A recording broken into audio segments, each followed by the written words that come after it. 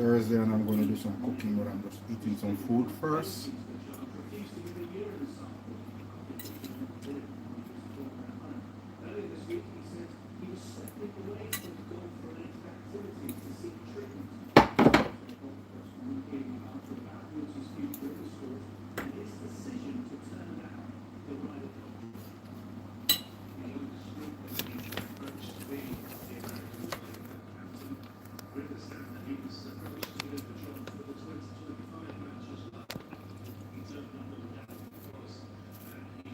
Huh? No. Mm-mm. I don't know. Okay.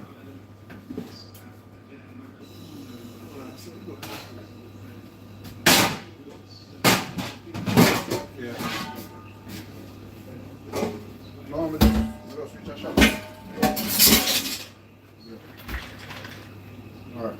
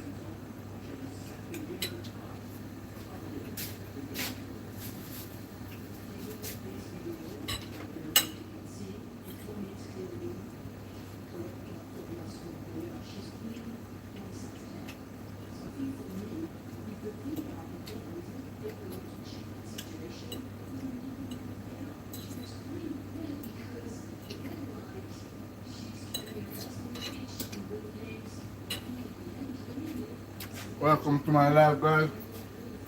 Thursday.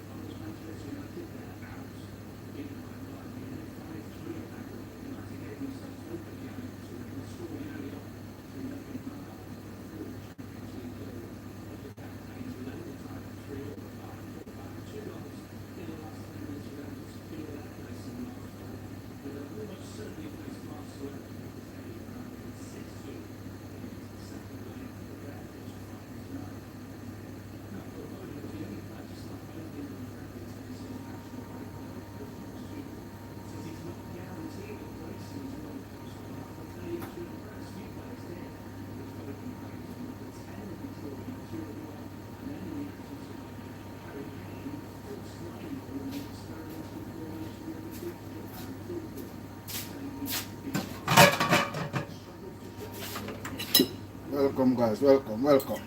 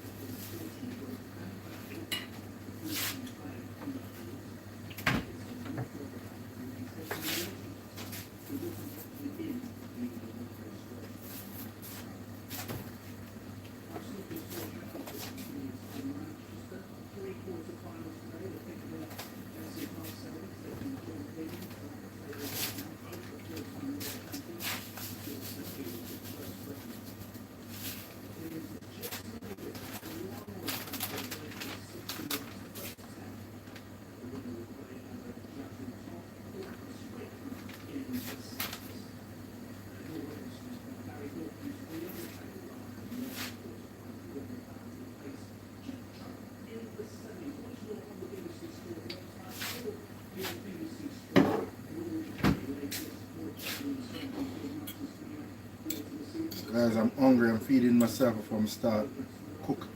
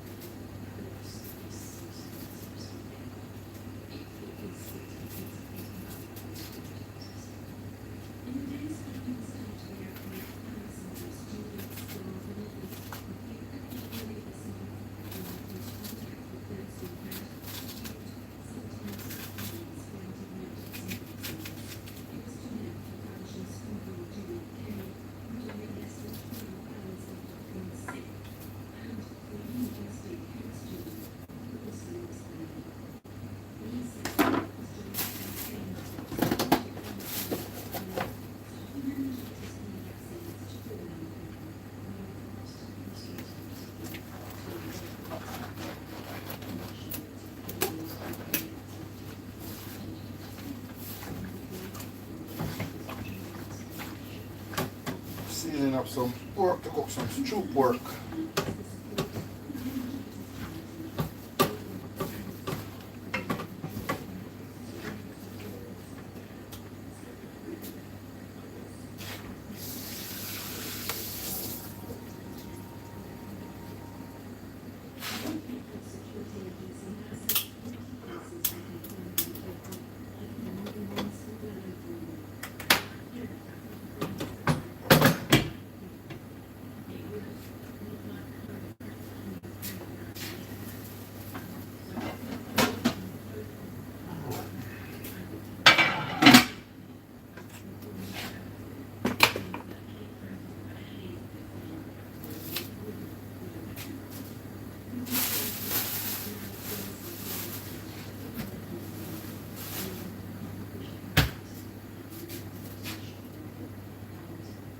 Welcome to my live, guys. Welcome.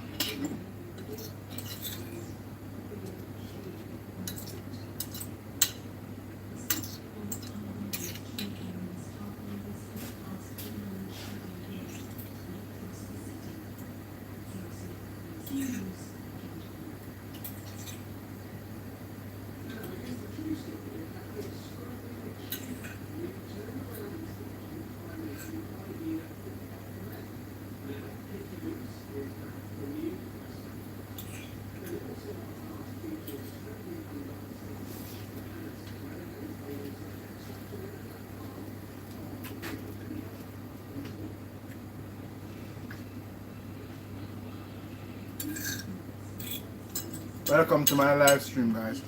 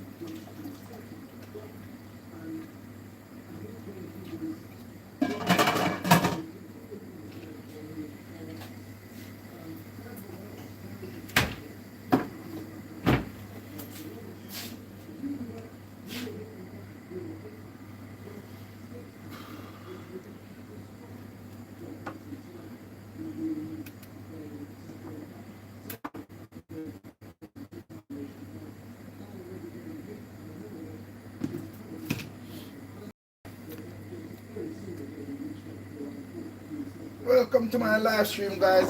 Today is Jerk Thursday. I'm cooking stew pork, jerk chicken, jerk pork, fried fish. It's Good Friday tomorrow. Tomorrow is the good Friday.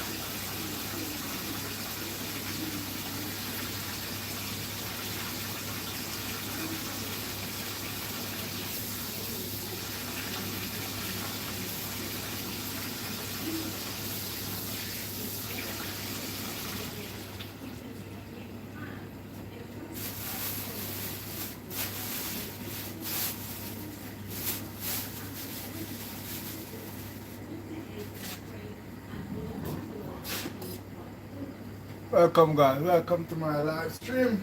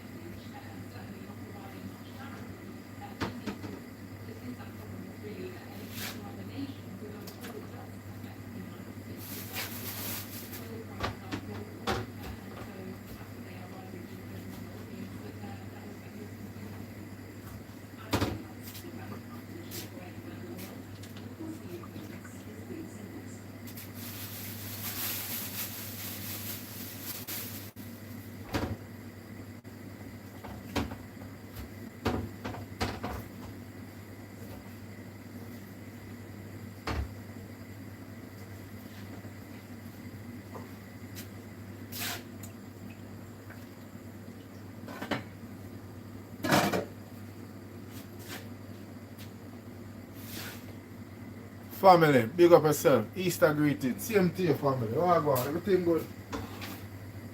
You don't know, say, Thursday, jerk Thursday.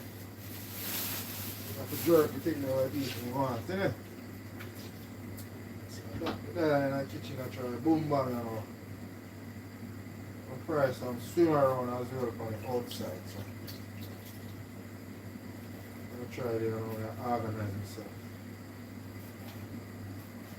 Work on morning as well.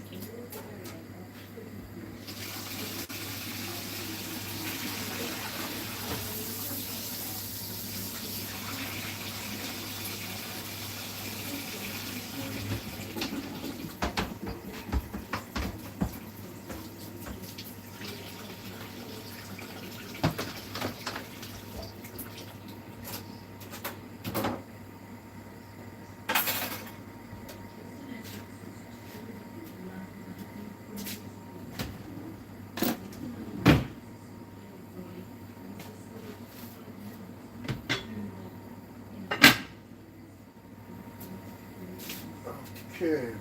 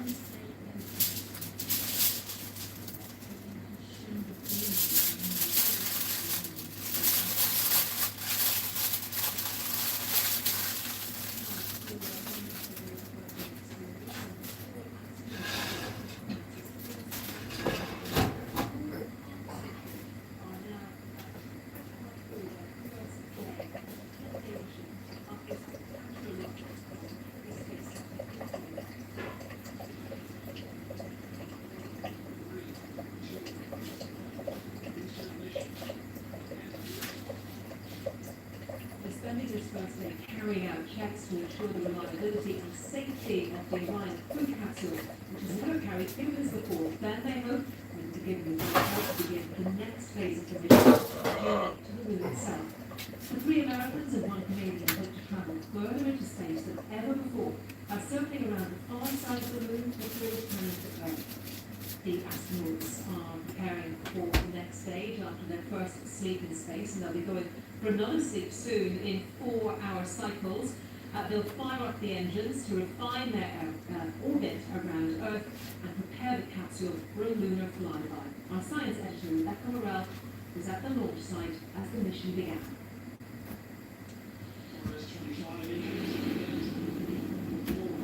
3, 2, 1. Booster ignition.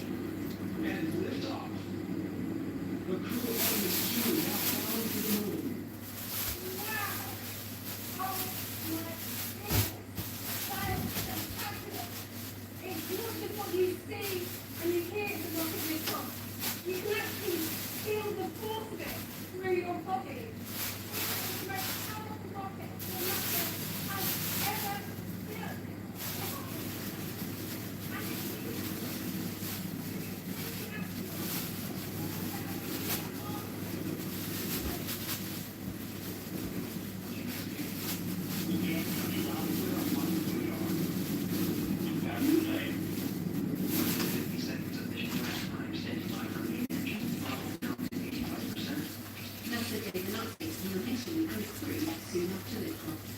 They're secure and they're in great spirits.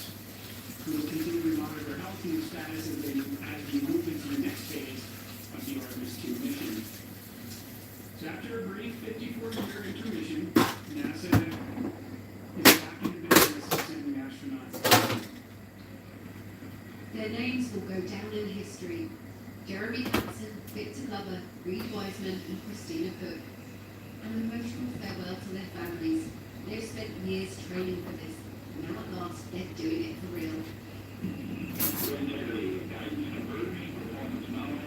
The Orion spacecraft is now orbiting the Earth, with Commander Reed Wiseman in contact with Mission Control.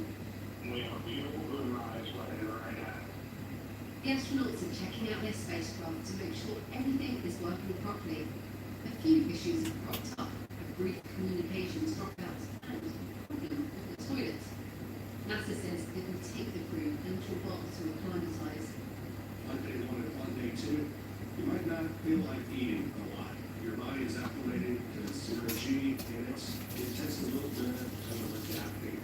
So right now they're working hard. They are doing what they need to do. Once the checks are complete, the next stop is a new era of space exploration has begun. Rebecca Morrell for the Kennedy Space Center. And our North American correspondent, Olivia Mukherjee, was also at the Kennedy Space Center for the launch. When we were very close to that launch opening, there were a few of those facilities that were identified when they were troubleshooting all of that. So there were a few moments right towards the end of the just almost the finishing line. So it was the starting line for what is going to be a Kennedy mission. About all of that.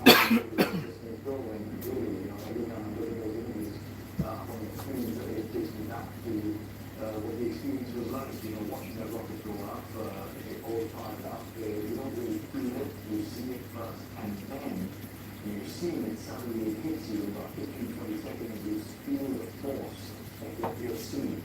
There's a rumble, everything is shaking beneath you, you feel it in your stomach, you feel it in your chest. Really, it's that moment where you feel this is happening, and I feel that you feel, really imagine what the astronauts must be feeling when the rocket is going up. But that was what we were really counting down to now, as you heard the vision from NASA say. The real work to do this is in a matter of speaking as we start doing some of those technical maneuvers, preparing for what is going to be the highlight of the mission to go around the moon across 50 years. And BBC correspondent Dan Johnson is at Glenhilly Earth Station in Cornwall, where they're tracking the spacecraft. This is a miniature version of Mission Control here on the Lizard Peninsula in Cornwall. They slogan this place to be used as gateway to space outside. There are massive satellite dishes pointing at the sky. One in particular, the biggest dish that they've got here, is the one that they will use to track this mission on its journey to space. So that is what these guys will do actually later today, because it all depends on the orbit, the angles, the distance. There's only certain times of day where Boom Billions plays this role. Let's bring in Jenny Williams, who works here. What actually will be the contribution of Boom Billions to this mission? So Boogaloo will be using its 32-metre deep space antenna, Boogaloo 6, to look at the Orion capsule when it comes above our horizon. At the moment, we don't see our spacecraft as it's below the horizon. So we'll be pointing the antenna, receiving data from the Orion capsule, and then sending that data off to NASA so that they can use it to better pinpoint that spacecraft. But all of these extra dishes of 34 organisations around the world outside of NASA, looking at the Orion capsule, sending all this data, as well as the deep space network that NASA uses all of their own dishes to get down all that important scientific information and data from the crew. So you're not actually communicating with the astronauts, but you are receiving data from the space. That's correct. We are not receiving, not sending commands to the spacecraft like we do all of our other deep space missions. We're just collecting that one-way data and sending it off to NASA. How important is this? How exciting are they to be part of it? Everyone here is very excited to get to be part of the first human moon mission in our lifetime, at least in my lifetime. And all of the operations team, we're all immensely proud to be involved in it, the people in our farm office and all the people around the country as well. We've planted it out there. And there is some serious space history connected with this place, isn't there? You were involved in the Apollo 11, not your birth. Absolutely. Area 1, the first antenna here, was used as part of that lunar tracking data relay network.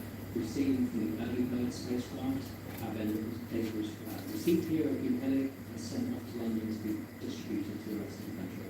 Other points of this mission that are particularly critical or more important? Certainly from NASA's point of view, it has to do with command, with critical maneuvers, anything with a trajectory burn. So at the moment they're in Earth orbit, they need to do a couple of trajectory burns to raise its orbit, and then find a translunar injection burn to get on its trajectory to the moon. Why are you particularly well placed? What is it about the Lizard Peninsula that makes this work so well? Yeah, the Lizard is a perfect location because we have unobstructed views of the horizon, so we can see 5 degrees into all locations, all the angles. We have very low radio interference here, so we don't get interference from local 4G, 5G interference, but also we have very solid bedrock to support the massive weight of our antennas as well. And what would a successful mission look like from Boom Billions' perspective? What are you running it out?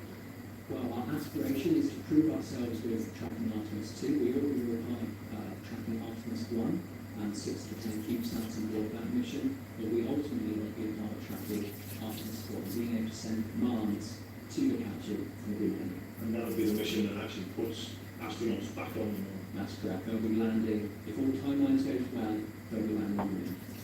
What do you think then? The next 8 days is going to be a busy time next time? It's going to be busy, it's going to be very exciting, there might be a bit nerve-wracking, but we've not just got Orion to support for all of our other deep space customers as well. We have to fit into that schedule. How's it going to look for you?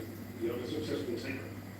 Yeah, I didn't watch it live. I'm asleep, getting ready for the next day. But the team that we had on shift had a successful acquisition about 2:30 local time. And later tonight, about 1 o'clock local time, we'll be receiving data from the Orion capsule. The King has distributed Royal Monday gifts at the annual service held this year in Wales. King Charles presented the gifts to 77 men and 77 women as part of the tradition, which happens on the Thursday before Easter. It recognises people who have shown outstanding Christian service and made a difference to the lives of people in their communities. Earlier, graffiti saying, "Not our King," was covered up outside the cathedral. The message was sprayed in red paint on a wall in the grounds of the St. Asaph Cathedral. Do stay with us here on BBC News Business News Next.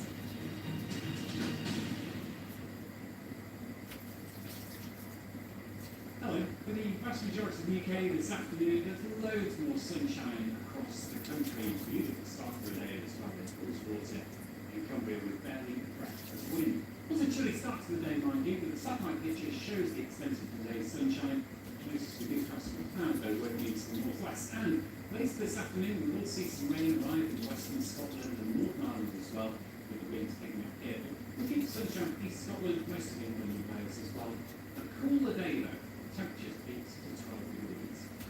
Tonight's night, that rain will spread across to all areas of the UK. The rain is quite light and patchy though across East Anglia and South East England. Given all the clouds around, quite breezy conditions, it is going to be a frost-free night. Temperatures around 5 to 7 most. Now tomorrow, Good Friday, cloud and rain to start the day. That will tend to clear away from Scotland and Northern Ireland with a mixture of sunshine and showers following in through the afternoon. Some of the showers with some sleet and hail in Scotland, some hill snow as well across some of the highest peaks. It'll be windy for Shetland, mild in the south, though temperatures could reach around 16 degrees or so. Then we have Storm Dave on the way during this weekend. This is going to be bringing some very strong winds, particularly to Scotland, with gusts of wind peaking around 70 to 90 miles an hour. Disruption is expected, but also be some hill smoke as well.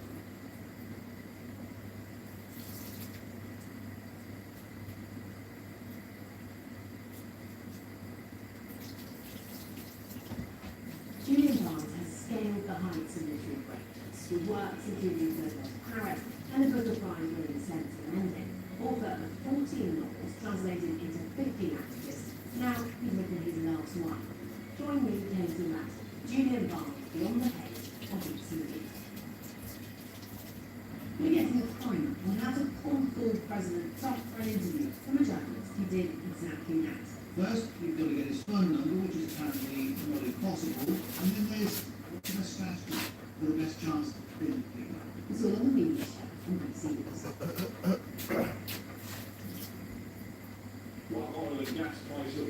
Yes guys, welcome. I'm Sean. Aye, big up yourself, Lady Tasha. Sean Celebrity, big up. Jenny boy, morning, what's cooking today? You know, so today is a jerk Thursday day today. So we're going to jerk pork and chicken and all these things, you know, for the pork lover them, you know. That's what we're doing today. Alright? Nature sees the sky is so immersive. Is unsatisfactory for me because it's not interested in psychology, it's not interested in how people think or feel. I'm interested in people and the way they grow. If you are fully in the moment, you are totally responding in the moment to everything that's happening. We'll fry some fish as well. Can change night after night. So Some swim around after fry as well, innit? I suppose for the outside world, the most visible part of the London Film Festival is the red carpet. And this year it brought out some of the biggest names in the film industry. I think there's too little. Fry some fish, because you don't know, so a good Friday time, so Places that bring peace and make sure something up. Inspiring arts and culture. Touch on iPlayer.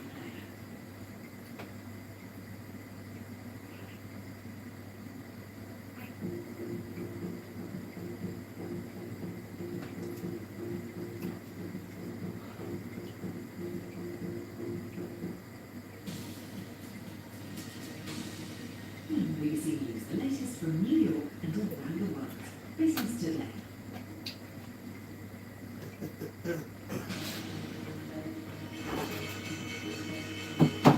And I'm doing some prawns as well. Some prawns as well, you know. Make some prawn or fry some fish. Fry some fish as well, some swim around, you don't know. It's Good Friday tomorrow. Just put the fryer on the outside now. We're going to hit them extremely hard over the next 2 to 3 weeks. We're going to bring them back to the Stone Ages where they belong. Elon Musk's SpaceX files to go public, setting the stage for what could be the largest stock market listing in history.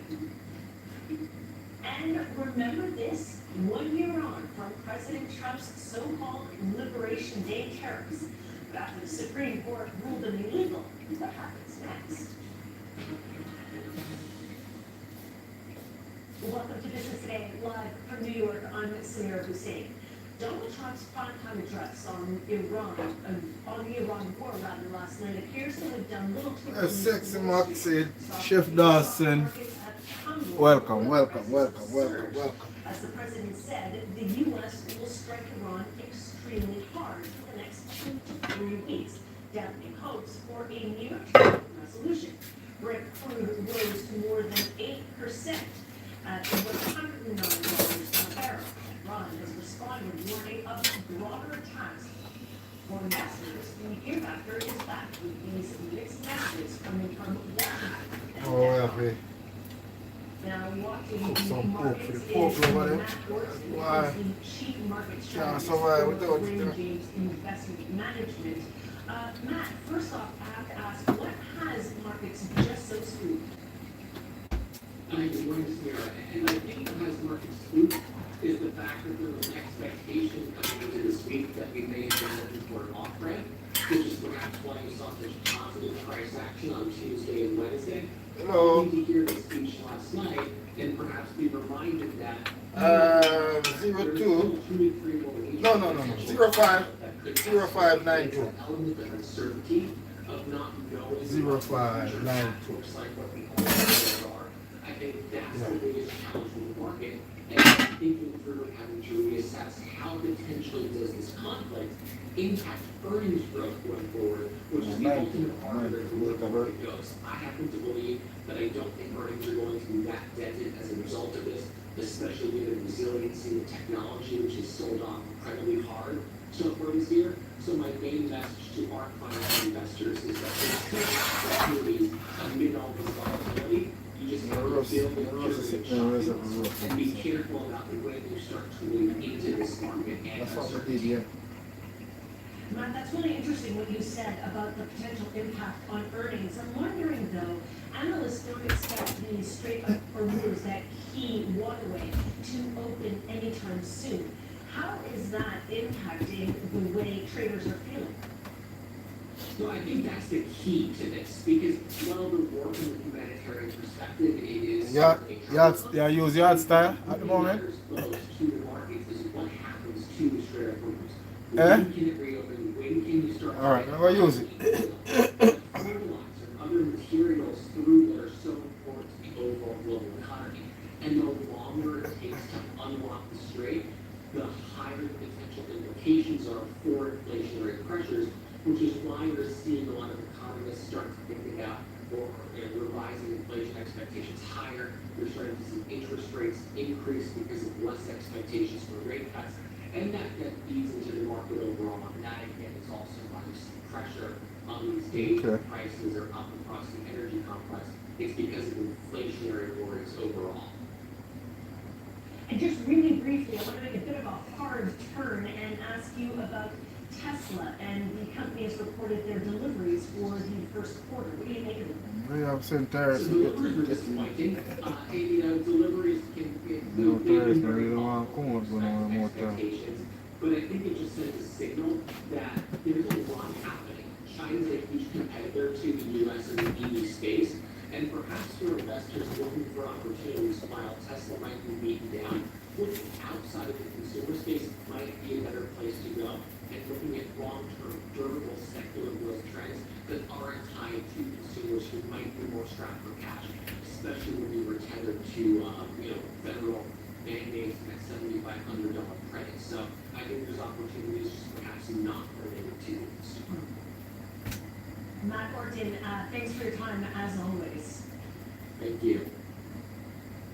Now today marks 1 year since President Trump's so-called Liberation Day, when he announced the U.S. would impose sweeping tariffs on countries across the world. It was a moment that kick-started huge changes in global trade and weeks of turbulence on global stock markets.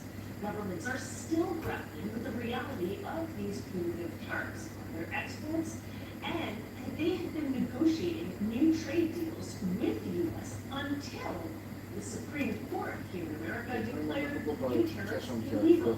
Now, the president condemned them and calling it terrible and totally defective. So a year on, what has Donald Trump's trade policy achieved? Ryan Sweet is chief U.S. economist for Oxford Economics. Go for it.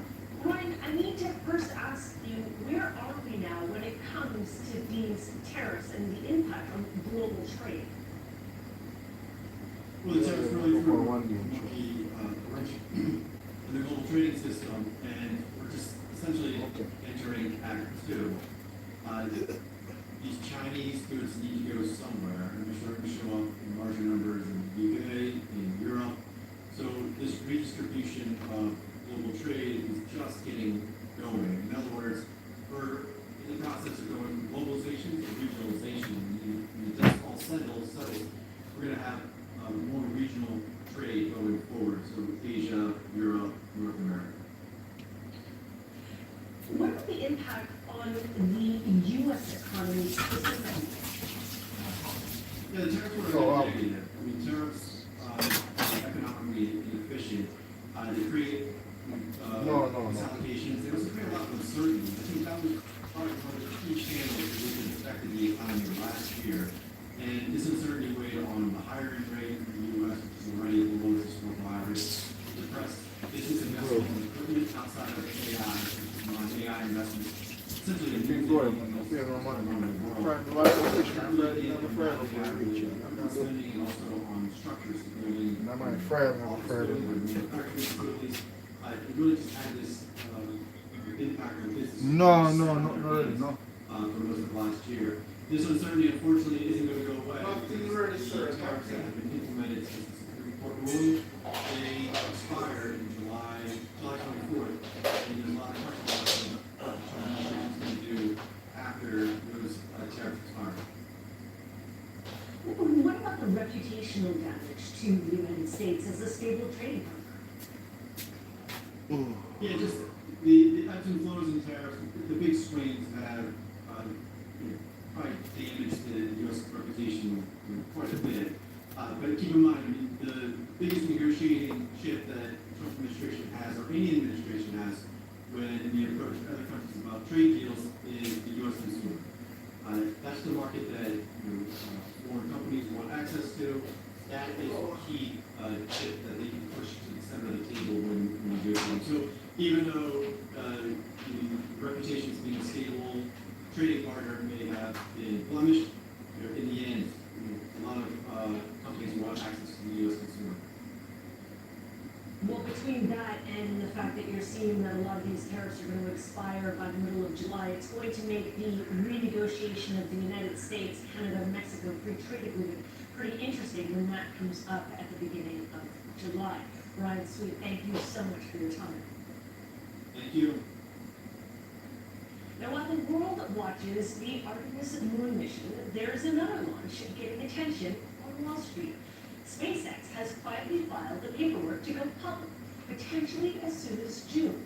Now, this could be one of the biggest stock market flotations in history, and it's drawn eyes not just from space fans, but investors in the AI boom.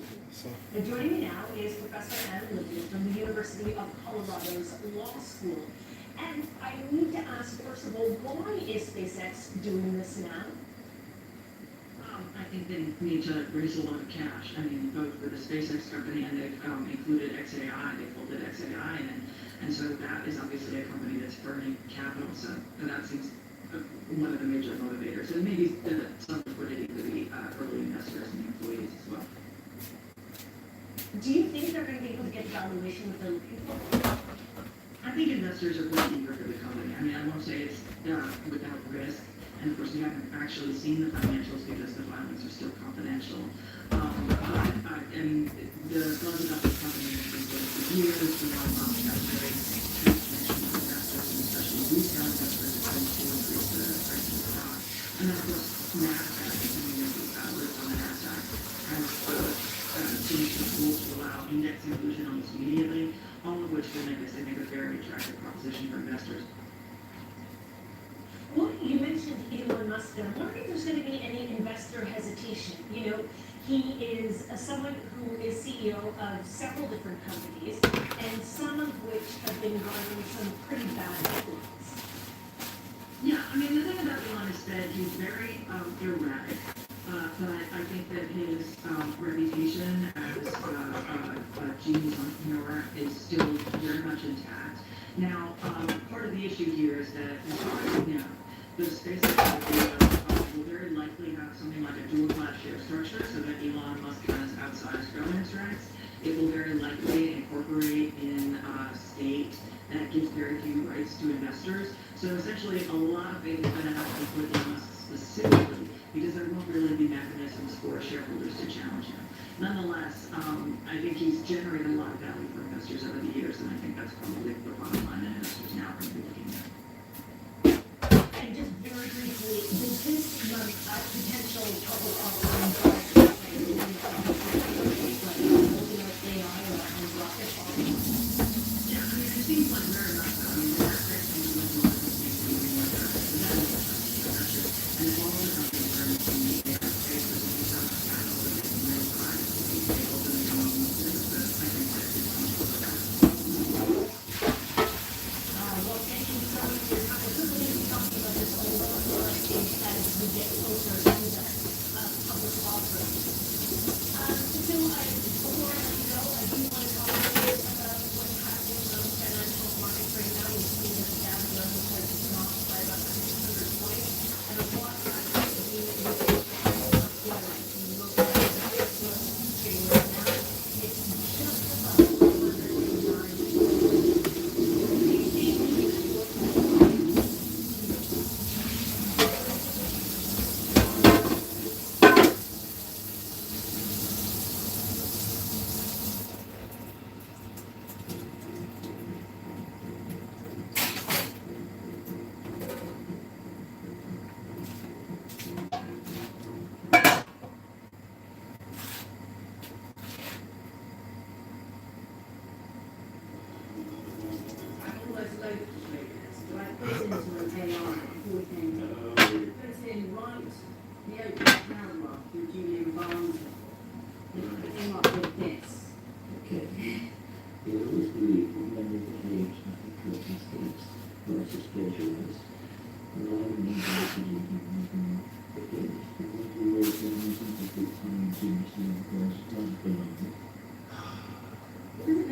Does it make you feel angry? Makes me feel tired.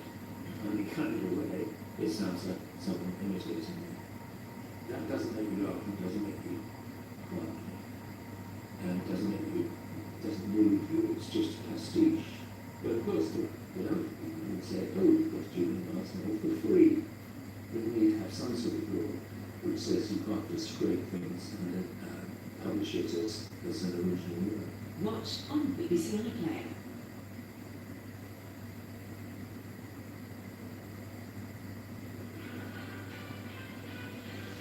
AI is dramatically increasing demand for energy in a way that transactions can't fully cope. I want to listen to people without it being transactional, without asking people for their vote, but listening to them. Everything you go through, you can tune out, you can endure, and find a good place for it. When the big names talk, they talk to us.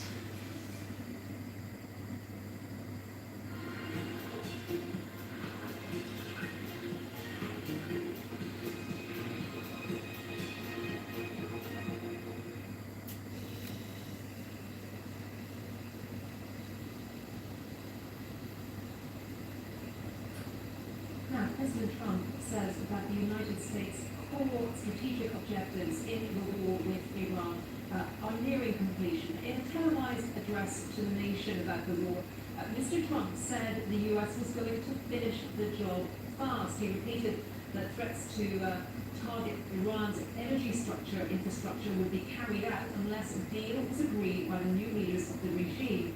Addressing rising oil prices, Mr. Trump insisted they would soon be falling, and he stressed that the war he had started would be much shorter than other recent conflicts the U.S. had joined.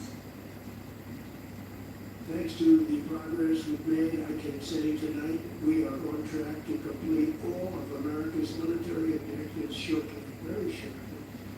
We're going to hit them extremely hard over the next 2 to 3 weeks. We're going to bring them back to the Stone Ages where they belong. In the meantime, discussions are ongoing regime change was not our goal. We never said regime change, but regime change has occurred because of all of their original leaders' death. They're all dead. Niall Stanage is White House columnist for The Hill. I asked him what he made of President Trump's address. There was not really a lot of drama, or certainly there were very few concrete elements of new information here. Yes, the President talked about the objectives nearing completion. In the clip we just played, Anita, we heard him talk about the idea that this will be over very shortly, perhaps 2 or 3 weeks. But this is all an element of what he has said previously. And the central political difficulty he experiences here, a lack of a very clear rationale for this conflict, that remains. That was not, to my mind, resolved in his remarks last night. And what was interesting was that he didn't mention NATO having earlier in the week talked about the US potentially pulling out of the alliance. What do you read into that now? It seems to me that some of his earlier remarks maybe were blowing off steam or expressing grievance. He's obviously been especially critical of the United Kingdom, but there was definitely a backing away from that last night. Without getting too deep into the weeds, it is a complicated business for the US to withdraw from NATO. We need the congressional approval for that. But the fact that he mentioned that NATO itself not at all was, I think, significant in light of what he has said in previous states. Now, President Trump might have been hoping, Niall, to calm the markets with his comments, but the price of oil, in fact, went up. I wanted to ask you about the situation vis-a-vis the Strait of Hormuz and the supply of oil that the U.S. has. I mean, how much, for example, will Venezuela and oil from Venezuela play into easing conditions in the U.S. with regards to oil? I noticed that, yes, guys, welcome. The U.S. removed sanctions. Welcome to my live. Yes, that's right. It did do that, but that was even partly aimed at easing the oil pressures. That obviously hasn't worked. As you just alluded to, oil futures spiked yet again by a significant amount. And we see the stock market futures here in the US pointing to a fall. Now, of course, that can be erased quite quickly, but there is obviously grave concern about the Strait of Hormuz, its de facto blockade by Iran, and the consequences of that for energy prices, which are, after all, set by a global market. India, the world's most populous nation, is beginning its national census to discover more about the 1.4 billion people who live there. The exercise, involving 3 million officials, will take a year to complete. The counting of people will also include research on the highly sensitive issue of caste. Ravendra Rao from BBC Indian Languages is in Delhi and explains. After a span of 15 years, India is finally counting itself again. The world's largest democracy, home to over 1.4 billion people, that will ask questions, deploy over 3 million officials, and span a year. The exercise stretched from the Andaman Islands to the Himalayan foothills. India's last full census was in 2018. Since then, the country has changed dramatically. Urbanization, travel with Sean, I'll drive. Family structures. In the absence of fresh data, Same time, yes. estimates and predictions, that gap has had consequences. Welfare schemes have been designed using outdated population maps, villages classified as rural. Okay, boss. They're on the road. India. Migrant workers largely remain invisible in official records until cracks appear, as they did during the COVID-19 lockdown when millions were stranded far from home. This census matters because data determines power.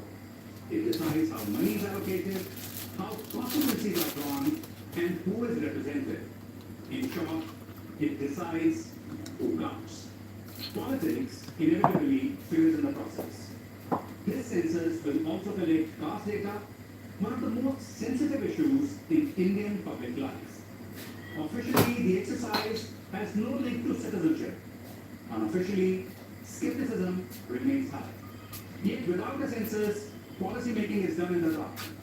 This exercise will provide the most comprehensive snapshot of India today. How old the population is, how young it remains, how Indians live, work, migrate, and form families in a society that is rapidly changing. It's not just a head count, it's an acknowledgement of reality. After 15 years of operating on assumptions, India is finally taking stock. Here, the government has withdrawn an offer to create 1,000 extra training places for resident doctors in England. Sir Keir Starmer had given a union, the British Medical Association, 48 hours to call off a 6-day strike due to start next week, or face losing the training posts. The extra posts were part of a wider package of nearly 2 Hello guys, how's it going? All is well? Welcome to Spraggabenzeny Live. The VMA said the government's decision was extremely disappointing. Our health correspondent Nick Tribble joined me earlier and discussed that the development leads to a long-running dispute. They do seem as far apart as perhaps they've ever been. The Prime Minister set that 48-hour deadline on Monday evening, and late last night, after the BMA had not called off for strikes, the government issued a statement confirming that those 1,000 specialty training posts due to come into the system in the south were now being withdrawn. The government said it wasn't financially or operationally possible to have those training posts in place when doctors are striking. The strike itself next week, a 6-day strike, a 15th walkout, this long-running dispute, is estimated to get a cost the NHS between 250 and 300 million pounds. That's money the government says could have been spent better on training doctors. But the point they're also making is that the British Medical Association can't just bank what they're offered in negotiations but continue striking. They say that's not how negotiations work. But as you say, it's left the British Medical Association incredibly angry and frustrated. What's your sense from other doctors, so doctors who aren't junior, formerly junior doctors, now resident doctors, other doctors perhaps who are a little bit further on in their experience? What's your sense of what they think of the position of the resident doctors? Well, we've heard mixed feelings expressed. Some we were in a hospital in December, the last strike took place just before Christmas in December, and we had a senior doctors consultant there expressing frustration that it's also worth bearing in mind the British Medical Association this week announced it was launching a ballot of consultants and other senior doctors wanted to take industrial action because of the pay rise that they're getting, which will kick in next week. All doctors are being given a 3.5% pay rise. It really knows this is a crushing blow. And what they didn't mention the Iran war, they said global events was going to push up prices, push up inflation even further, and doctors deserve more money. There was a bit of a traffic jam in the Chinese city of Wuhan on Wednesday after a mass breakdown of self-driving taxis.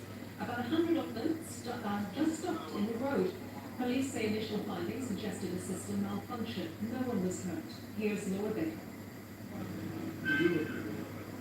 The robo taxis simply came to a halt, making them a hazard on the Wuhan highways. There were reports of passengers left stranded in fast-moving traffic. Some opted to press the SOS button for help. More than 100 driverless cars stopped running, according to the police, due to a system malfunction. These Apollo Go taxis are run by a major internet company, Baidu, which has yet to comment. Wuhan is the world's largest trial city for driverless cars, and it's the first setback for Apollo Go's robo-taxi rollout. But in San Francisco last year, self-driving cars run by the US company Waymo came to a stop after a power outage. Waymo and Apollo Go are the two biggest robo-taxi firms in the world. Both are vying to have fleets of cars on UK roads, including in London. These incidents suggest that even rigorously tested technology can go wrong, and though there might not be one behind the wheel, these cars still need help from humans. Laura Becker, BBC News, Beijing. And please stay with us here on BBC News.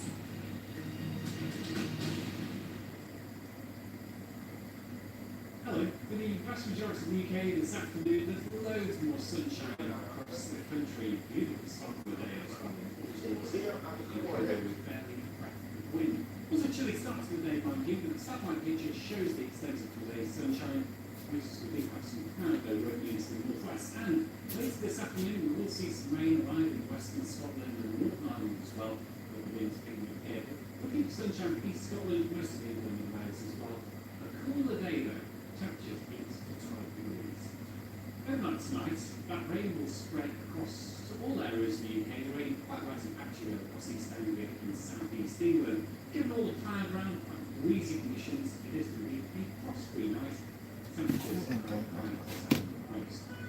Now tomorrow, Good Friday, cloud and rain to start the day. That will tend to clear away from Scotland and Northern Ireland with a mixture of sunshine and showers following in through the afternoon. Some of the showers with some sleet and hail in Scotland, some hill snow as well across some of the highest peaks. It'll be windy in Shetland, mild in the south, where temperatures can reach around 16 degrees or so. Then we have Storm Dave on the way during this weekend. This is going to be bringing some very strong winds, particularly to Scotland, with gusts of wind peaking around 70 to 90 miles an hour. Disruption is expected, but also be some close to Scotland.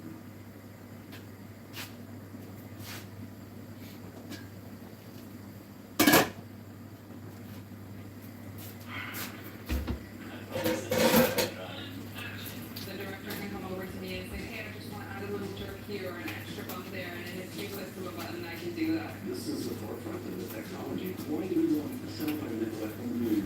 There are no people there. There are people yet. What's in my hands are tiny lab-grown brains. This is what everybody wants to get their hands on. Doctor, this is a really significant change in the game. What can you count already? 10 billion new genes? Tens of thousands of untreatable diseases with existing tools. We can make a dent in that. This revolutionized all electronics. Technology like this is part of what will accelerate the capabilities of the future. We're developing a commercializing space-based solar power. We expect to have trial computers with a stream of hundreds of activities that achieve the Check now. Watch it.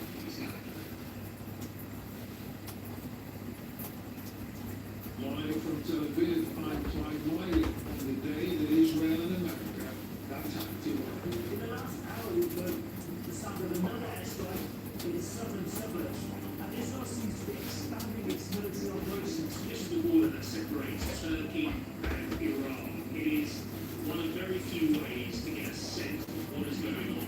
Unfortunately, the last thing I heard last night, and again this morning, a very heavy round, so the Iranians have resumed targeting U.S. This is Iran striking its enemies here in northern Iraq. One more sign that the war is spreading. There when the story breaks. BBC News. My family learned English by listening to and watching BBC News. I want to be for others what the BBC was for us, a trusted source of stability and hope. I'm Marianne Mashiri on the World Today for BBC News.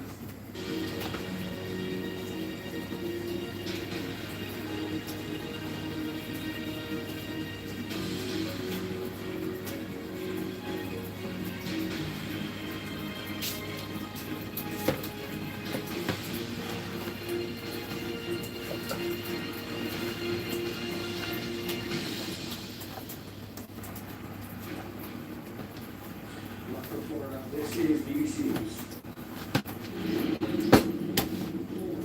3, 2, 1. Boost your ignition.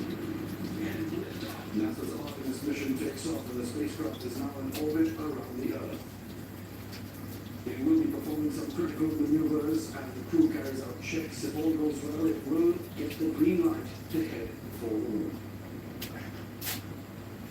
And ahead of the program, we're joined with NASA's head of science as well as former British astronaut Tim Beeks at the station. Our other main headlines here. Donald Trump says US military objectives in Iran are nearly complete. He promises to finish the job fast while not mentioning troops on the ground. We're going to hit them extremely hard over the next 2 to 3 weeks. We're going to bring them back to the Stone Ages where they belong. Meanwhile, the UK hosts talks with more than 40 countries aimed at reopening the Strait of Hormuz. One more headline, the ticket resale platform for the World Cup reopens today. We'll get fans' reaction.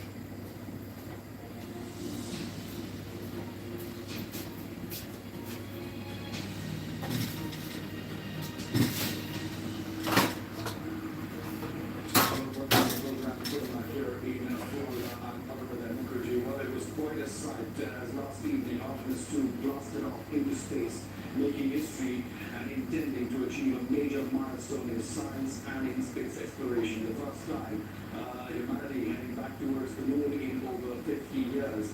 We have been tracking all the updates from NASA, including some live pictures that have been coming in from time to time. If I could just draw your attention to what we've been seeing so far. The live shot of the spacecraft orbiting the Earth as it continues to remain in Earth's orbit. Spectacular views is how the astronauts have described what they've seen so far. NASA is hoping that this mission will pave the way for an eventual lunar landing in 2 years. So certainly they will be hoping to come down to that. Our science editor, Rebecca Morel, has more from the launch site from yesterday. Forest 25 inches. 4, 3, 2, 1. Booster ignition. And lift off. The crew of Artemis 2 now bound for the moon. Wow! Oh my goodness! That is spectacular! It's not just what you see and you hear the rocket in your top. You can actually feel the force of it through your body.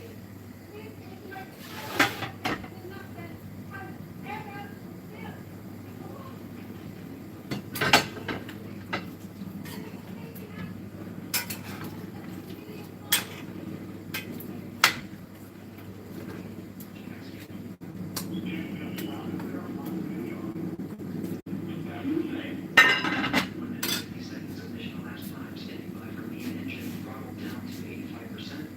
NASA gave an update on the mission and crew soon after liftoff.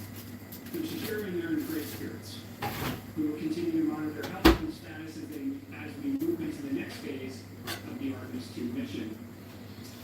So after a brief 54-year intermission, NASA is back in the business of sending astronauts to the moon. Their names will go down in history. Jeremy Hansen, Victor Glover, Reed Wiseman and Christina Cook. An emotional farewell to their families. They've spent years training for this, and now at last they're doing it for real. The Orion spacecraft is now orbiting the Earth, with Commander Reed Wiseman in contact with mission control. The astronauts are checking out their spacecraft to make sure everything is working properly. A few issues have cropped up, a brief communications dropout and a problem with the toilet. NASA says it will take the crew a little while to acclimatise. Flight day 1 and flight day 2, you might not feel like eating a lot. Your body is acclimated to 0G, and it takes a little bit of adapting. So right now they're working hard. They are doing what they need to do. Once the checks are complete, the next stop will be the moon. A new era of space exploration has begun. Rebecca Morel at the Kennedy Space Center, Florida. And soon after the launch last evening, NASA held a press conference in which they said that astronauts were safe, secure, and in great spirits. Listen in. The views, we've got 2 blue horizons that we've had so far, and the views of planet Earth. We've circled it completely, and we're going to help you with that word. Wonderful, it's spectacular to see you all, and so far so good with the day.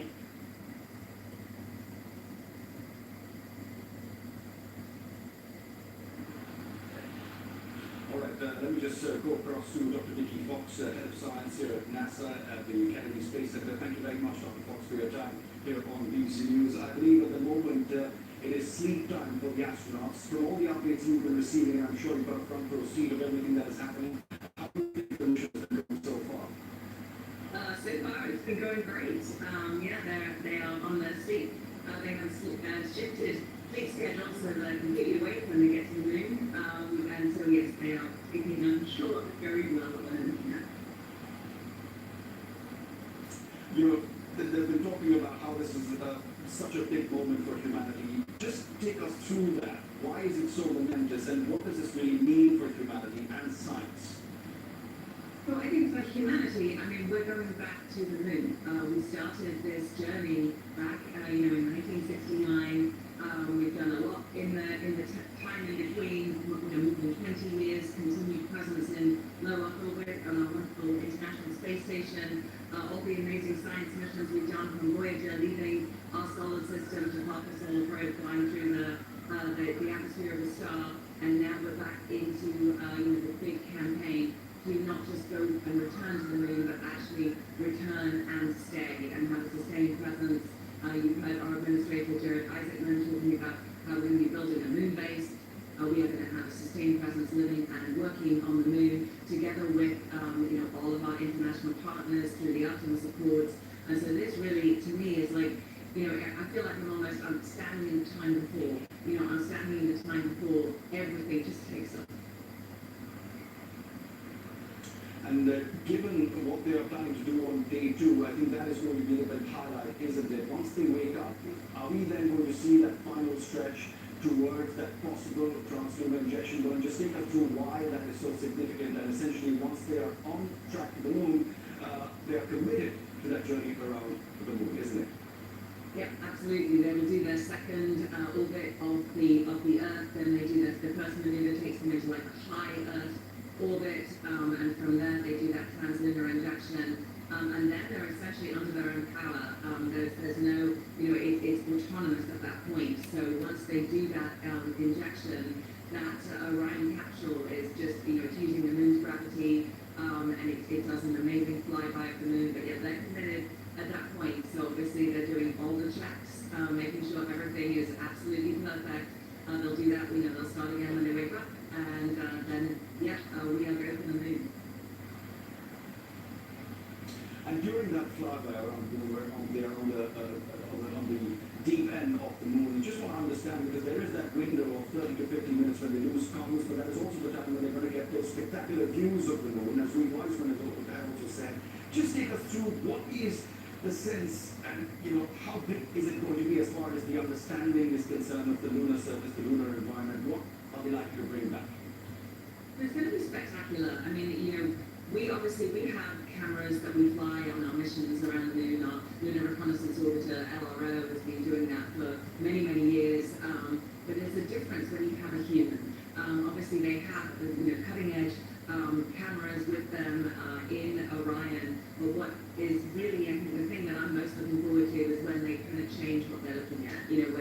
When you have a human, they have that ability to make that split-second decision and use their own curiosity and use something that catches their eye. And we'll start off with no sunlight, so the moon's surface will be dark. So we'll be looking for things like impact flashes and things as micrometeorites strike the surface. Then the terminator, when it goes from dark to sunlit, you can see like a lot of, so you'll see really interesting shadows, and it gives you sort of depth perception of those craters, which are hard to see in full sunlight. Then they go into the sunlit portion, so they'll be able to look at kind of their favorite craters, our favorite craters that we want them to look at, but also the ability for them to say, wait, look at over there, look at something over there that maybe we haven't sort of pre-programmed. And then, because they launched yesterday, they will actually be treated to a total solar eclipse, which they'll be able to see from Orion when the moon blocks out the light of the sun. Obviously, it will look different to how we see a total solar eclipse here on Earth, because the corona will be coming out of one side of the moon, but they will be able to see the sun's corona, just like we would enjoy here. And so that's a bonus. For me, that's bonus science. If they launch today, or as we launched yesterday, they're able to see that. If we launch tomorrow, they wouldn't have been able to see that total solar eclipse. So as a solar scientist, I'm totally stoked for them to see that corona too. All right, fascinating insights, Dr. Neil. Thank you very much. I can simply say we will all be waiting for a lot of those spectacular images that we are likely to see from the Optimus 2 mission. That's all for now. We'll continue to track updates from Jeremy in Florida. For now, it's back to you, Matthew.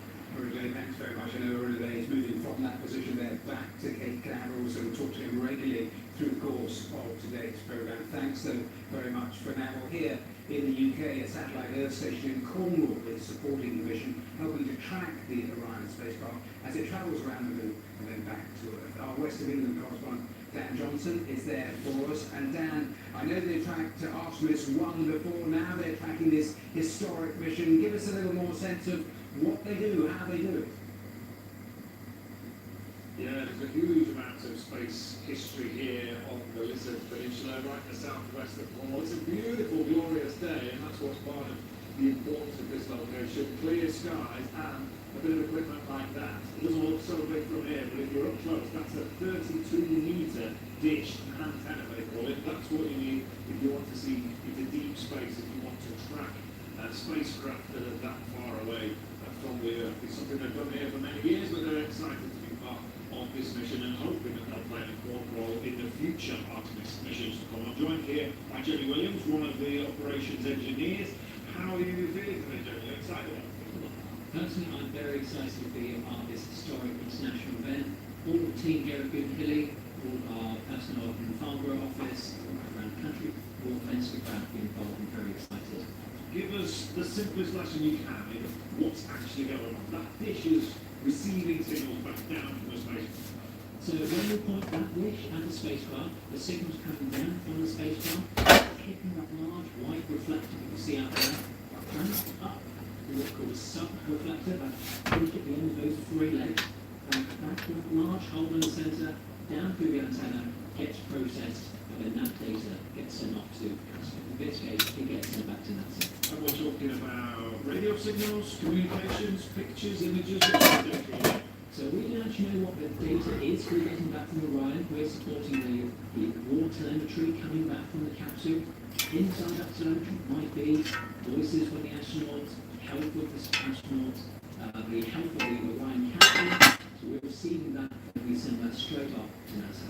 How big a deal is this for the UK's contribution to the space mission?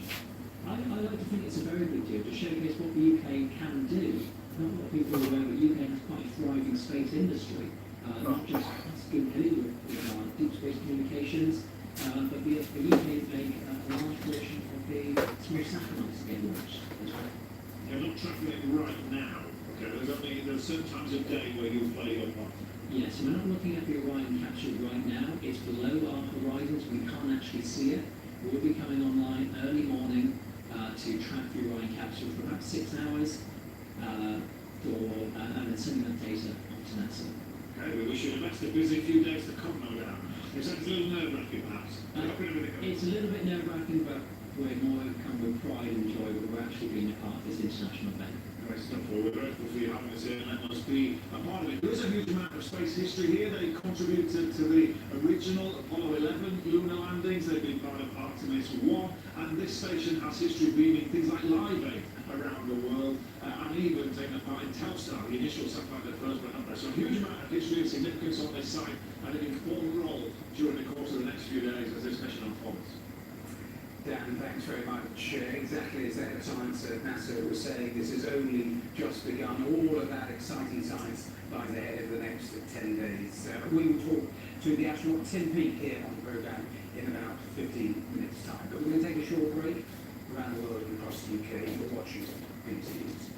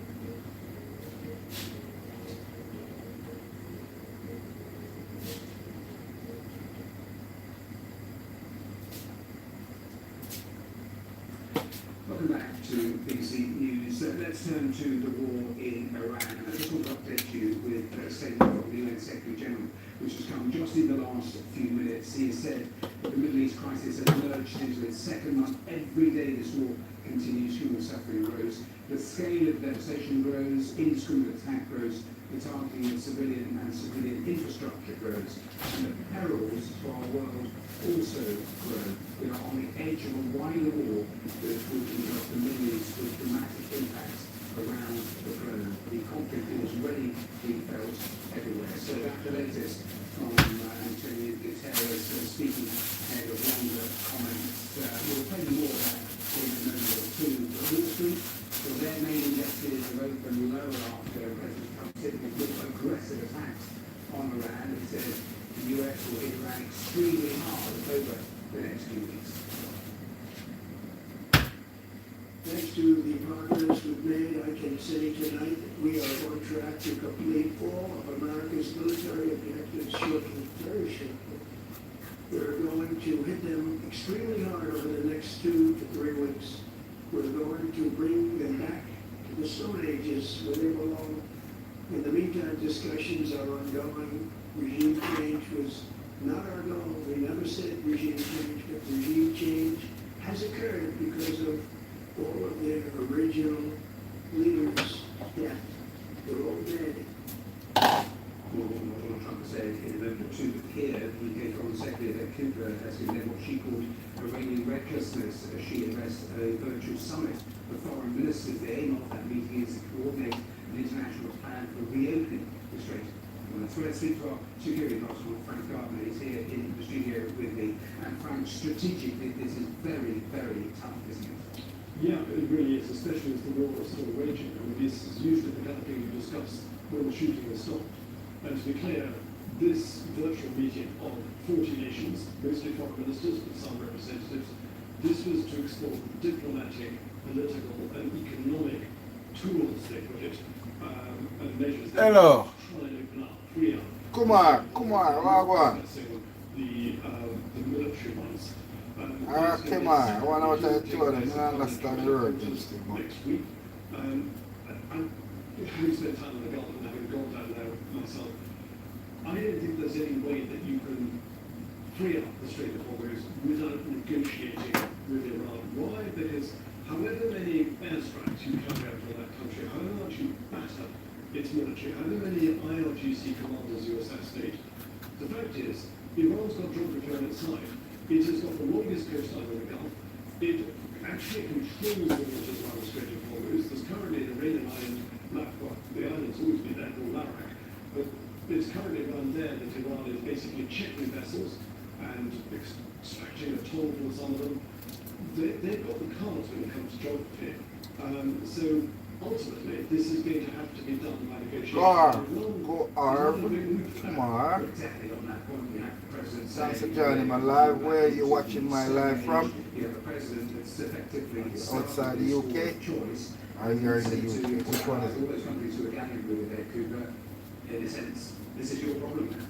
Yeah, I mean, they're not happy about it. I mean, she was very careful and diplomatic in her language. But there are plenty of people who might think privately, well, hang on, Iran didn't start this war. Their behavior in the region has not been good. You know, they've backed groups that are prescribed terrorist groups, and you know, they have fomented unrest, especially in places like Bahrain and eastern Saudi Arabia.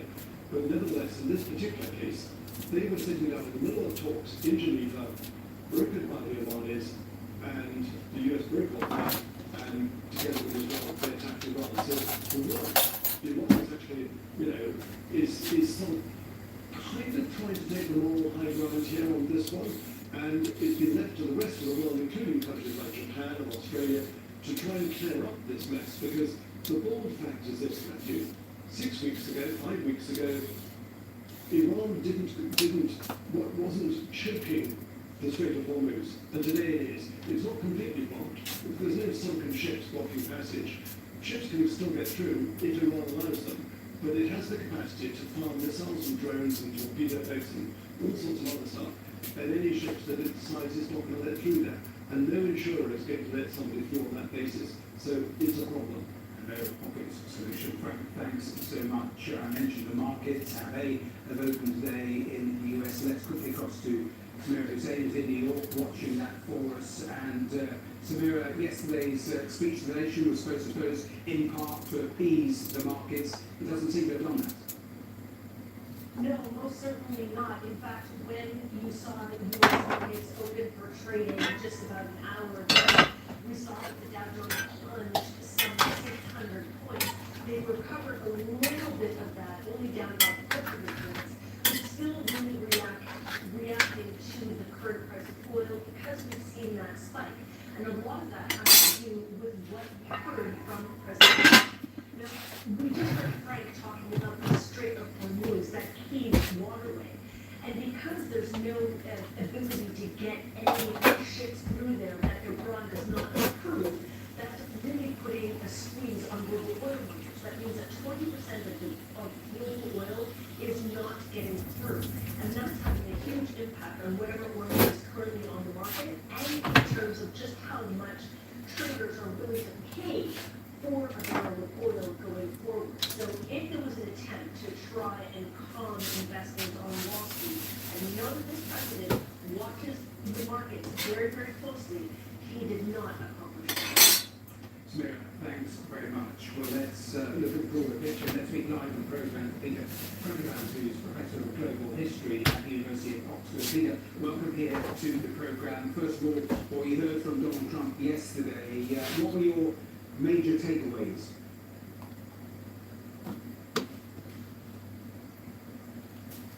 It was reassurance. I don't think that he did that. That's why the market's so toppled, as Samira just said. But I think all of those listening, hearing the way in which Trump has talked about the campaign, and in particular his line saying he's going to bomb Iran Stone Age, I think it's not just distasteful, it's also crude and it's stupid. I mean, amongst other things, it shows the wanton use of violence against indiscriminate targets, but it also takes us a long way away from the way that Trump was trying to present himself just a few months ago as a president of peace, someone who was going to bring global order.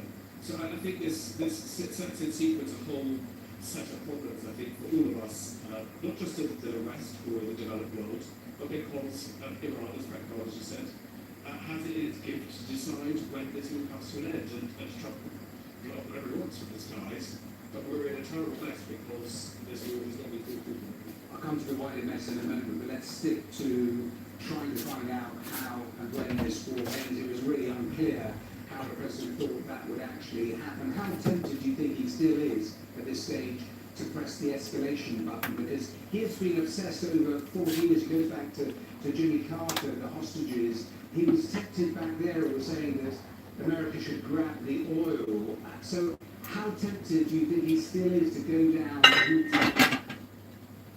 Well, you can talk about grabbing the oil. If you want to grab the oil, don't forget about international law or the fact that not only the Iranians, but perhaps anyone else wants you to grab it.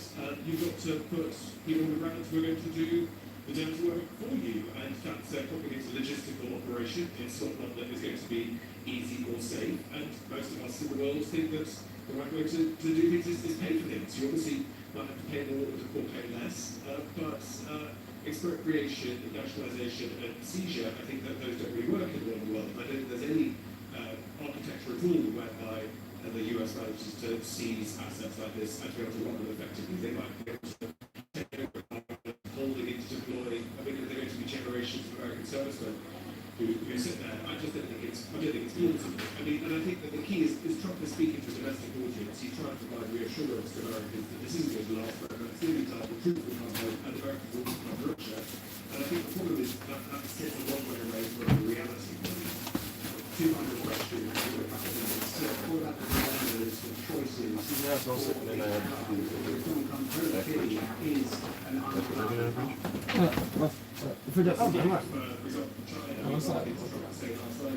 Again, there's China military squadrons coming over navigating the Strait borders because China gets 90% of its oil from Iran and Iran, which is in fact true. He's kind of his stories.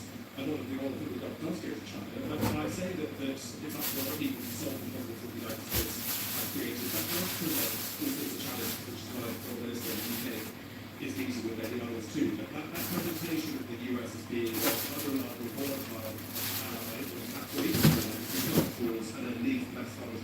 is a difficult one. Another question then about the UK in particular. Of course, post-Brexit, we're now looser in our connections with Europe. The whole thrust was supposed to be closer to Washington. We've seen how that's played out in the last 4 weeks. You talked in an interview earlier this week of a period of creditors. Just explain to our audience perhaps who missed that, what you mean. Well, we think in the UK and Europe that we're protected in the international order. It turns out that order is volatile. So we've had the States talk about Panama, Cuba, Greenland, Iran, using its force in lots of other parts of the world. And we could see states like Israel expanding its territorial boundaries in real time. Obviously, places like Russia, China also. I think that there is a new world where people don't think that we can use to apply for them. And that creates problems for us. Being involved in a very full of box is a losing outcome. So I think there's a degree to which we need to work out ourselves. When we might probably start to talk about close relationships with Europe, it's very different on the defense side to integration with the single market or so on. Here in the UK, one of the programs would be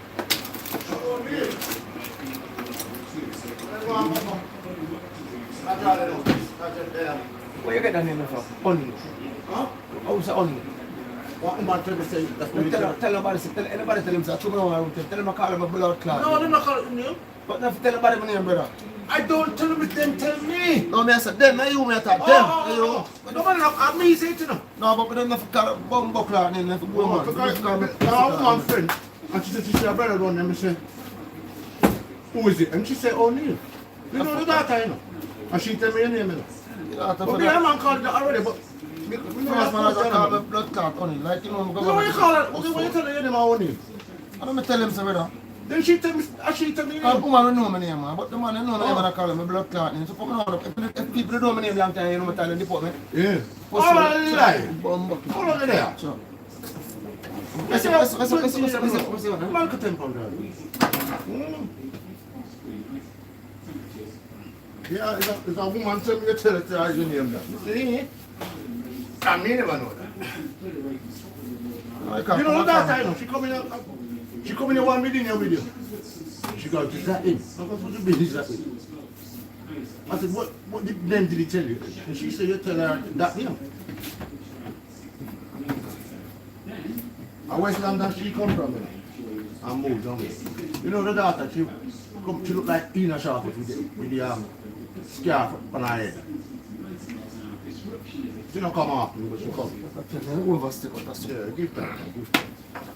You don't say it always even out sooner or later. You don't know. Thank you. Yeah, man, blessing. Mm-hmm. Yes.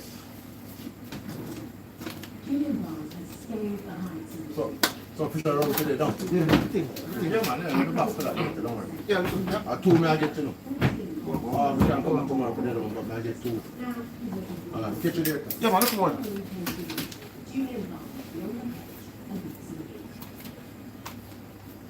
We had his partner and had a phone call President Trump for an interview. Madame, he did exactly that. First, you've got to get his phone number, which is apparently not impossible, and then there's the strategy, or the best chance of doing it. That's all we need.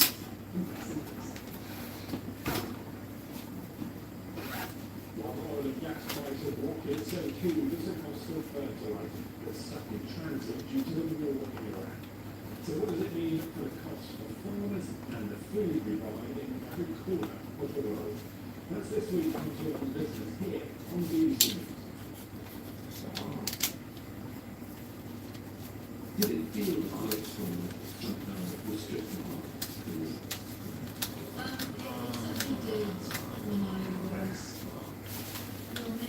Right, fish.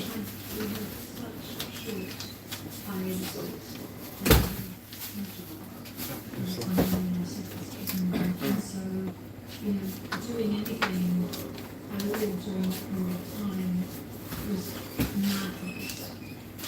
And yet,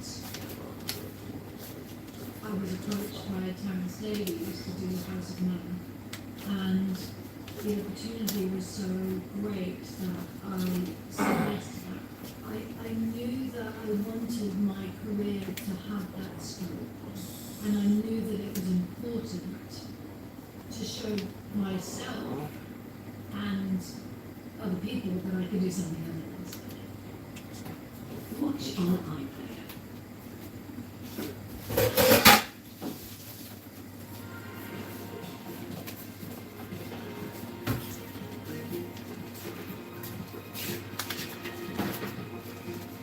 See some of the chicken then.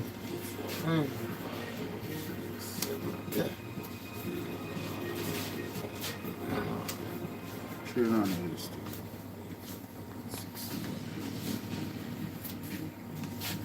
Back to the let's have a look at our main headline. 4, 3, 2, 1. Booster ignition. This mission takes off with the spacecraft now in orbit around the Earth. Where it will remain in that orbit for the next 24 hours. The crew carried out checks. If all goes well, they get the green light to head to the moon. Other main headlines on the truck threats to escalate attacks on Iran. Because anything straight at the moon is a problem for others to fix. The UK has taken the opening to fight for water. Headline news for the retail platform for the World Cup reopened today. We'll get fans' reaction this time. So my prayers are fish. It's like a Friday night, man. I want to I'm Friday night friend. what about we start pay for the things about this spacecraft? Can you go and pay for the things, you know? Man, to the mag take freedom of blood. Wait. I have to work for your right money. I have to see us about the because I'm my limit 95 days. Can't make anything use of blood clot.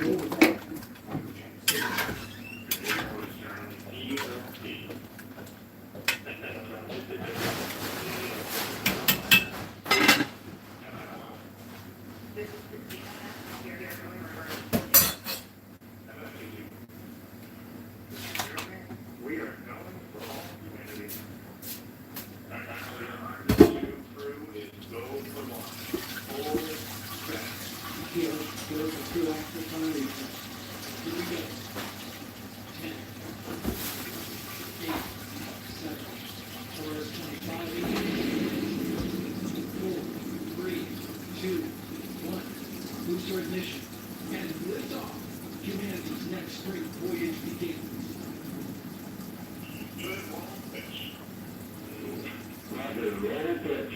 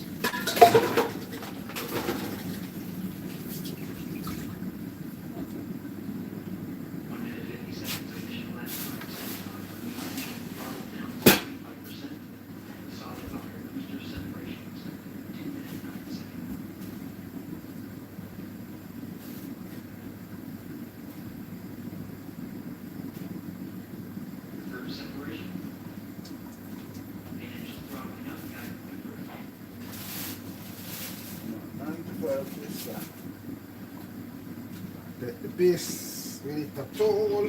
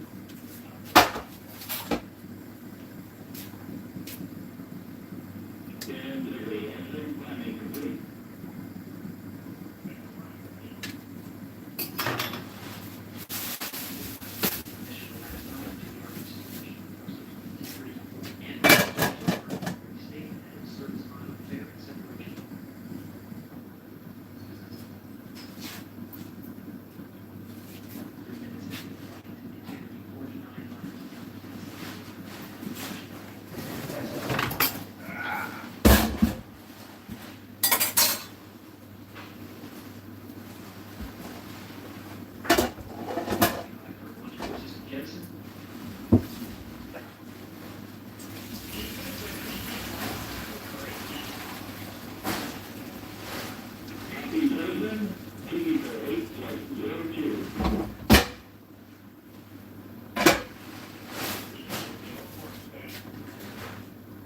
And you can have your ride there on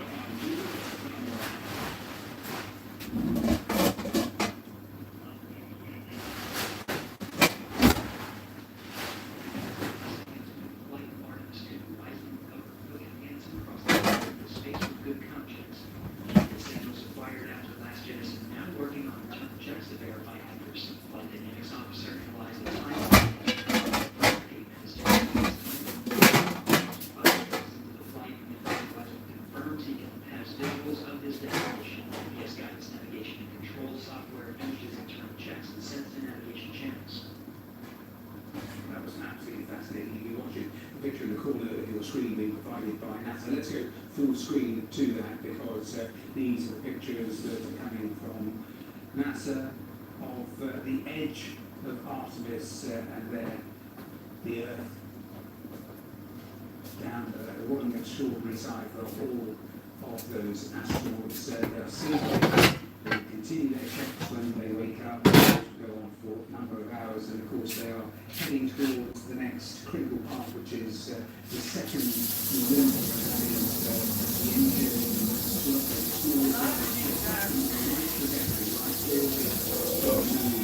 Where that bends on the ends? Oh my, you smell! Woo! They know it's only my brother alone can do them something. It smell blew me away. Good day. Oh, go on. Brother, I couldn't tell when last I see you. My container. I'm going to get it down the ocean. See them? Don't sir. Then this, yeah? We don't need them.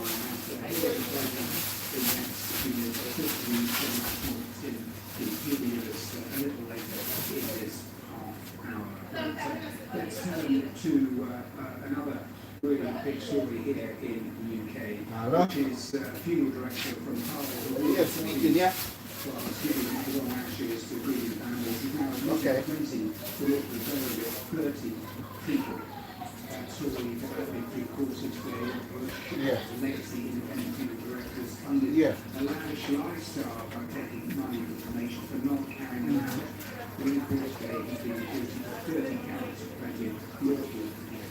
Yeah. Our cost on business slip. Yeah, but it was £8 something. It was £8 something a couple of weeks well because it gone up. Mr. Benz, you want to know? Okay. Yeah. Yeah, but if you look at it when I just started, I wasn't doing night. It was even more than that. So I don't understand it. Yes, and then after 3 months,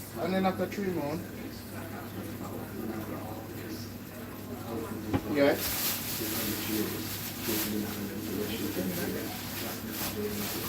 Yeah.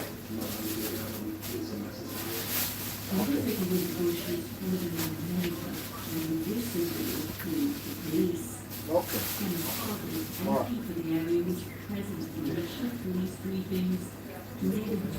Okay, okay. All right.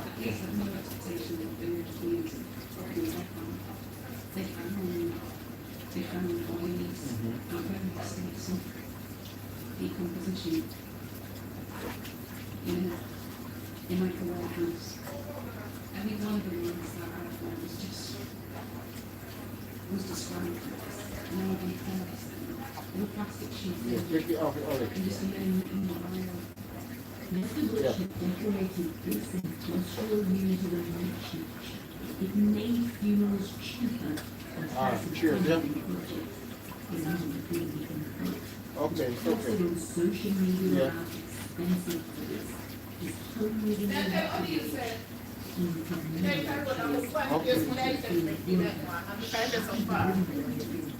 Okay, yeah. Alright, no problem, yeah? Alright, no problem, yeah. Bye. Bye. Yes. Yeah, I'm gonna get the container. Because Friday, yeah, you know. Because I have one of them lockdown one there, you know, so they got carried up and forgot. Yeah, you know, I thought I must around 24. This lady I heard was the carrot piece of fish there, so yeah, but every time you have something, I'm going to get one. You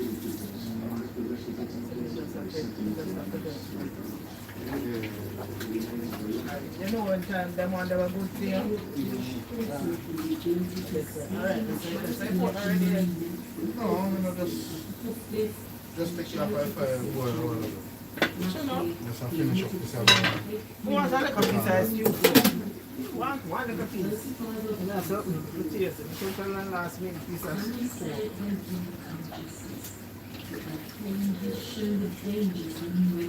Oh, brother, you look like you put on back for you? Yeah, man, I drink too much at the moment. I drink anything from the shop.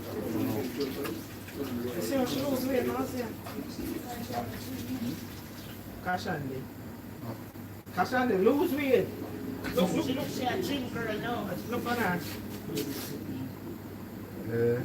Today, her birthday. That's Today. Lose weight, yes,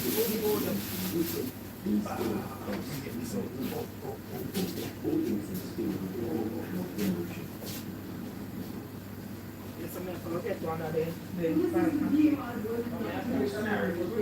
one the on top of it. Yeah, Shonara, I'm going to get. I just remember the one the on top of the place. Oh, my goodness.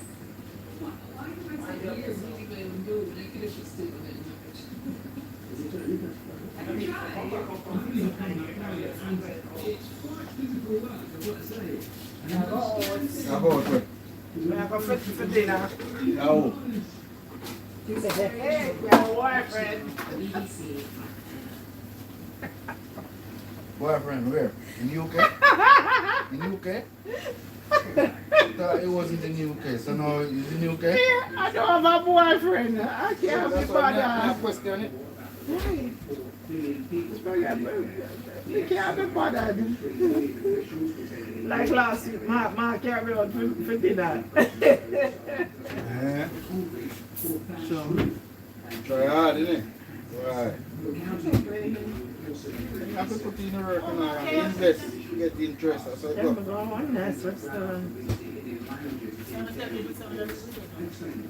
No, you know him really love me. Oh God, he love me till him fool. See me one time, him say, Mids, I'm there downstairs. He said, okay. So I come down. Here, see me, I just said so. And I look on me, here, wow, you look so nice. Come out, walk up the door. I say, oh, to them, brother, you mind, I want to them. Man, do the right thing to make sure that they invest and get interest. Okay. Do the right thing. After some money, yeah, manage that. Them September people there, no man. Spragga, I don't know how I get myself in that. Just have to run right here for that for the flashlight. Run him off and tell him don't call him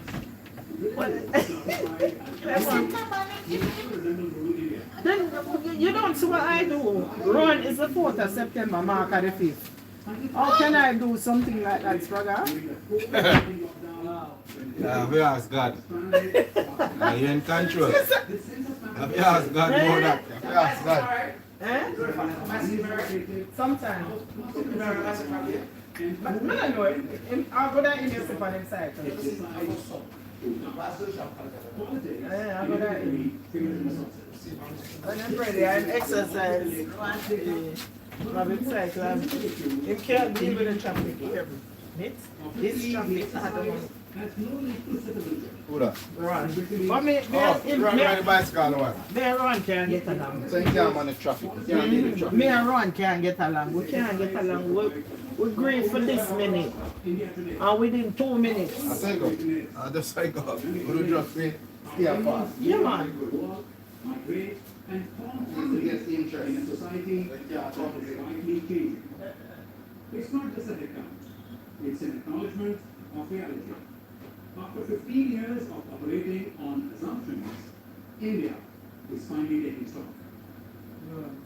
The latest there from Delhi now has from the sketch return to main story showing the pictures that NASA still sending out extraordinarily successful. These are the pictures you can see just the edge of the spacecraft underneath. I'm joined now with an astronaut Tim Peake, who co-presents the BBC Sounds podcast 13 Minutes, which is following this Artemis mission every day. Tim, fabulous to have you on the programme. So, you're sitting there chewing that pork. Come the right time when they're going to fry my fish, you know. Where's some come the right time? Yeah, that's the start fry fish. So no, they are ready. That's soup. No, so I want to do soup on Thursday. Not Thursday.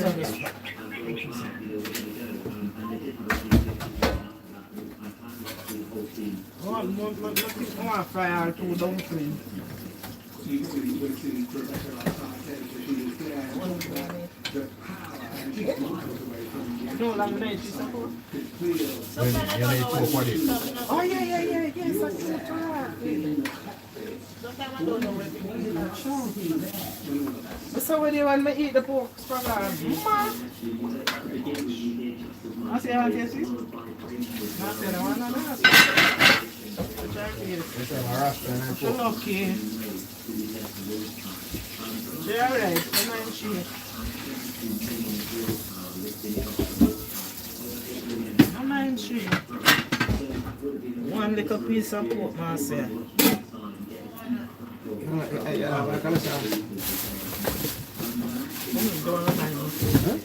So, some of them right now. No, you don't. That's fine. I thought I said don't do it. Yeah, only that ready at the moment. So the Trenton man will come early, you know. Man come early and gone. You have to put on the food now. Yeah, that's not there, no. Not there right away.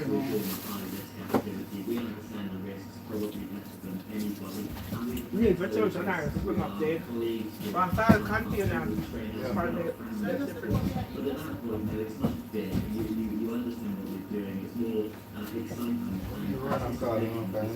Your phone don't work.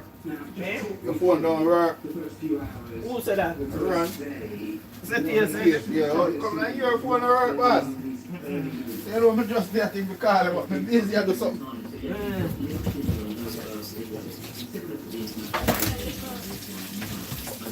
So my time I come from my phone. I come in Orchard and Line goes up. run the bread to my time. Wait for line. Quick. Vinegar. You don't need vinegar.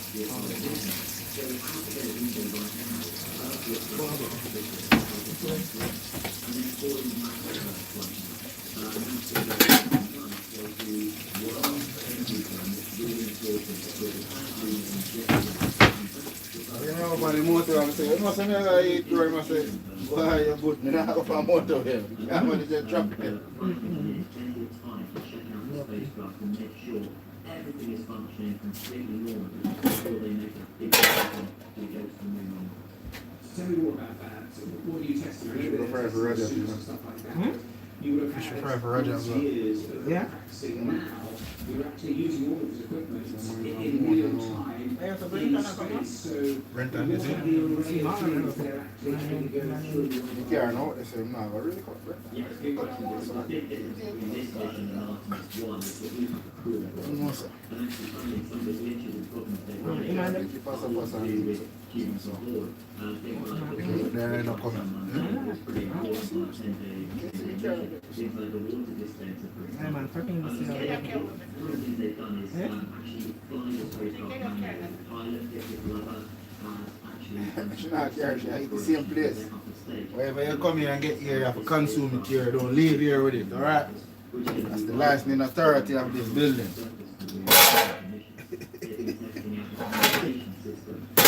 What is that? Eh? No, she not ask why. She want go, she don't want You place ready? too long, you know. She don't want place too long, you know. She want move.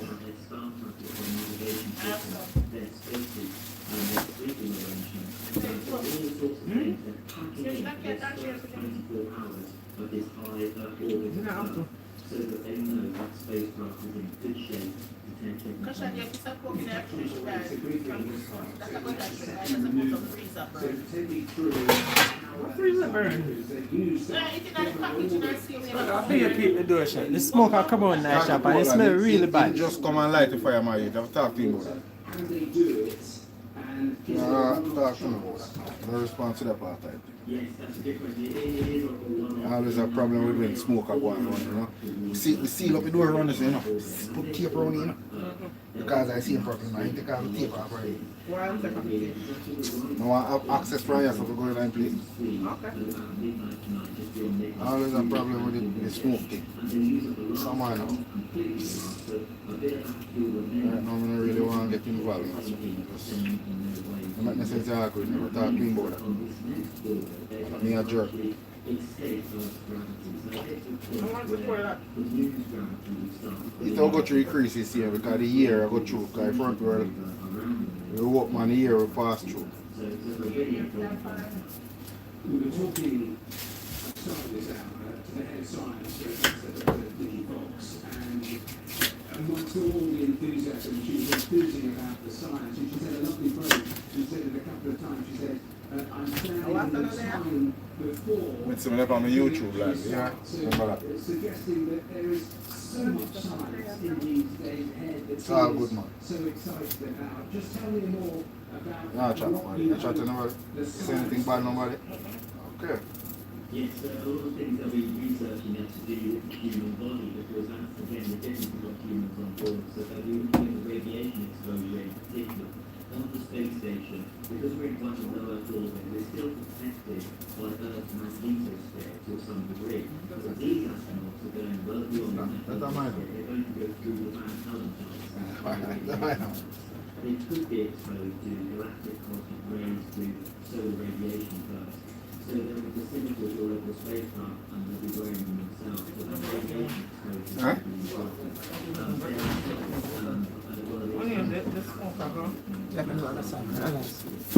You say it out there?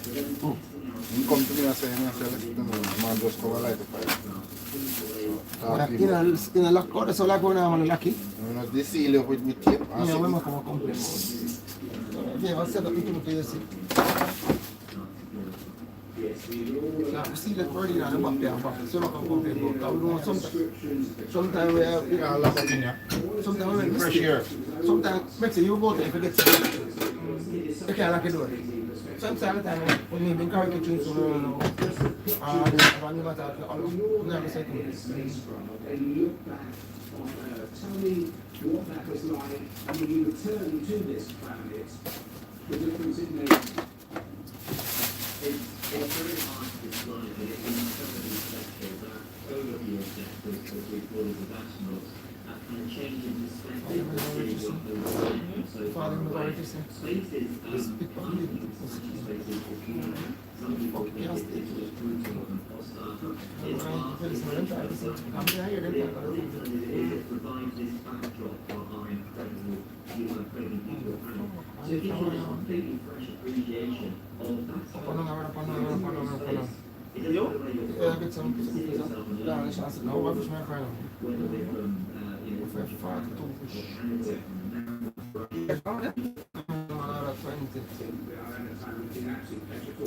Really, you walk with them? You walk with them? Where you going the other way? Oh, something to give for Japan. What is that?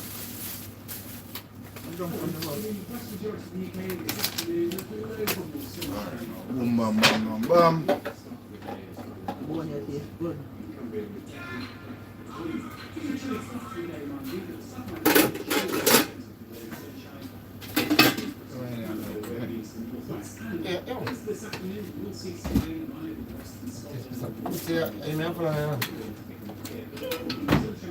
You don't eat soup, so I don't know where you Eh? don't have soup. It's me for a minute. Last night, rain spread across all areas in the UK, across East Anglia and South East England. Given all the clouds around, breezy conditions, it is the deep night. Temperatures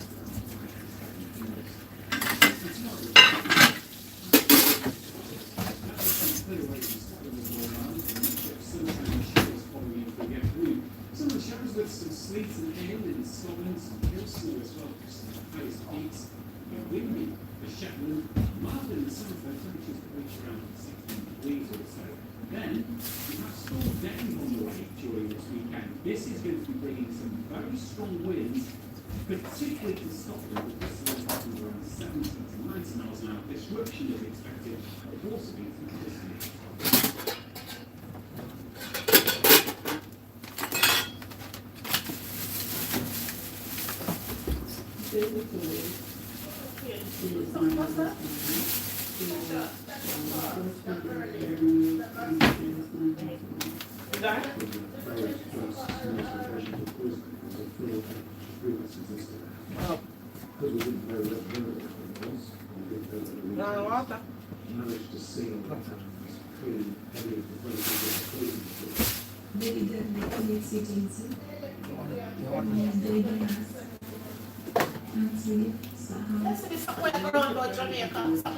What? Said, Rich just signed something to Jamaican, yeah, eh, don't fear that. Sport is out of reach for many. That's our rubbish. But it holds the promise of a different life and identity.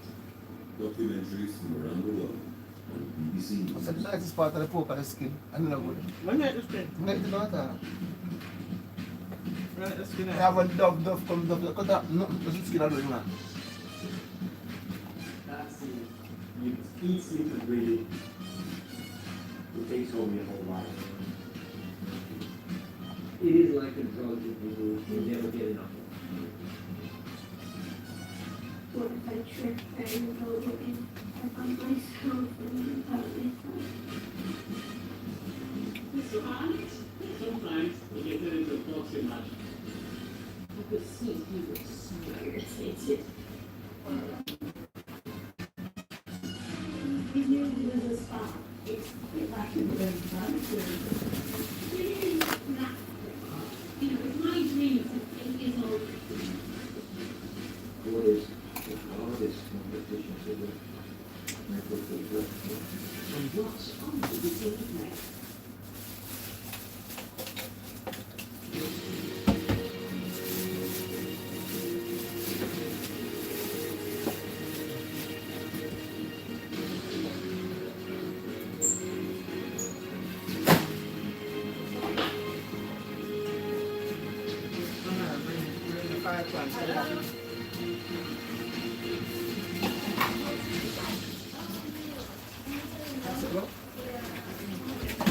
Oh, this is.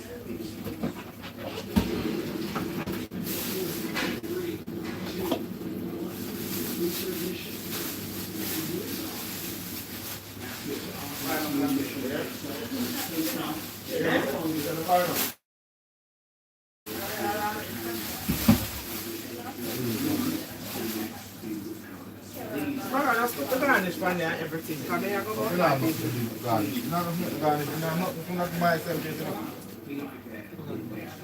I'm going to go back.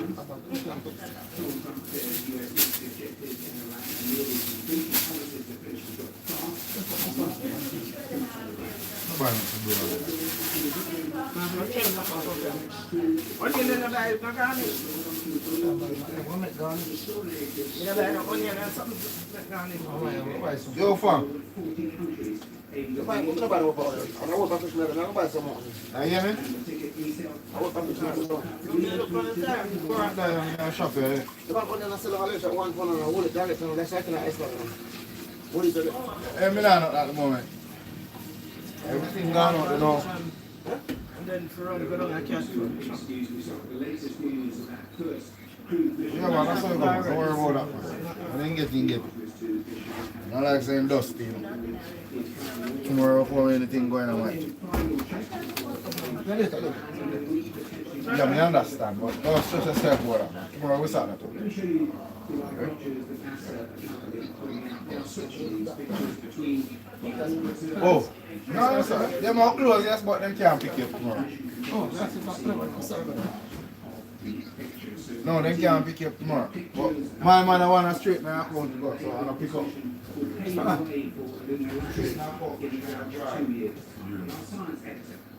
Ah, my God. Boom, boom, boom, boom, boom, boom, boom.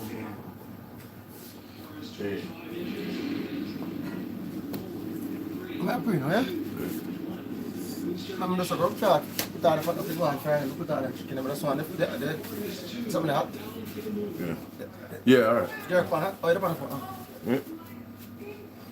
Where? No, I'm just on the jerk pan hot now, then I put on the chicken. Yeah. Give me seasons. You can actually feel the pulse through your body. It's the most powerful rocket that NASA has.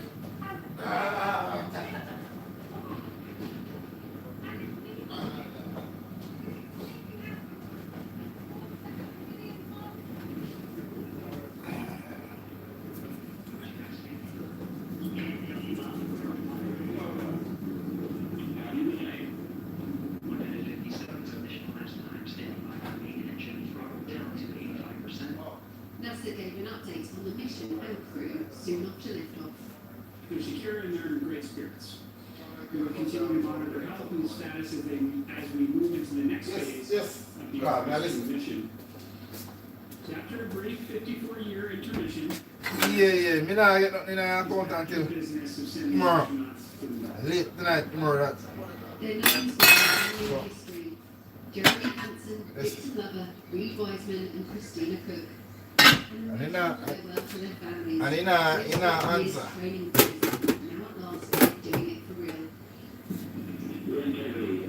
Understand. The Orion spacecraft is now orbiting the Earth, with Commander Reed Wiseman in contact with the mission control. The astronauts are checking out their spacecraft. We can't pick you up, no. Everything is working properly. A few issues have cropped up.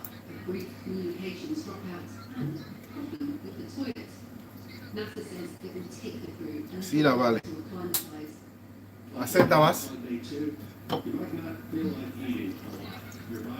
Yeah. What's my last? So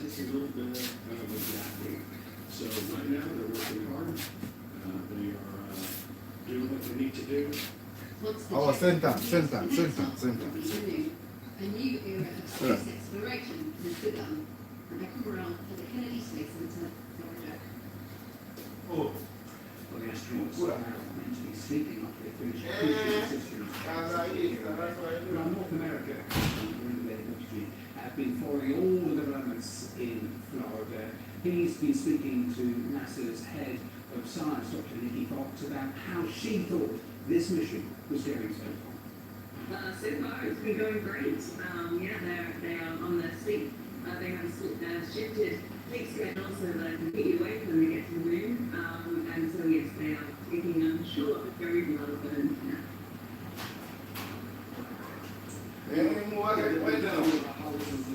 Such a big moment for humanity. Just pick up through that. Why is it so momentous? And what does this really mean for humanity? Well, I think for humanity, we're going back to the moon. We started this journey back in 1959. There's a lot in the time in between. 20 years continued presence in low Earth orbit on our wonderful International Space Station. No, but him not do anything right.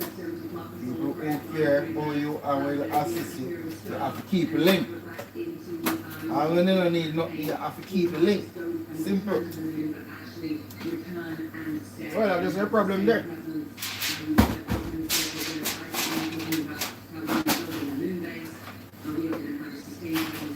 There's a problem there, because if you not keep a link with you, no got a problem.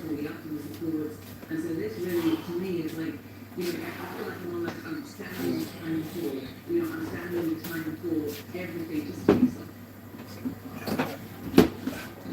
And the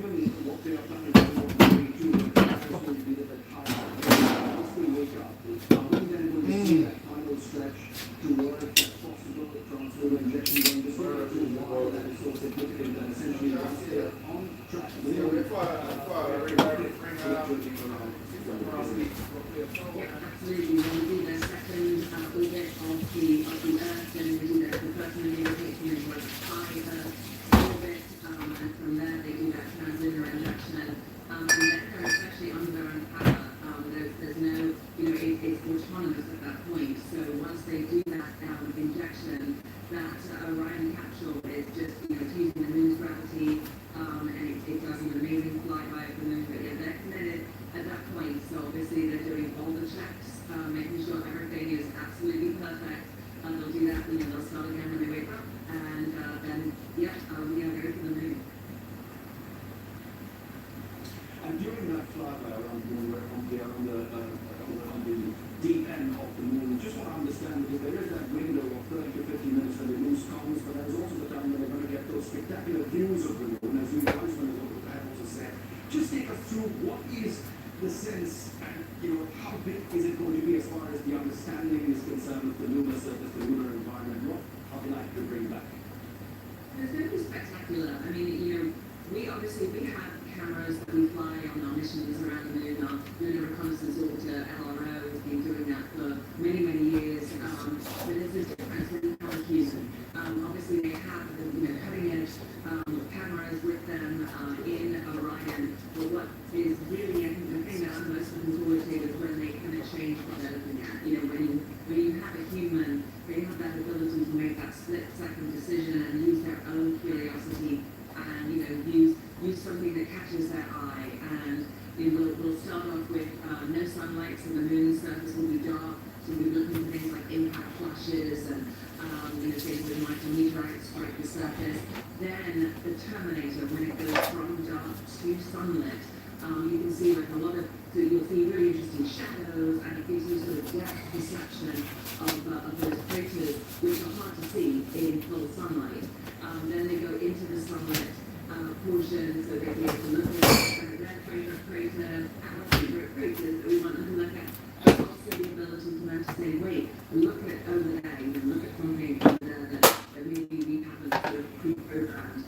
And then, because they launched yesterday, they will actually be treated to a total solar eclipse, which they'll be able to see from Orion when the moon blocks out the light of the sun. Obviously, it will look different to how we see a total solar eclipse here on Earth, because the corona will be coming out of one side of the moon, but they will be able to see the sun's corona, just like we would enjoy here. And so that's a bonus for me. That's bonus science. If they launch today, or as maybe launching yesterday, they're able to see that. If we launch tomorrow, they wouldn't have been able to see that total solar eclipse. So as a solar scientist, I'm thinking could be stoked for them to see that corona too. As Job said, Nikki Doctors, head of science at NASA, very difficult to take the smile off her face during interviews like that, as she, like everyone else, watches that mission. Well, here in the UK, a satellite station in Cornwall is supporting this mission, helping to track the Orion spacecraft as it travels around the moon and back to Earth. They also tracked Artemis-1. Well, Western England correspondent Dan Johnson explains what they're actually doing. There's a huge amount of space history here on the Lizard Peninsula, right in the southwest of Cornwall. It's a beautiful, glorious day, and that's what's part of the importance of this location. Clear skies and a bit of equipment like that. It doesn't look so big from here, but if you're up close, that's a 32-metre dish and antenna, they call it. That's what you need if you want to see into deep space, if you want to track spacecraft that are that far away from the Earth. It's something they've done here for many years, but they're excited to be part of this mission and hoping that they'll play an important role in the future Artemis missions to come. I'm joined here by Jenny Williams, one of the operations engineers. How are you feeling today, Jenny? Are you excited about it? Personally, I'm very excited to be a part of this historic international event. All of the team here at Goodhilly, all of our personnel from the Farnborough office, around the country, all immensely proud to be involved and very excited. Give us the simplest lesson you can in what's actually going on. That dish is receiving signals back down from the spacecraft. So when we point that dish at a spacecraft, the signals coming down from the spacecraft, it's hitting that large white reflector that you see out there, bounce up to what's called a sub-reflector, that dish at the end of those three legs, bounce back to that large hole in the centre, down through the antenna, gets processed, and then that data gets sent off to customer. In this case, it gets sent back to NASA. And we're talking about radio signals, communications, pictures, images. What sort of data are you getting? So we don't actually know what the data is we're getting back from Orion. We're supporting the raw telemetry coming back from the capsule. Inside that telemetry might be voices from the astronauts, health of this astronaut, the health of the Orion capsule. So we're receiving that and we send that straight off to NASA. How big a deal is this for the UK's contribution to space missions? I like to think it's a very good deal to showcase what the UK can do. Not a lot of people are aware that the UK has quite a thriving space industry, not just us Gilly with our deep space communications, but the UK make a large portion of the sort of satellites that get launched as well. You're not tracking it right now, okay? There's certain times of day where you'll play your part. Yeah, so we're not looking at the Orion capsule right now. It's below our horizons. We can't actually see it. But we'll be coming online early morning to track the Orion capsule for about 6 hours and sending that data off to NASA. Okay, we wish you the best. A busy few days to come, no doubt. You said it's a little nerve-wracking, perhaps. It's a little bit nerve-wracking, but we're more come with pride and joy that we're actually being a part of this international event. Great stuff. Well, we're grateful for you having us here and letting us be a part of it. There is a huge amount of space history here. They contributed to the original Apollo 11 lunar landings. They've been part of Artemis 1. And this station has history beaming things like Live Aid around the world and even taking a part in Telstar, the initial satellite that first went up there. So a huge amount of history and significance on this site and an important role during the course of the next few days as this mission unfolds.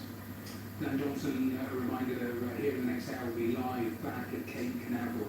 We're going to turn in the programme in the next few minutes to look at the very latest on the war in Iran. Two important lines that are just developing in the last few minutes. So before we break, let me just take you through it. The first from the Middle East and the region, because reporting out of Cairo, which is to say that Iran is drafting a protocol with Oman to monitor traffic in the Strait of Hormuz. Now that is interesting given how much focus on that vital waterway, and it also suggests that certainly from Tehran's perspective, they see the way ahead of them being in control of that strait. So we've heard of talk of tolls, of who is allowed through the Strait of Hormuz, who is not. So another indication that in the weeks and months ahead, perhaps that is how they continue to see it. You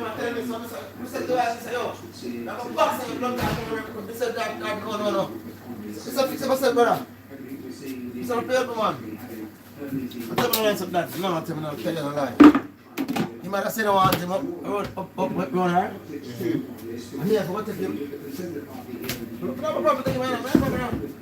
I can't fuck yourself on me. You have a problem, Spagga. You see me I did it? Yeah. So why would I know you answer? So what Munchie saying though? Because they must know exactly what. Carl Munchie saying a paper on the train. No pay. Police will have on him. Okay, I got them ask him see and say, I'm going like my bad man. Yeah. Handcuff him around. Criminal record that I get, you know. He said a message. He said, me no like shit side of man. So if you want a shit side of man, go on. So, right now, Yeah. it's a prison sentence that when you go to the shit side of man. So if that's the one, bad man, go on. Because the bad man is the bad man that I come to Jamaica boy, my car, but I want to go over there and run away. Oh. Son, man, you have a Jamaica friend boy, my father. The boy around the man as man. The mother, my man, could be a bomb buckler, pussy car. My man put him in a bus and my could stay, but I'm going to tell him, say, yo, shut up and go. I'm not to the car, so right in that balance, if I'm going to take it from over there, so but right in the money for Yeah, boy, if you search hard, you can cheap trick it, man. Pan in a move, yeah? Yeah? No, pan, you just, hold on, I said this, yeah? Hold on, let me mute this.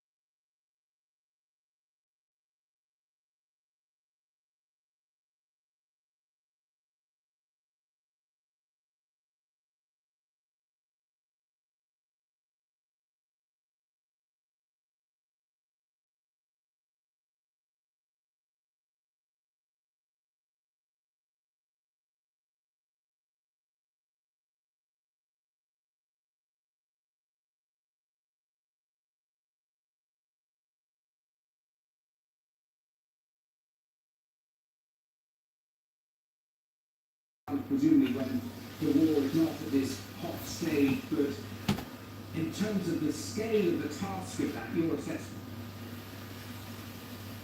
Well, as you know, the strait itself is not closed totally. Iran is allowing some vessels to pass, and this was admitted by the War Secretary a couple of days ago of the United States. But the problem is that, of course, because of the threats, and there could be counter threats, in order to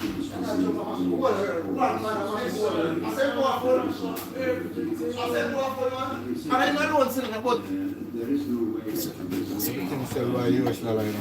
So you got through everything sell by US dollar. That's what I want to face, brother. Got nastiness. That's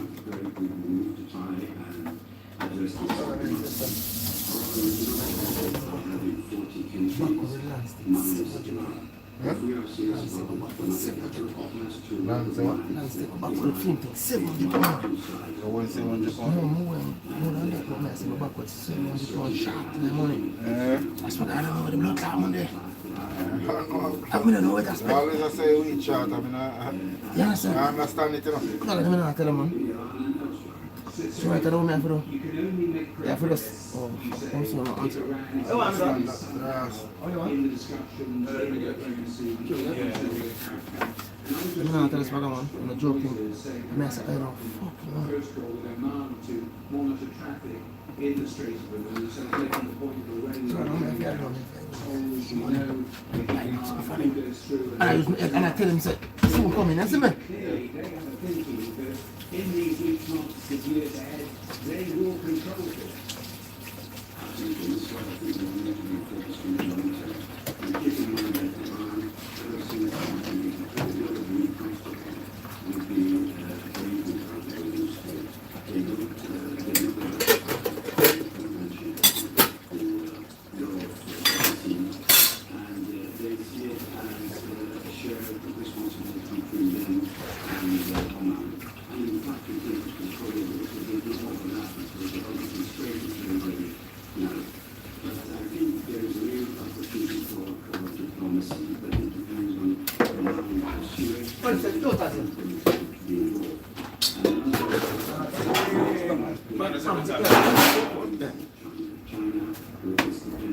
I'm not jumping myself everything. Through the Sylvester that thing. So Sprague, what me I say? See, all of them Trump will get blame because my president, but I know him. But him know. Yeah, what me I say, Sprague? Go off of what them tell him say. You see, use them, control. You see, what me I say, yeah? You see, if the Trump them lose, yeah? Any other party going can change the rules that Trump make? Yeah, man. Okay. Why is the Senate them? We had a party going in, have more Senate more than what Trump did have. Because the Senate them, no. It's just like, wait if you understand. So if you were Prime Minister, yeah, you have to go to a king. So what king I am? If you were Prime Minister, same all of Jamaica, you know. Robert can't do anything unless that man say yes or no. The Governor General have to ring this man up here and tell him that this is where this man is saying. Yeah. And inform the government on behalf of the king, you know. Oh. So over this now, I Senate them. Well, yo, man, everything that you asked about me. All the thing I have a crack. Well, that's true.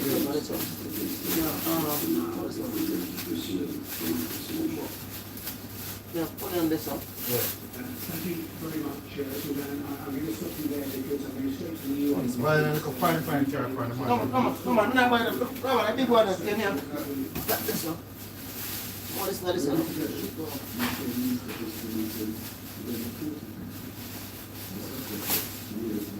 Oh. Yeah, well, I'm nervous. Okay, that's cool.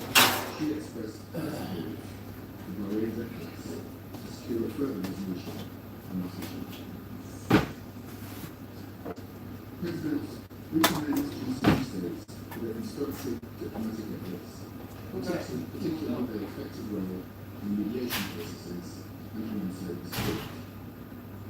We also welcome their leadership on cross-cutting priorities, including women, peace and security, youth, peace and security, and work to address food, water and environmental pressures that are increasingly vulnerable insecurity.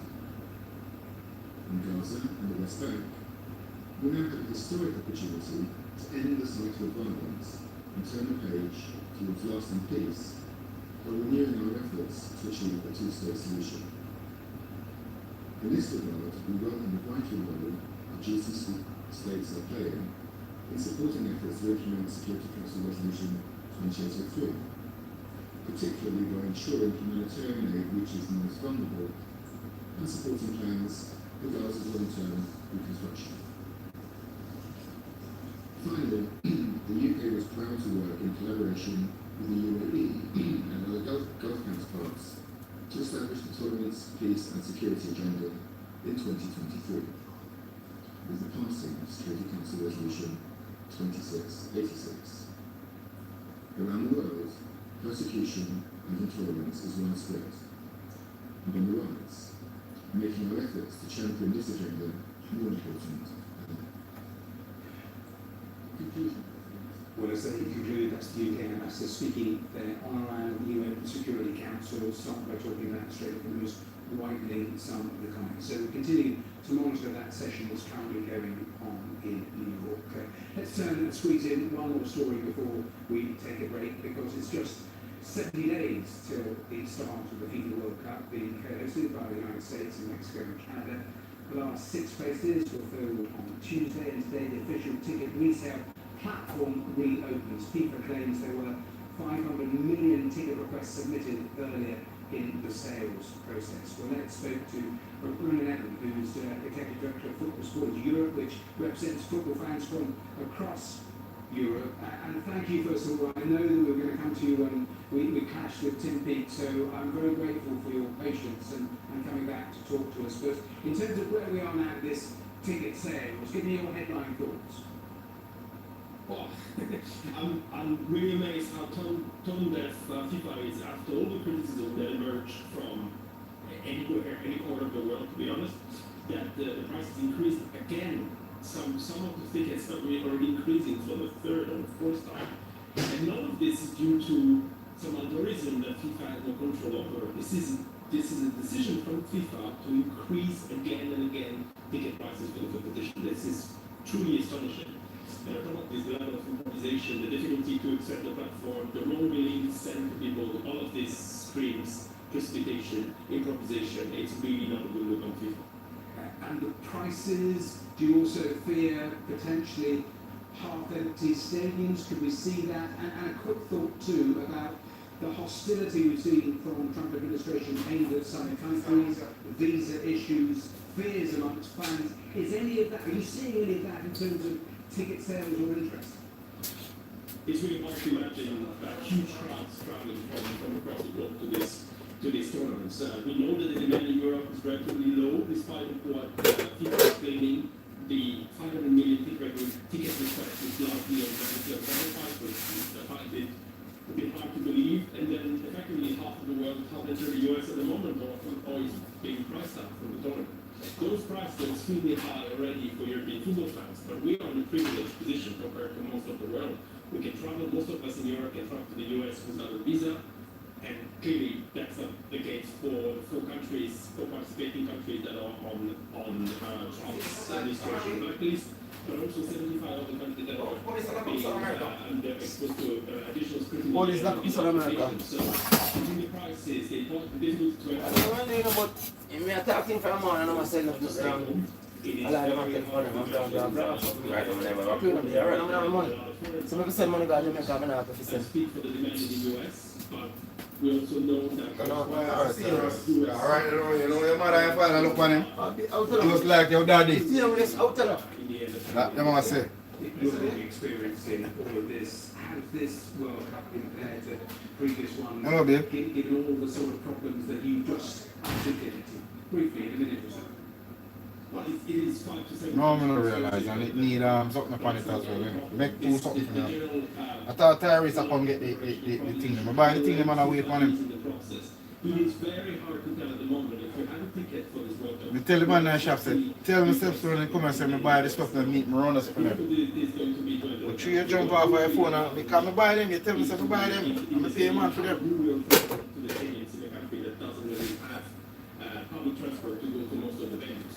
Yeah, make two thumbnails from your side. Today one and yesterday one. And I think yesterday one no gone in a playlist. And today one no gone in a playlist. It's not looking good as Sorry, that cost you out of time. Thank you so much for your time. I'm back in about 15 minutes time. Next up, time.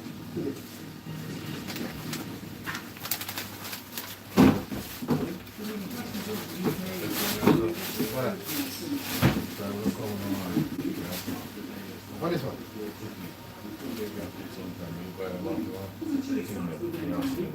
I want to know cook and beef. I cook and beef. I don't really.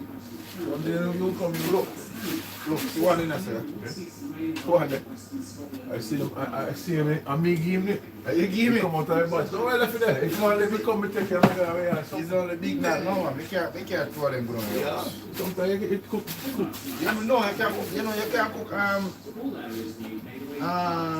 something like that. Pasta. No, the pasta. Yeah, same spaghetti. Yeah, macaroni. Yo, fam. Yo. Yes, sir.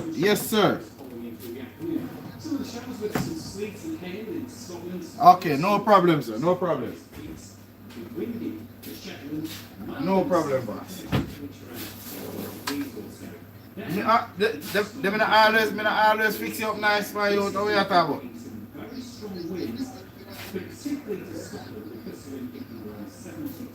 You get anything from me, come on, I'm going to put on person. Alright, cool.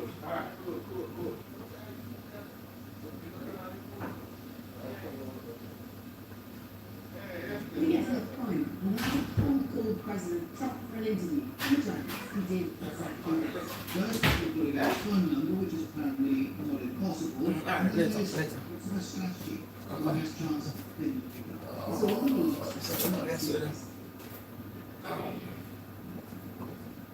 While oil and gas prices rocket, so too does the cost of fertilizer that's stuck in transit due to the war in Iran.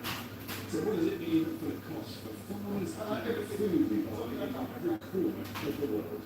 That's this week on Talking Business here on BBC News. Here in the US, pressure is continuing to mount on President Donald Trump to explain his reasons for launching strikes on Iran. Crucially, to say he has the plans to end the war. As the casualty count rises, oil prices spike. Join me, Katrina Perry, here in Washington with the latest here on BBC News. The wash of blue, that colour of nature, the seas, the sky, is so immersive. A lot of the times feel that I have is unsatisfactory for me because it's not interested in psychologists, not interested in how people think or feel. I'm interested in people who really grow. If you are fully in the moment, you're totally responding in the moment to everything that's happening. And when you're doing theatre, that can change night after night to live, living, breathing, acting game. I suppose to the outside world, the most visible part of the London Film Festival is the red carpet. And this year it brought out some of the biggest names in the film industry. I think there is too little architecture in this room. We listed the places that bring peace, that bring positivity. Inspiring arts and culture. Watch on iPlayer.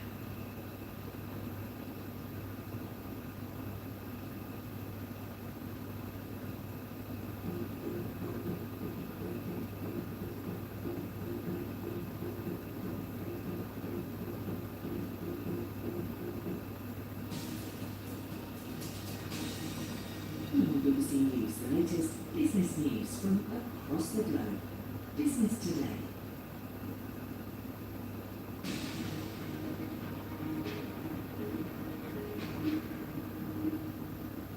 Oil prices are up, the world stock markets are down, and US President Trump raises the possibility of an escalation in the war. Tesla reports a weaker rise in global deliveries, but sales in Europe start to rebound. And Elon Musk's SpaceX files to go public, setting the stage for what could be the largest stock market listing in history. This is business today. Now, there was a private time address on the Iran war last night from President Trump that appears to have done little to appease Wall Street. Stock futures tumbled, oil prices surged after the president said the US will strike Iran, quote, extremely hard for the next 2 to 3 weeks. All of that has dampened hopes of a near-term resolution. Brent crude was up more than 8%, it's around $109 a barrel. Tehran has responded, warning of broader attacks. Now for investors though, the fear factor is back with all these mixed messages coming from Washington and Tehran. Let's talk to Samira, who's in New York prison. Samira, that's the issue, isn't it? I mean, I think investors will be forgiven for simply trying to work out what the heck is going on given what they're hearing from all sides here.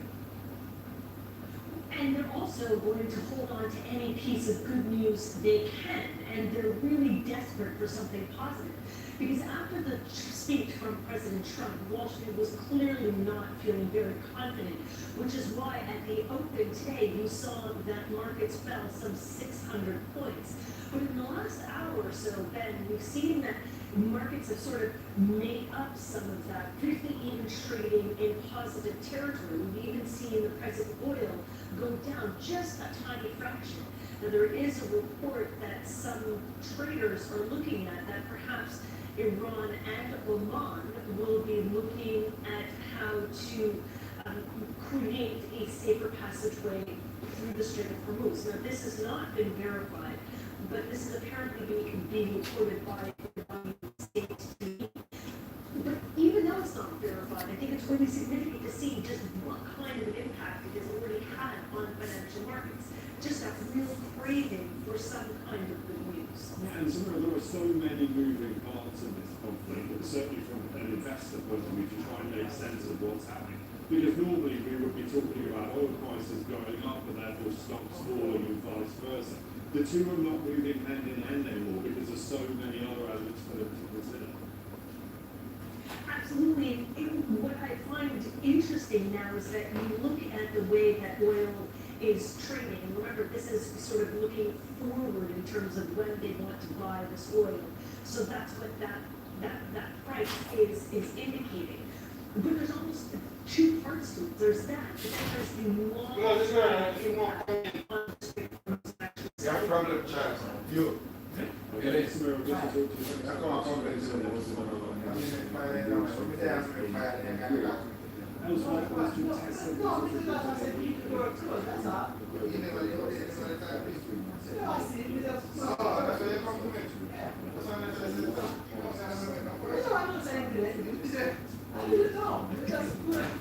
Ah. Just close the door and Mr. Tia just close, guy. The smoke will come round. Okay, but I didn't see what that. No, me never see, me never know in there. That's a complaint you make to me, you know. No, me never know say I him there. That's why I said to you, say, talk to the brother out there, you know. You want to make fire out there, and make no fire. Me never know say he out there. Me never see him. me never even know say he come. Me think I alone there. Him forward, man, him forward. Him forward, man.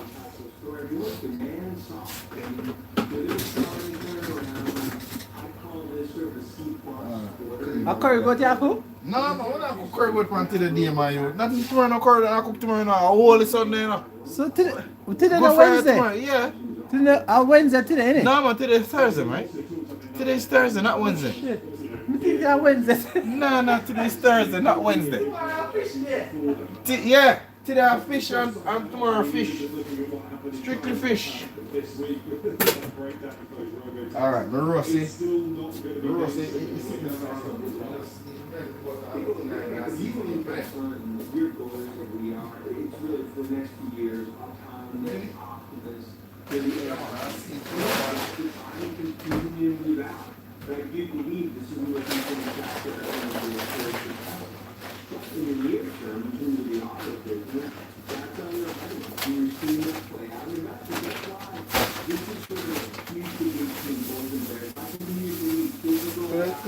Fish jerk pork here and pork.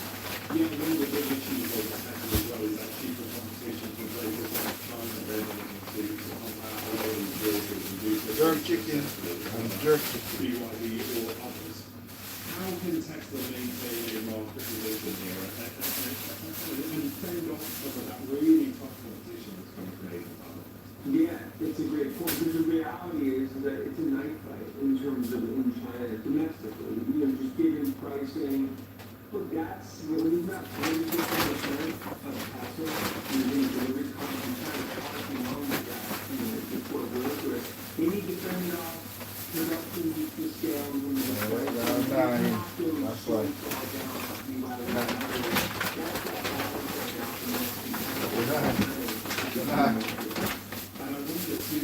No, you do it on my phone, innit? Use my GPT pan pan it, my phone, innit? That's what I need to do.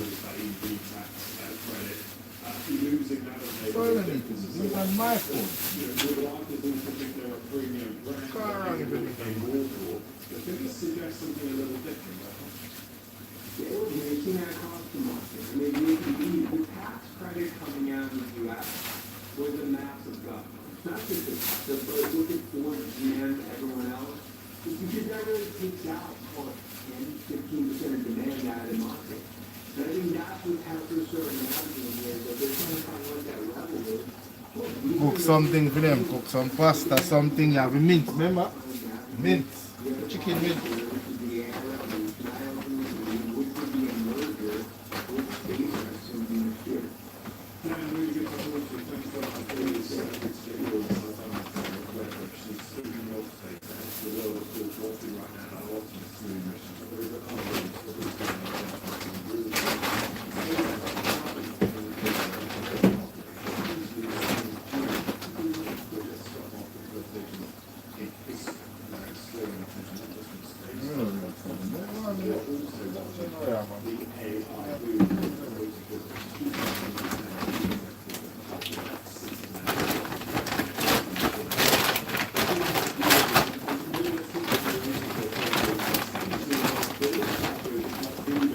Yeah, I do think, you know. We're supposed to just get into the thing and do what I need to do, alright? I'm not body up. Just like me do things and where you want me to do, I'm deal with it. Body up. That's it. Yeah, it don't sound like that. IPO markets generally are weak. However, things get done in the US, the large IPOs in the past have significantly outperformed. So we know it's open, and I think that's really what Spraggabenzeny is really looking at here. They want to take another step in the company's development. They want to go public now because OpenAI, other companies are going to come later. So they find and it's a good time. What would that money or that access to finance allow SpaceX to do here that maybe it can't do at the moment?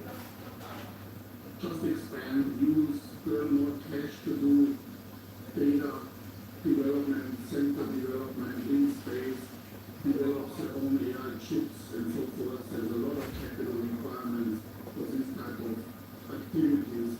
So by doing the initial raises, they will get enough kind of to continue to pursue what they're doing. Yeah, I mean, it'd be interesting to see what the demand looks like for it if indeed it gets to that stage. One big question though around listing and floating and so on is the scrutiny that comes with it, the disclosures, the access, the transparency you need to offer investors to do so. For someone like Elon Musk who is not known to like either regulation or scrutiny, what difference would that make? I don't think it makes any difference. They're used to it. The bankers, everybody is going to prepare the company to do that. My opinion is there's no concern towards more scrutiny or more. You want to be profit, you can't miss the profit. Our principal, the man who's not even a profit, the man principal. When me do it out of profit, then you can't miss it. Me not there with it.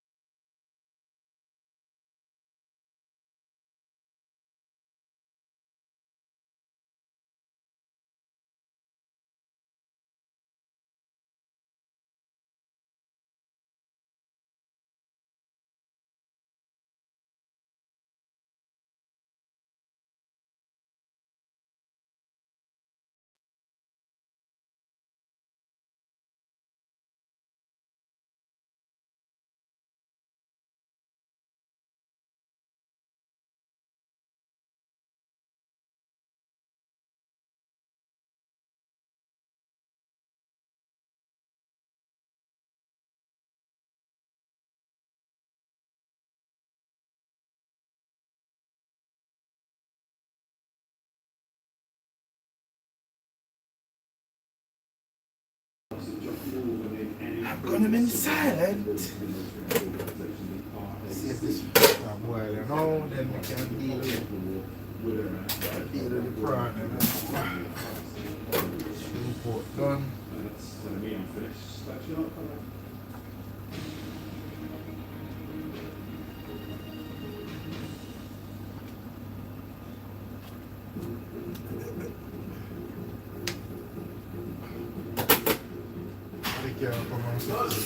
Yeah? Huh?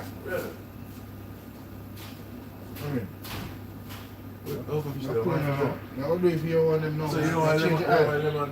Yeah man, I'll get all of that man. I'll get all of that. How much I say? Just change the oil, cool down, change So, the oil. hold on. You see the sea bass in there? Them Yeah. big? A good size of it. You see them now? The butter? Them are gonna be, I left them in the fry them. Fry them, Steve. 2 butter. So yeah, Two butter. Yeah. Man, 20 pounds a kilo, man, tell me something about that. Listen, you remember me telling us we can buy 2 for 60, for 20, 19 pounds? Yeah. 2 for 20 pounds. Yeah. A part of me, and the quality of fish. You think it's a better deal up there? It's much better. All this fish me feel. 108 pounds. Yes. You bag them out and some white them out, so they bleach and bleach white.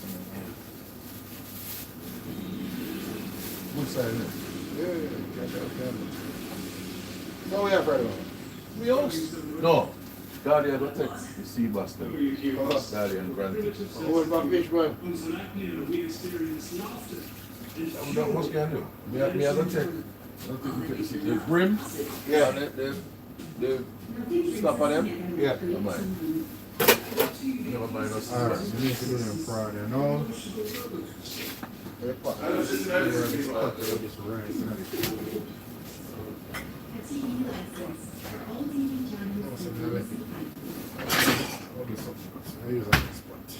Welcome back to BTV Internet. Let's go straight back to that story that's dominated the last 24 hours. The first crewed mission to the moon was half astronauts on board. These are the pictures that NASA are currently pumping out. They flip between various graphics and the mission control center and actual pictures from Artemis 2 where you can actually see Earth, although they plan to go further than anyone has been before. I've been talking with Phil Spraggabenzeny, who represents BBC Sound for the past 13 minutes. He spoke to me a short while ago and told me what he felt as he watched launch. I was jealous. I was also holding my breath. It was far more nervous watching a launch with friends aboard than actually sitting on top of a rocket myself. But what a spectacular launch it was. At T-minus 10 minutes, I thought, wow, we're going to go. And they did have a few glitches leading up to that, but it was fantastic to see the whole team working through those problems and getting those astronauts into space.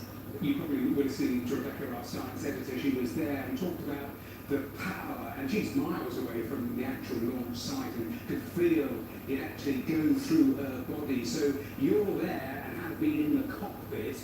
What is it like sitting there when all of that is happening?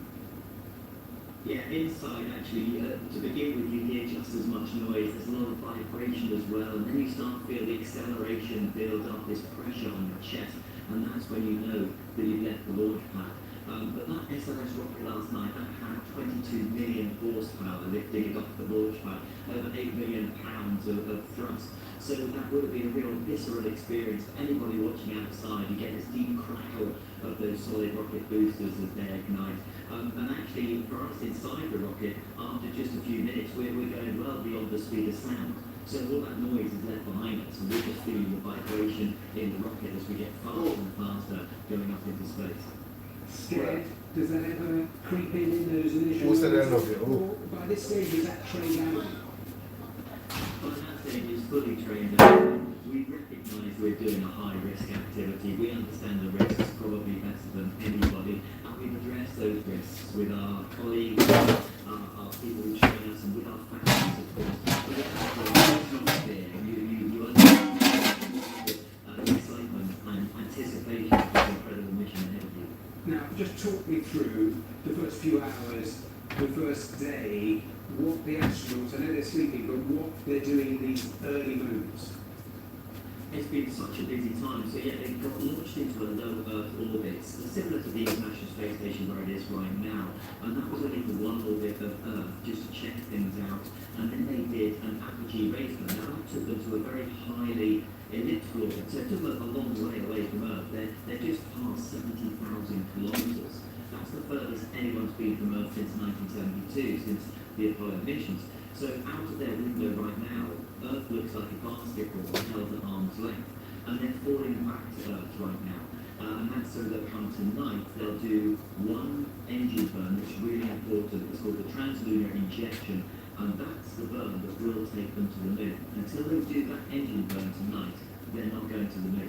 And that gives the flight engineers plenty of time to check out the spacecraft and make sure everything is functioning completely normally before they make that big decision to go to the moon. Well, Tim, he talked to me earlier. We'll play you more of that interview in the next hour. It's fascinating because he goes on to talk about the sort of science, the sort of excitement of the next stages of this 10-day mission. So plenty more of that. I'll show you the live pictures that NASA's still pumping out because I'm sure in the next few hours we'll get an update from NASA as to the overnight sleep for those astronauts, the early tests that they are currently doing, and of course that next manoeuvre, which is the use of the engines again to get them on the right trajectory to take them to Yeah. Stroop off. Cape Canaveral. Don't worry. Yeah, man, yeah. To do things here. People got jerk to poke and I can't starfish. I can't starfish my Mrs. Cook. Oh. Mass breakdown of self-driving taxis. About 100 vehicles just stopped in the road. Police say official findings suggest the systems malfunction.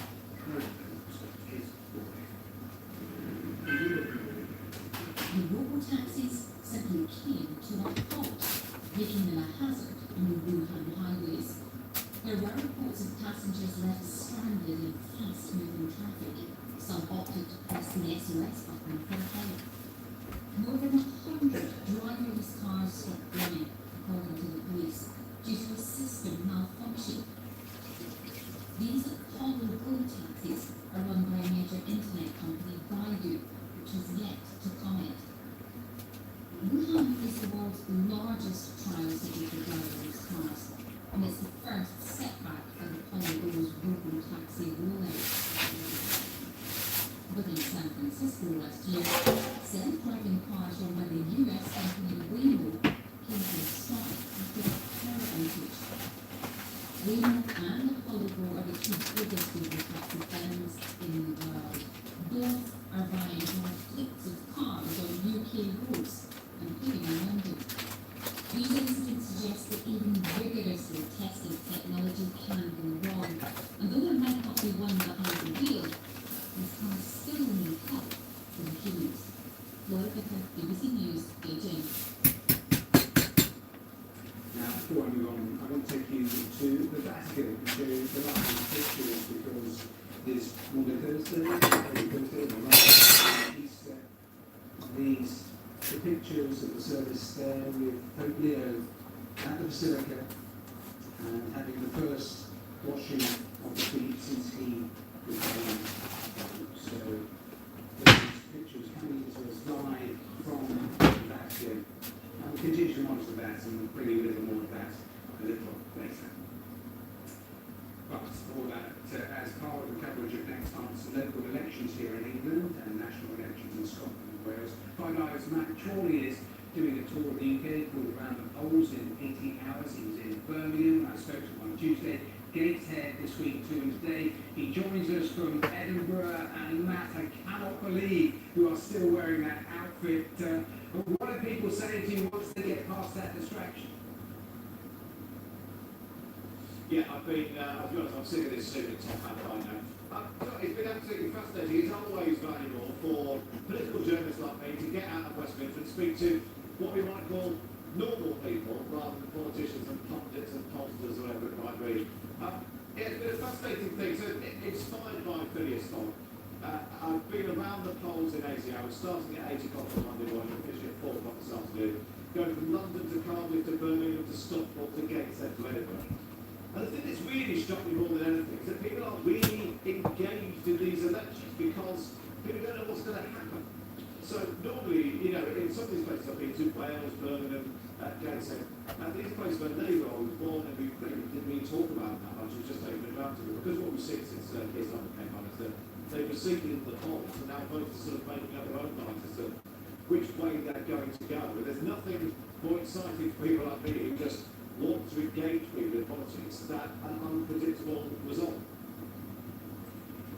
Matt, really briefly, because we're really short of time, do you get the sense as you move to different parts around the UK, different concerns or broadly the same? Yeah, I think so. I think that because there's cost of living, immigration comes up a lot, economy, opportunities for young people. What is different is we are essentially living in a seven-party politics world right now. And so whatever those concerns might be, where people end up casting their votes, differs quite a lot from year past the country. Matt, sorry to keep it so brief, but we are out of time for this section of the programme. We'll have more on all of our top stories coming up over the next hour here on BBC. Hello. For the vast majority of the UK this afternoon, there's loads more sunshine across the country. The usual start of the day is from water and Cumbria with barely wind. It was a chilly start to the day, mind you, but the satellite picture shows the extent of today's sunshine. Notice we do have some cloud though working into the northwest. And later this afternoon we will see some rain arrive in western Scotland and Northern Ireland as well, with the winds picking up here. We'll keep sunshine in East Scotland, most of England and Wales as well. A cooler day though. Temperatures peak to 12 degrees.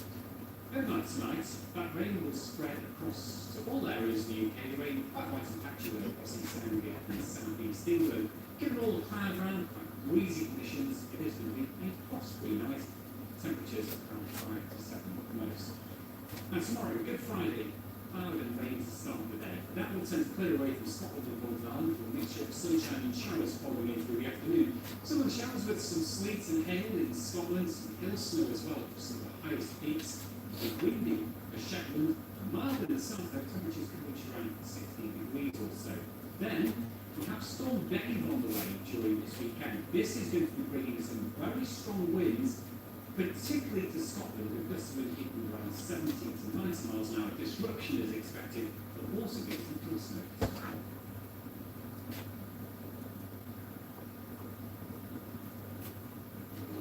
This is incredible. He's looking at us. What does this book mean? Did you see that? That means charge? No? Not yet. With every beat and whistle, these all pulse and vibrate. I think deaf audiences feel the rhythm and emotion.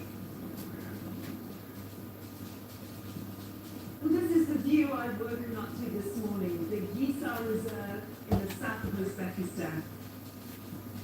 Showing you the ropes is the next booster of a Congo monster. Oh, I can do this. Why do I sit here beating my own door when I could have sleep on it?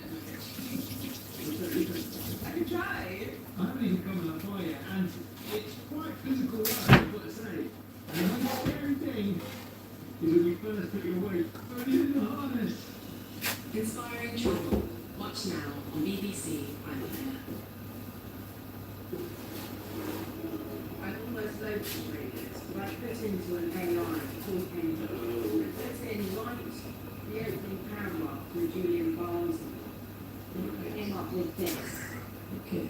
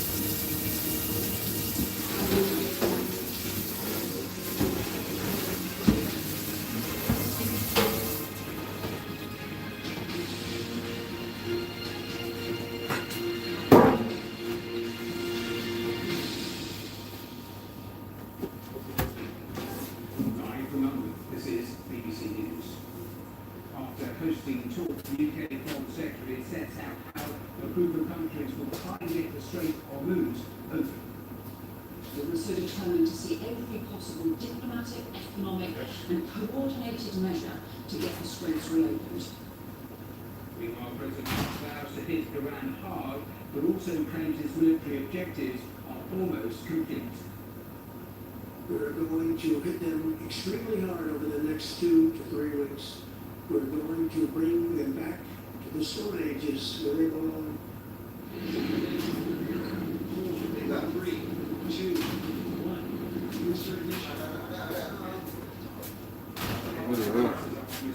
You have to pay a storage and you don't pay no storage. Around the astronauts have been carrying out checks towards the moon in a few hours' time.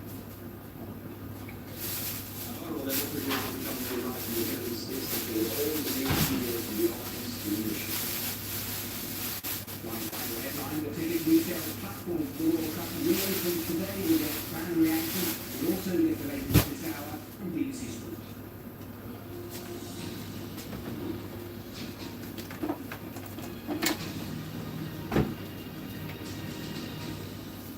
Hello and welcome to BBC News, and let's start with the very latest on the war in the Middle East, a warning of increasing the attacks on Iran, and also signal that it's up to others to unblock the Strait of Hormuz.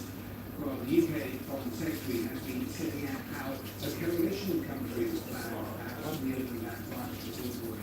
After a video meeting including France, Germany, and some of the Gulf nations, the Secretary said they would use every possible diplomatic, economic, and coordinated measures. Iran, though, has throttled over the last month the channel in retaliation for the month-long US military attacks, causing global prices to rise. Let's listen. First off is our Well, we had over 40 countries from every continent come together in support of the reopening of the Strait of Hormuz and also the crucial principle of freedom of navigation, because Iran's workers strikes are attacking international shipping, seeking to manage the global economy. That's affecting petrol prices and mortgage rates here in the UK, but also fertilizer and also gas to Asia. So countries across the world being impacted, and that's why we're so determined to see every possible diplomatic, economic, and coordinated measure to get the straits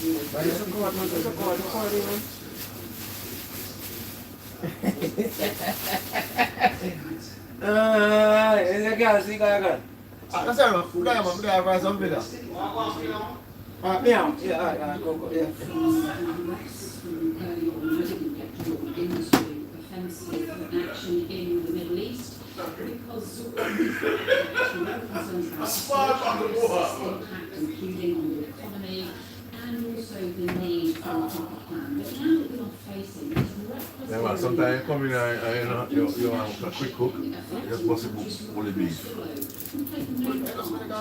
You know you did?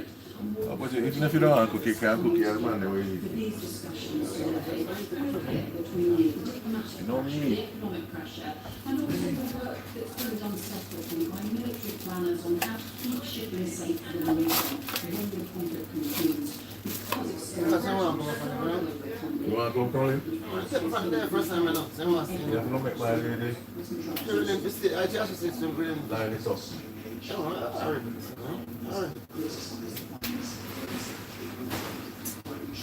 What do you make of his comments in that speech last night? Is the US still an ally?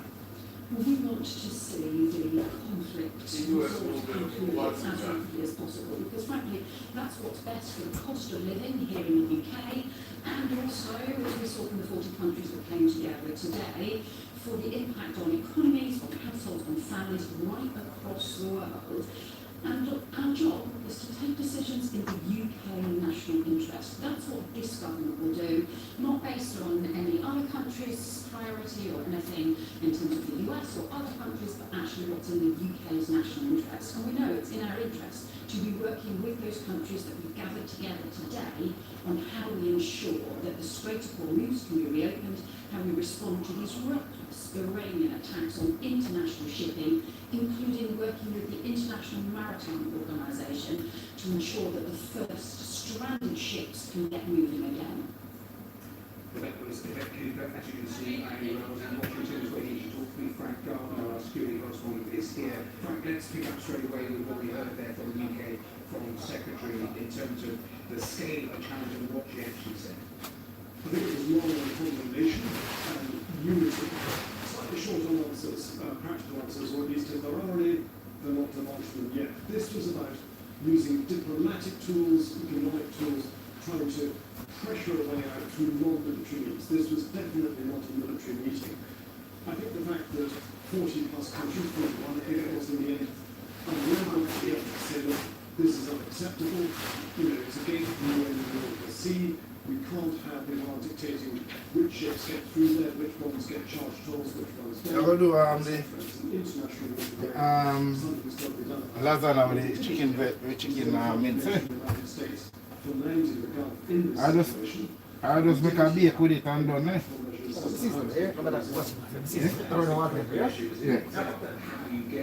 See some of us, eh? Is actually open, and that presumably has to somehow include Iran. Interesting that the Reuters news agency is reporting an hour ago that Iran is drafting a protocol with Oman to monitor traffic in the Strait of Hormuz, and that suggests to me that they see the longer term with them very much at the centre of this. Well, I mean, to be fair, the Strait of Hormuz passes in between Iran and the Southern Peninsula, which is part of the Sultanate of Oman. So, it's always worked really well. I mean, it's hard to believe it, but only 5 weeks ago, we didn't have this problem before the war started. Travel past those ways, 150 vessels a day, now they can't. So, they're not going to have to resolve that. Iran, despite the acting factor by 5 weeks of war, and losing most of its conventional navy, it still holds the cards geographically because it is the largest coastline and it can stop whatever ships come through there, should it, if it chooses to. So ultimately, the only way the Strait of Hormuz is going to get She has said she put something for you. is by negotiation with Iran. Frank, very interesting. Thank you very much. Wall Street's main indexes, well, they opened lower, more aggressive attacks on Iran. He said the US will hit Iran extremely hard over the next few years. Thanks to the partners with me, I can say tonight that we are on track to complete all of America's military objectives very soon. We're going to hit them extremely hard over the next 2 to 3 weeks. We're going to bring them back to the Stone Ages where they belong. Regional discussions are ongoing. Regime change was Get out of there. Get out of there. Regime change has occurred. Garnishing, eh? Yeah, I think so. Oh, it's the master, sorry. Yeah, because the thing don't say. Huh? Better put that up myself. Oh, yeah, because we heard him lay out the delegation to the Iranian military, all of that, we've heard that before. Very clear on the Strait of Hormuz, effectively saying to all those allies, this is effectively your problem. But there was no clear avenue laid out, navigated that. How do you get to Look out something like that, one of something for one. Yeah? The garnish, no one of them. On the one hand, he was talking about needing a deal, saying that if Iran doesn't reach a deal, then the US will take its conflict further, that it might strike, for example, electricity generators, which could There's a new one that we have. civilian infrastructure. On the other hand, you're talking about America putting Iran very hard in the coming days and weeks ahead. So we're sort of hearing Tomorrow, Fish Friday, Good Friday. Make one for Good Friday.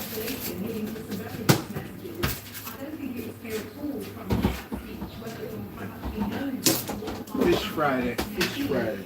Clearly, in recent days and weeks, there has been a suggestion from him that he is looking for more diplomatic off-ramp, particularly because he's feeling the not just the market sliding, oil prices spiking, but also allies, as we've seen repeatedly, not willing to join in this.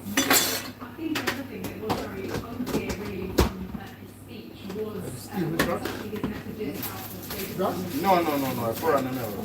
Oh, yeah, for everyone else, it's maybe once the oil coming through the Strait, then they need to go in and get it themselves. On the other hand, though, at the moment, he has urged Iran to open it up. He has also talked about, as I say, further regulation, potentially, if Iran doesn't do that. And also, on this idea that it might just open when the war ends.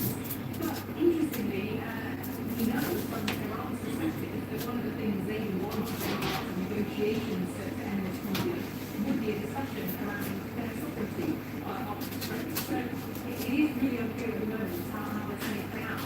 Yes, it's interesting because they keep saying basically they don't report after all the attack on Christians, which will happen. And of course, there's now a threat to the Red Sea areas if anything gets involved. And that, of course, has all sorts of ramifications for shipping, for all sorts of goods that come through, and that too will affect the US. The guns. Ground forces. He gave very few clues about whether he was still planning to press the escalation button. That's right. There's been lots of speculation over the last couple of days about what Trump intends by sending more and more troops to the region. There's been some speculation that, and some reports, in fact, that perhaps one of the things the US is considering is going in to seize the nuclear material that Iran has, which is certainly something that would align with one of the US's stated aims, which is to sort of rid Iran of any chance in the future to have a nuclear weapon. And this would, of course, not only pose a significant threat to US troops if they were to go and do something like that, but also mark a significant escalation in the conflict. What's not clear, though, his speech, I think, seemed to potentially hint at steering away from that. But, who knows? Because it could be that that's a full bluff to make it seem like that's not the plan. That's it, I like it. Anyway, it could be that this is not on the cards now. So we don't really know. I don't think we're much clearer from hearing his speech about what the purpose of those troops is. But certainly, I don't think we're any closer to knowing the timeline of how this ends, given that he again talked about possibly 2 to 3 weeks, something that we've heard really throughout this conflict. Very well said in Washington. Thanks very much for that update. Now, let's turn away from the war in the Middle East to the other major story we've been having through the course of last night, and that's the Yes, Grandma. Let's head back to live for us at the Kennedy Space Center. We saw all that action late last night. Renee, over to you. No, I just repeat what she said. Thanks so much. No problem with that. I just repeat what she said. strange to see this place more than yesterday when we not that place just over that offshore behind the shore and see the and there you have to speak about and you know yesterday to today. It's a massive difference. To chairs, to applause, everyone's phones were out as they tried to capture just that last moment, which could really be that moment in history. Yeah. Something that is happening Nah, but I blend it. Nah, but I blend it. Nah, but I blend it. And then we'll stop. So. Might come next, which is essentially an aim to send astronauts back to the moon surface. But we were trying to get none. from NASA as much as possible. They have other lives too. Of course. See how we say go. Getting some changes from their last up to essentially. What, you think me care? You think me care? And they are currently undertaking some of those critical maneuvers before they can take that important decision on essentially starting their journey towards the moon. Here's more from my colleague Rebecca Morel. Oh, festival. Festival no die, you know. Get it like that. Jennifer, red fish. 3, 2, 1. Booster ignition. Me not no time for me not have no time for that. Time for do that. Don't have no time for do that. I got other things to do. Well, that's what you need to do.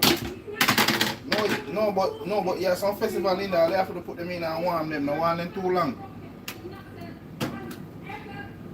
You feel that?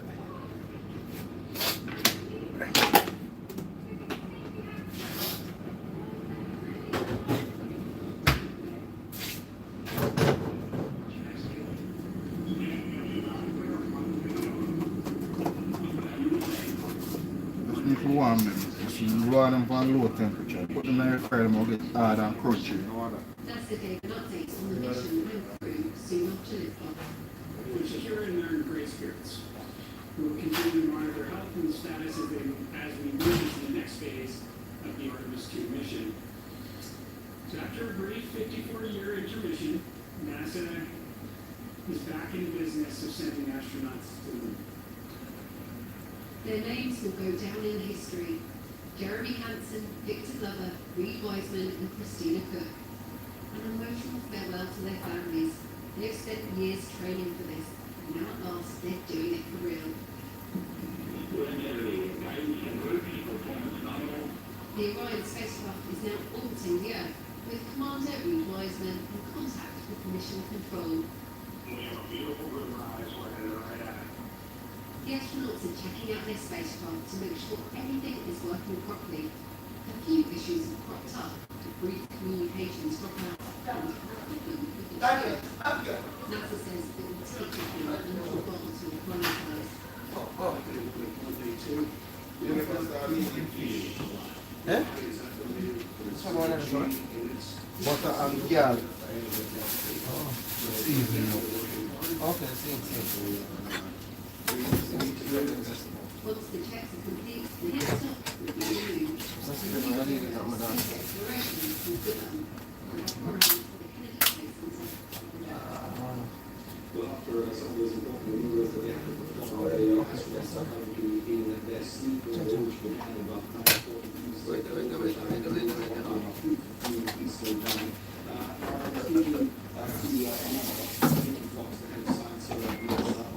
What she made of all the development so far and how the mission is going. So far, it's been going great. Yeah, they're on the they have shifted schedule so that I can be away when they get to the moon. And so we expect. You hear the session go? Sure. Okay. You know, they've been talking about how this is such a big moment for humanity. Just take us through that. Why is it so momentous, and what does this really mean for humanity and science? Well, I think for humanity, I mean, we're going back to the moon. We started this journey back in 1950. In the time in between. Who don't make a man want to go? One of your life, one of your style, that's why. I don't want to go in a God business, eh? You have enough problem on earth. When we go for a move, go fast. They want in a God business. That's why, more than that. And now we're back into the big challenge. We're not just going to return to the moon, but actually return and stay. And that's the same problem. We had our real stakeholder, Isaac Brenton, about how we're going to be building a moon base. We are going to have a sustained presence living and working on the moon together with all of our international partners through the Optimus Accords. And so this really, to me, is like, I feel like I'm standing in the time before. I'm standing in the time before everything just takes off. And given what they are planning to do on day 2, I think that is going to be the big highlight, isn't it? Once they wake up, are we then going to see a final stretch to the Earth that's flexible, transformer injection run? Just think us through why that is so significant, and essentially once they are on track to the moon, they're committed to that journey around the moon, isn't it? Yeah, absolutely. They will do their second orbit of the Earth, and then they do the first maneuver takes them into like high Earth orbit, and from there they do that translunar injection, and then they're essentially under their own power. There's no, it's autonomous at that point. So once they do that injection, that Orion capsule is just using the moon's gravity, and it does an amazing flyby of the moon. They're doing all the checks, making sure everything is absolutely perfect. No flavor. They'll start again when they wake up, and then we are going to the moon.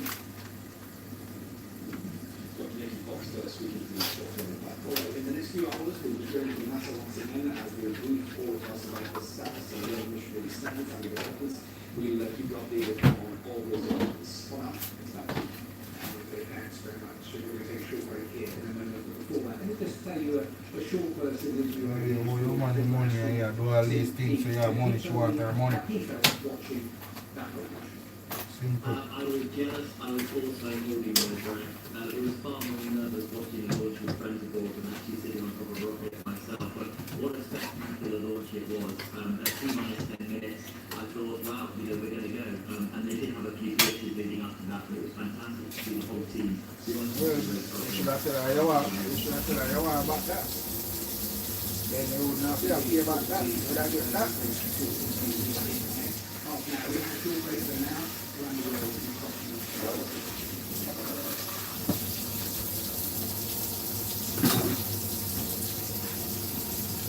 You still have to take that money. Of course, it is. Yeah, see, it didn't.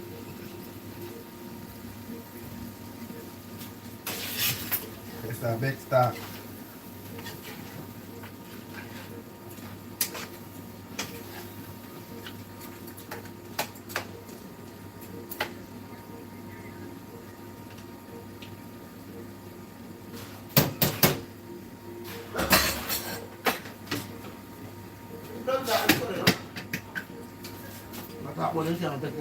What? Look at it. No problem.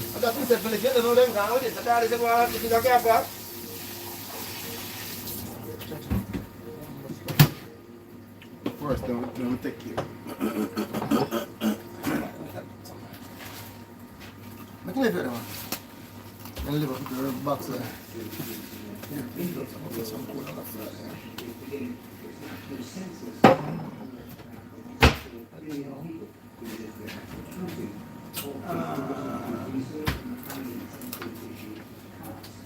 I'm saying 25.55.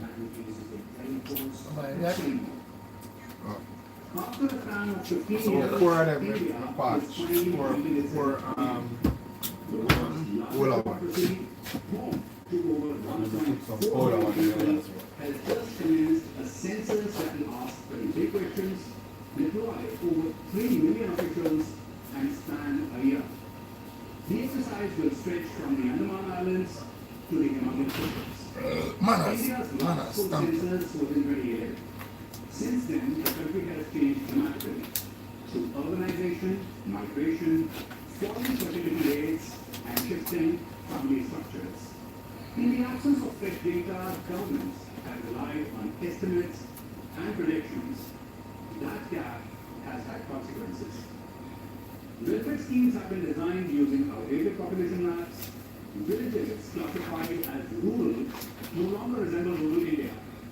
Migrant workers largely remain invisible in official records until time as they did during the COVID-19 lockdown when millions were stranded far from home. This census matters because data determines it decides how money is allocated, how constituencies are drawn, and who is represented. In short, it decides who votes. Politics inevitably change the process. This census will also collect cross data, one of the most sensitive issues in Indian public life. Officially, the exercise has no need to citizenship. Unofficially, skepticism remains high. Yet without a census, policy making is done in the dark. This exercise will provide the most comprehensive snapshot of India today. How old the population is, how young it remains, how Indians live, work, migrate, and form families in a society that is widely changing. It's not just a head count, it's an acknowledgement of reality. After 15 years of operating on assumptions, India is finally getting stock.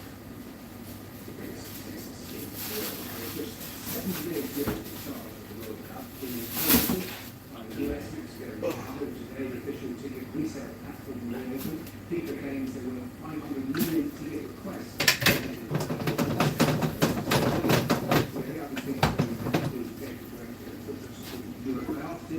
What he made of the ticket prices and issues faced by fans seeking to travel to North America to the World Cup this summer. I'm really amazed how tone deaf FIFA is after all the criticism that emerged from anywhere, any corner of the world, to be honest. Yet the prices increased again. Some of the tickets that were already increasing for the third or fourth time. And none of this is due to some of the reason that this is a decision from FIFA to increase again and again ticket prices for competition. This is truly astonishing. This level of improvisation, the difficulty to accept the platform, the wrong beliefs sent to people, all of this screams precipitation, improvisation. It's really not a good look on FIFA. More on that story from the sport in the next few minutes. Let's use this front half hour taking you to the Vatican, to Rome, to the Basilica, because Pope Leo involved in today's service in the Kingdom Thursday, and is the first washing of the feet for the Pope since he became Pope. And that service has been going on for the last half an hour. I've been watching, and we'll continue to watch these pictures. We'll bring you more from Rome later on BBC News. But we are right up to date here on the program. Hello. For the vast majority of the UK this afternoon, there's loads more sunshine across the country. Beautiful start to the day as well in Portswater in Cumbria with barely a breath of wind. Also a chilly start to the day, mind you, but the satellite picture shows the extent of today's sunshine. Notice we do have some cloud though working into the northwest. And later this afternoon we will see some rain arrive in western Scotland and Northern Ireland as well. We're beginning to pick up again. We'll keep sunshine for East Scotland, most of England and Wales as well. A cooler day though. Temperatures peaks to 12 degrees.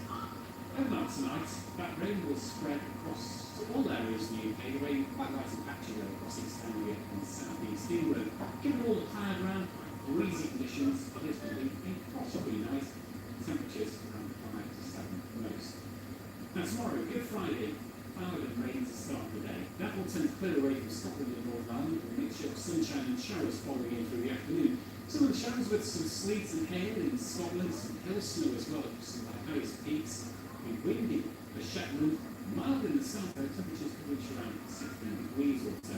Then we have Storm Dave on the way during this weekend. This is going to be bringing some very strong winds, particularly to Scotland, with gusts of wind peaking around 70 to 90 miles an hour. Disruption is expected. There will also be some cold snow for Scotland.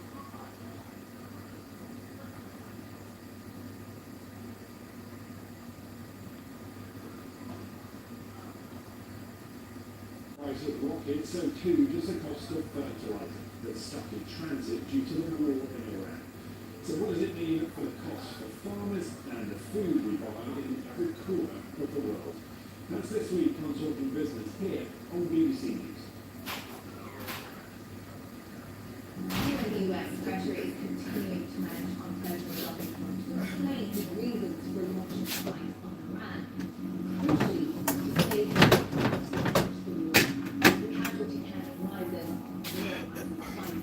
Join me, Katrina Terry, here in Washington with the latest here on BBC News.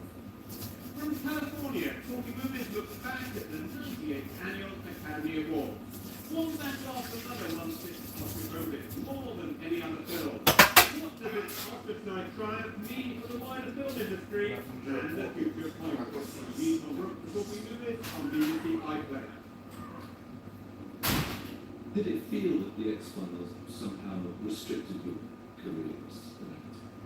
It certainly did when I was filming. You know, we had such short hiatuses, and I had a small child by the time we were in our second season even, and so, you know, doing anything at all during that period of time was madness.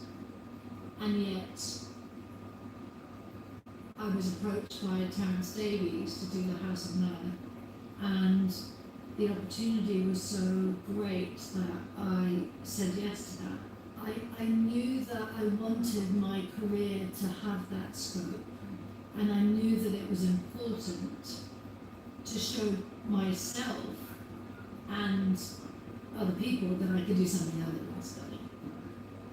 Watch on iPlayer.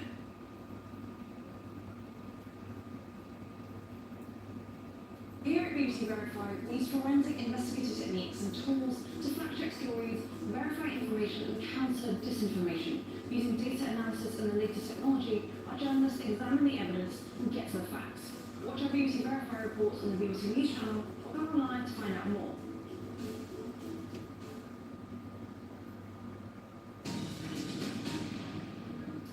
Welcome back to BBC News. Let's turn to our main headlines here.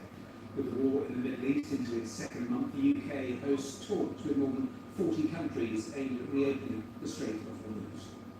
We were so determined to see every possible diplomatic, economic and coordinated measure to get the straits reopened.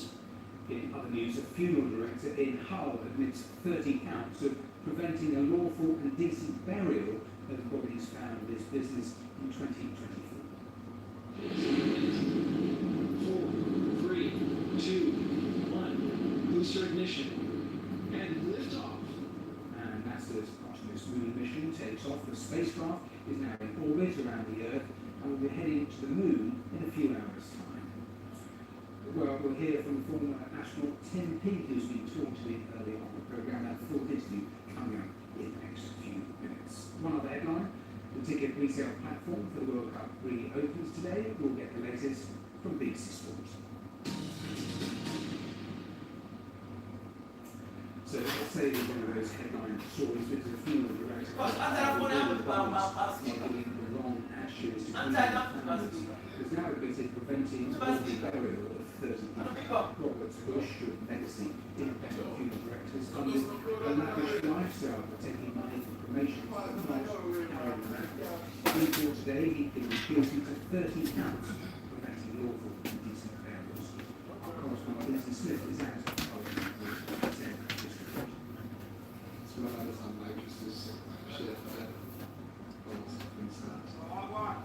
Chris in Essex was told that had been promoted to anyone to see Claire's body funeral in a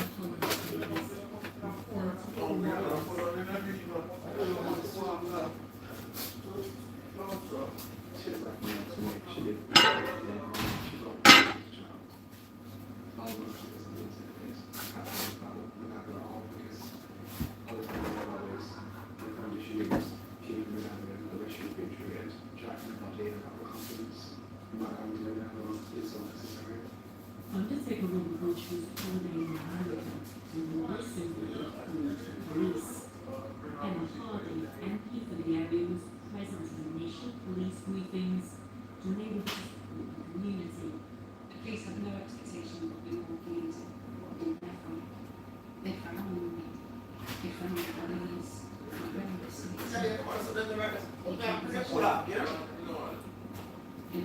That's some more from the other. I mean, one of the ones that I thought was just, who's describing and just men Just put this.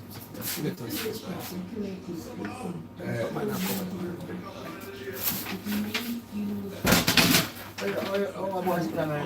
Eh? Oh, boy, I think 4 of them now. Oh. Boom, boom, boom, boom, boom, boom, boom,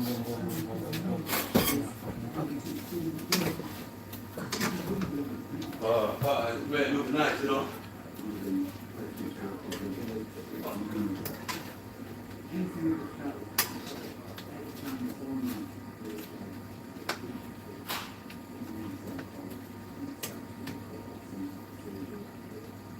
Picture is starting to emerge of Robert Bush being driven by debt. He owed the local council tens of thousands of pounds, some of it for unpaid donation fees. Whilst police have investigated, a private philosophy company recovered the scene.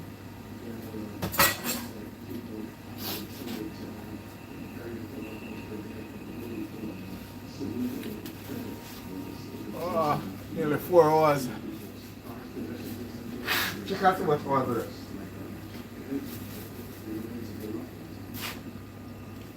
Okay, bye. Yeah, bye. Charity collection money charity for sick children.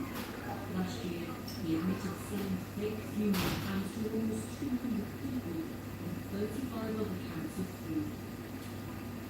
Families say they want justice, but their pain has shown the dangers of unregulated funeral industry in England.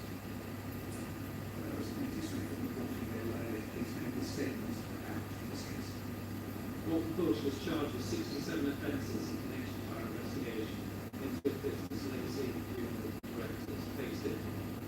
After a report was received in March 2024 on concern for the care of the deceased. Today he is pleaded guilty to all remaining charges against him, which included prevention of lawful decent burial and theft. This is in addition to the 36 charges that he had previously pleaded guilty to. The utter devastation and emotional harm of Robert Bush has caused for hundreds of victims and families currently in prison. They trusted he would look after those who meant the most to them, and that he would treat their loved ones with dignity, respect, and in accordance with their wishes. This did not happen. 31 families believe their loved ones have been cremated, when in fact they remained on site within the legacy premises as well. Most have been given actions and have been advised that the loved ones' cremation is taking place. Other families who have chosen cremation to legacy will have waited for actions that have never been provided, or were deceived by Bush within actions that we now have to feel their loved ones. The distress and devastation that this has caused for those families is simply unimaginable. People pay Bush funeral plans so that the future of their families they didn't have to worry about the loss of their own funerals. He betrayed this trust. Looks like he's sleeping outside of the house. Now, for the next 2 minutes, let's return to those extraordinary events we've been seeing in Florida at Cape Canaveral.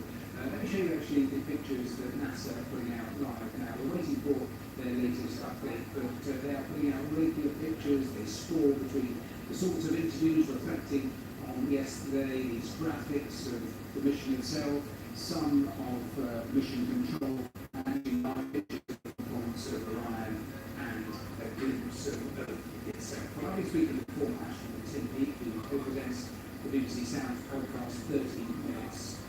He told me what he felt as he was watching yesterday's launch. I was jealous. I was also holding my breath. It was far more nervous watching the launch with friends aboard than actually sitting on top of a rocket myself. But what a spectacular launch it was. At T-minus 10 minutes, I thought, wow, we're going to go. And they did have a few glitches leading up to that, but it was fantastic to see the whole team working through those problems and getting those astronauts into space. You probably would have seen Rebecca, our science editor. She was there and talked about the power, and she's miles away from the actual launch site and could feel it actually go through her body. So you're there and have been in the cockpit. What is it like sitting there when all of that is happening? Yeah, inside actually, to begin with, you hear just as much noise. There's a lot of vibration as well, and then you start to feel the acceleration build up, this pressure on your chest, and that's when you know that you've left the launch pad. But that SLS rocket last night, that had 22 million horsepower lifting it off the launch pad, over 8 million pounds of thrust. So that would have been a real visceral experience. Anybody watching outside, you get this deep crackle of those solid rocket boosters as they're tonight. And actually, for us inside the rocket, after just a few minutes, we're going well beyond the speed of sound. So all that noise is left behind us, and we're just feeling the vibration in the rocket as we get faster and faster going up into space. Scared? Does that ever creep in those initial moments, or by this stage is that trained out of you? By that stage, it's fully trained out. I mean, we recognise we're doing a high-risk activity. We understand the risks probably better than anybody, and we've addressed those risks with our colleagues, with our people who train us, and with our families, of course. But at that point, no, it's not fear. You understand what you're doing. It's more excitement and anticipation of this incredible mission ahead of you. Now, just talk me through the first few hours, the first day, what the astronauts, I know they're sleeping, but what they're doing in these early moments. It's been such a busy time. So yeah, they've got launched into a low Earth orbit, similar to the International Space Station where it is right now. And that was only for one orbit of Earth, just to check things out. And then they did an apogee raise run. Now that took them to a very highly elliptical orbit, so it took them a long way away from Earth. They're just past 70,000 kilometers. That's the furthest anyone's been from Earth. Dave, you have a center if front. I'm left. So out of their window right now, Earth is held at arm's length. Babe.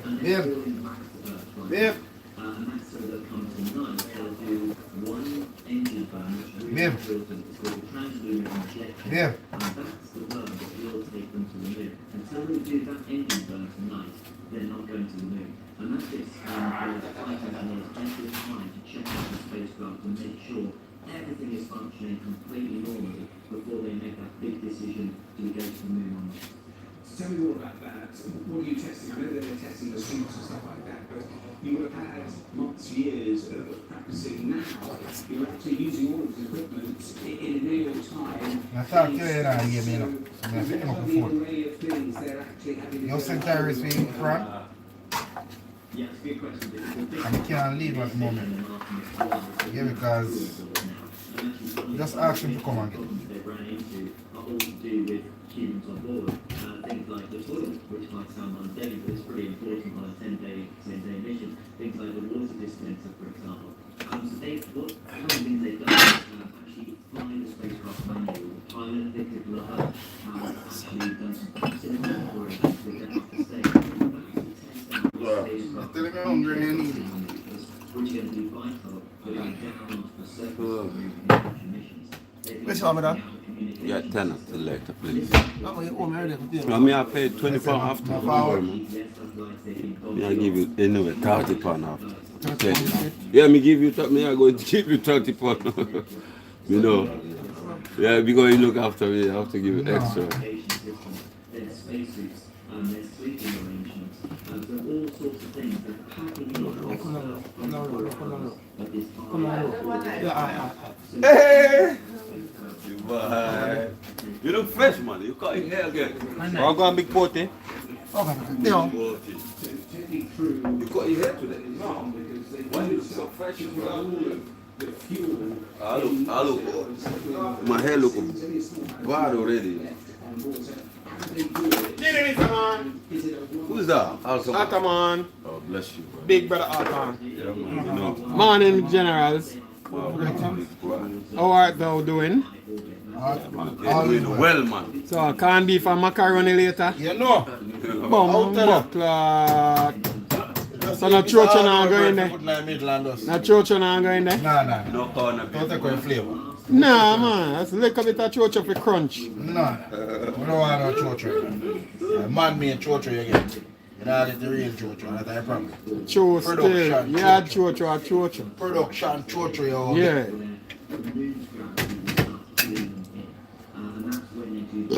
Boom, buckler, they want to fly up for me like a bad boy. I could have run. Run shit. Could have run at all. No one around it. You get your car with all the things? They need to pay you money. You buy a new car, man. She said a lovely phrase. She said it a couple of times. She said, I'm standing in the time before everything actually starts. So it's suggesting that there is so much Alright, thank you so much. Thank you. that she is so excited. That is my man coming out. But only. Oh, you said a blood clot bit again, man. What up? Jeff. Jeff Lucas Road. Call your name? Eh. You see where you get that from? Oh, you know, she's a girl who walks and you said to call, I go in on there, I call my name. So, you want to know him or whatever? Yeah. You have a paper a little bit.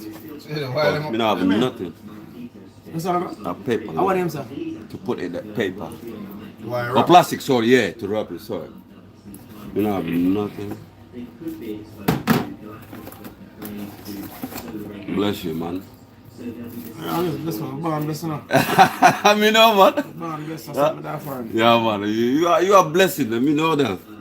You're blessing, man. You have to be blessing. When you're good, you have to be blessed. Thank you. How to live and work in this Orion spacecraft, future Mars missions which are eventually going to set up a laboratory at the south pole of the moon. And I think that's where the really exciting science starts to build from. Yes, so you've got all of that. The far side moon, you will have audio descriptions of the craters they actually see. But I want to turn to the final question, because I always ask former astronauts this, because it is such a fascinating perspective that you have. And I'll put onto the screen just the pictures of Earth. When you're there in a spacecraft and you look back on Earth, tell me what that was like, and when you return to this planet, the difference it made to you. Oh. Trying running away from doing some pork here, but me have.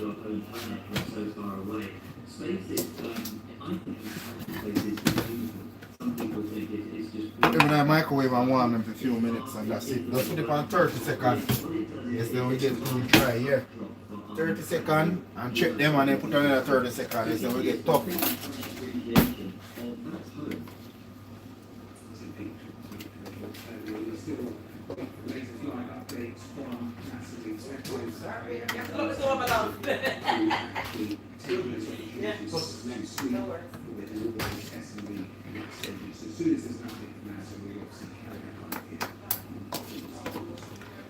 Stay away from that. It is just 70 days old. So the US, Mexico. You take out the chicken for it? The people claim there were 500 million ticket requests submitted.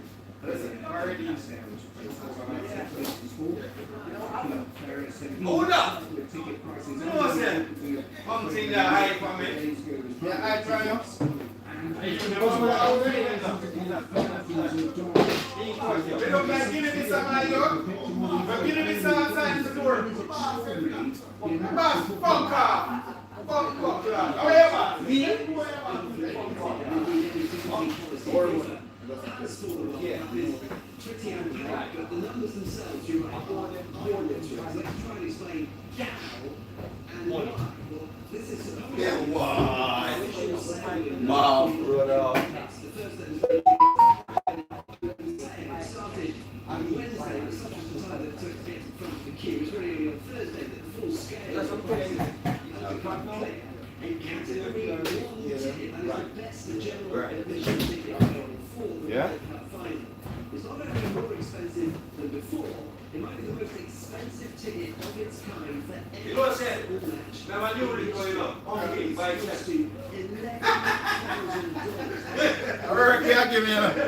Yeah, hurricane, you know why you. The prices were described as a monumental betrayal of fans and Hey, you do it today. they cost Eh? the equivalent of $1,600. You hear me? The highest time, half the Christmas version of so-called dynamic Do it, so you have a new lick for give me. tickets, but apart from that, Punk it. we don't really know why, because Do it, so you have a new lick for give me. structures all reveal how many Do it, do it. are available for certain games. It's a pumpkin by itself. Is what the World Cup bid book Like that man of my request. insisted that tickets to the final would cost a maximum No, I am a try something, man. I have a theme style like man. has been bust by some experts. By the time the tickets went on sale, I am a try something. officials reported that was in the previous window in December, the most expensive full-out final was at more than $8,500. Now it's almost $11,000. But it's not just the final, there are other games for which you Let me get something. We've also seen a rise, increasing the possibility of fans they will try and bypass FIFA's official selling platform. What's that the risks? There's a real difference there. If it's for one of the American or Canadian games, the seller can set the price. If it's for a Mexican game, it's to face value. Yeah. I think if you want to get in, then this is the platform that you get to have. We see it in the Premier League every week. People who get tickets.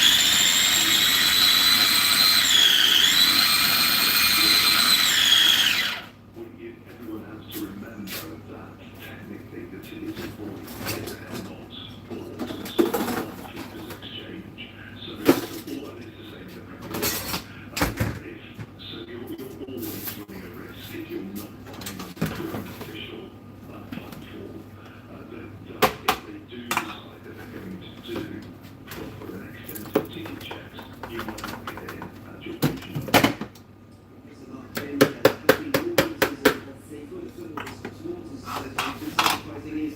Ridiculous, and it's not just the category 1 tickets that have gone up for the final, in particular category 2 and 3 tickets are up anywhere between 17 and 38% from last window. Well, if you want a hospitality box for, say, England against Panama for you and around 20 of your mates, just in the group stage, it'll be $125,000 or so. And the rises have not ended there either. FIFA's resale platform with both buyer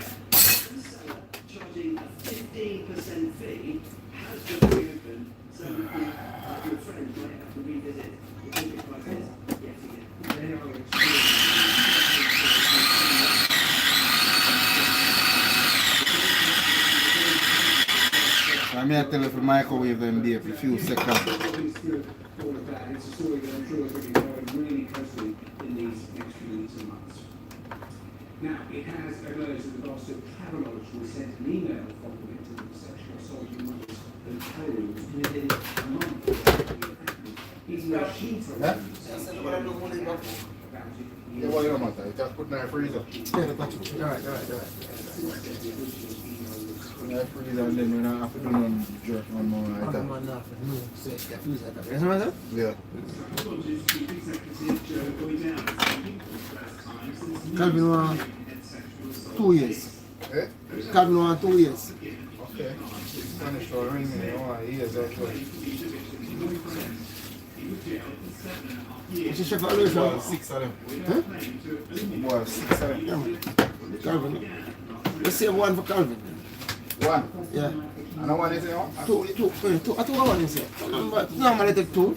Yeah. But 2 of them. Oh. 2 of them. Yo! What about me done? There after take out and put in some food. That's the island.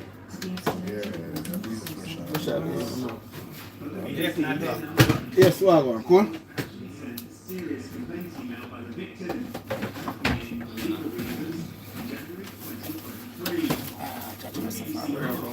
You don't know anything, right? I want to go do it. Huh? I want to go there now. I want to say go on. Yeah, that's the original. Yeah, man. Bless you. We talk. Pick up the Easter day, you know. Yeah, man. Alright, I'm done. Cool. Yeah, man. Bless. Try this out. Children die in the Insulting £30 in compensation. She's now taking legal action against the hotel chain.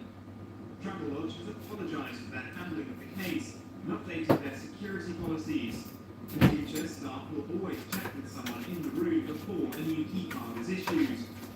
But since this case became public, more customers have come forward to the BBC to complain about their alarming experiences, accusing the company of failing to take them seriously and fobbing them off over a number of years. Consultant Wendy Griffith from Norfolk is one of them. She's been to London Stratford Travelodge to work online, but with no phone in the room, she couldn't contact the front desk, and the man started banging on her door. When I looked for the people, there was a man standing there, naked, who said that this is a through the door, and continued to harass me for well over a period of an hour, while I attempted to try and contact help, trying to call Travelodge reception, multiple times not connecting, eventually resulting in me having to call 999, police coming out, and the impact that has resulted off the back of that incident in terms of the psychological impact, the impact to my business, my livelihood, all of it. The man was prosecuted and the hotel apologised, saying it's now ensuring the phone number of each front desk is printed on the keycard wallet for customers to reach them at any time. Travelodge says it's committed to an independent review led by a KC of their room security policies. Still, public trust in the company, which operates almost 600 sites in the UK, has been shaken. Vincent McAvinny, BBC News. Well, we're coming towards the end of the programme. Let me just update you on a couple of things in terms of the war in the Middle East and a couple of lines to bring you, because after that meeting between Cuba and those 40 different countries about the Strait of Hormuz, the United Kingdom and its allies have discussed apparently sanctions to bear down on Iran if the Strait remains closed.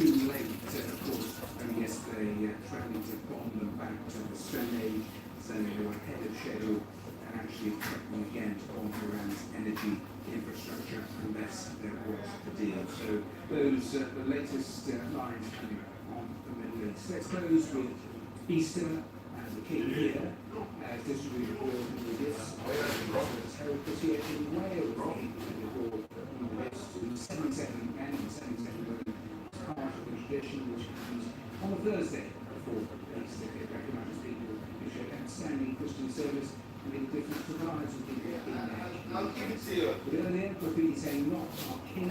Let me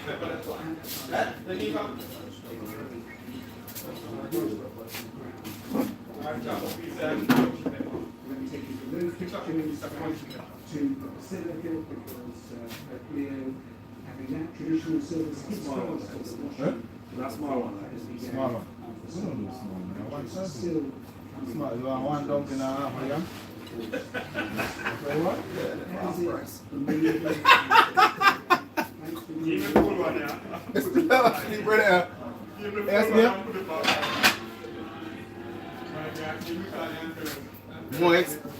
More expensive to do that way. That's more money. One banana as well, Mayo? Yeah, man. Banana.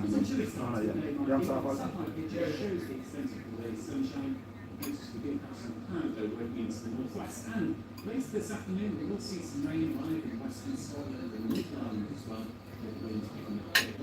Sunshine East Scotland, all the day. Everyone's nice, and rain will spread across the UK. The rain will be Southeast England. Overall cloud conditions, it is going to be a frosty day. Tomorrow, Good Friday, cloud and rain to start the day. That was See that small one? I see a price. Just a bunch of them. What's fine? Wait. Oh, you give me one bag with country pepper, eh? Yeah.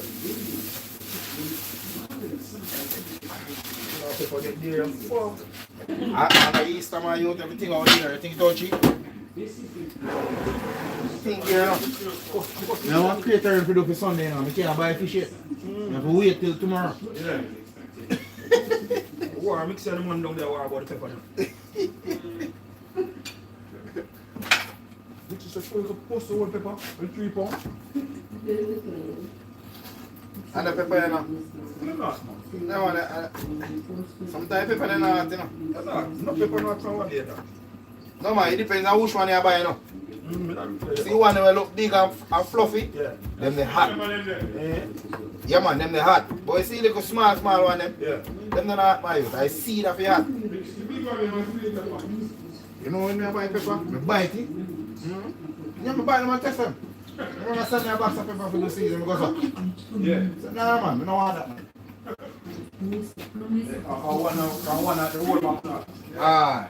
No, you see, if you buy the skin and it's hot, no, it's not hot. But I just see it and up on them hot. Yeah. Like no mature proper.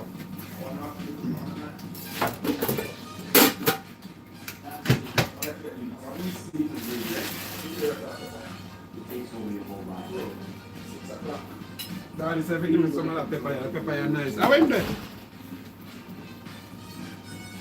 What country are you going to nice house and It's nice. It's so nice. You can tell it your thoughts too much. I would see you were so irritated. You know, there's a spot. It's like you're very fun. We need not. You know, it's my dream of it. It's no.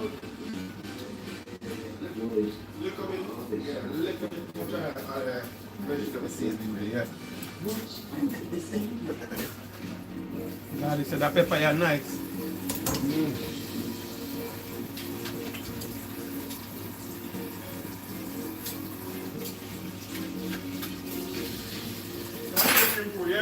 Eh? Alright, no problem.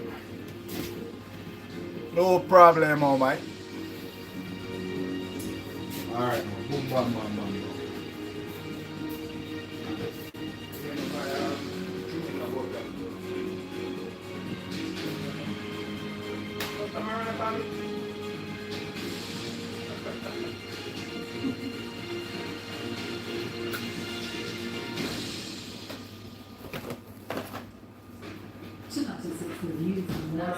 Artemis 2 tonight as it heads towards the moon on a historic mission.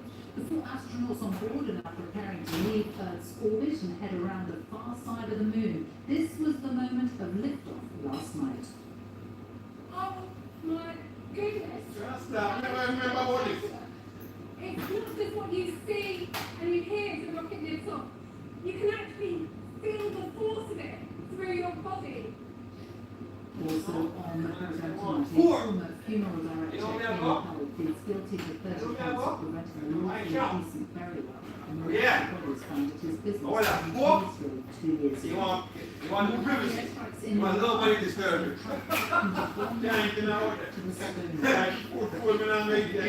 Yeah. For a ticket to the Dating one. final in North America. And Steve Backshall described seeing killer whales in Cornwall yesterday as one of his greatest British wildlife moments. Coming up on the World Day, we'll have in-depth analysis from the BBC's global network of correspondents, bringing you a fresh take on the day's top stories. Stay with us on the BBC News Channel.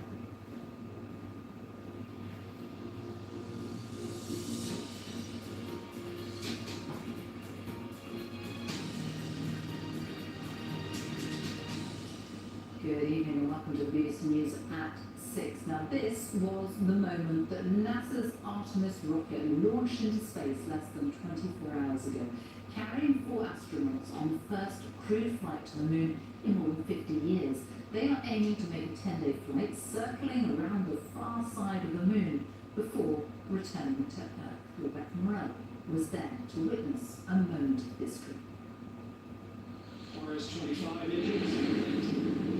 4, 3, 2, 1. Booster ignition. And liftoff. The crew of Artemis 2 now bound for the moon. Wow. Oh my goodness. That is spectacular. It's not just what you see and you hear as the rocket lifts off. You can actually feel the force of it through your body.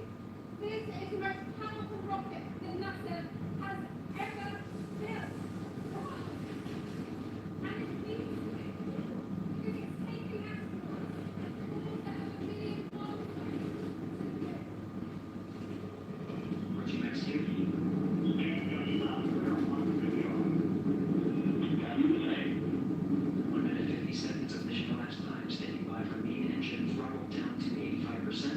The Artemis 2 crew are on their way, leaving the Earth behind them.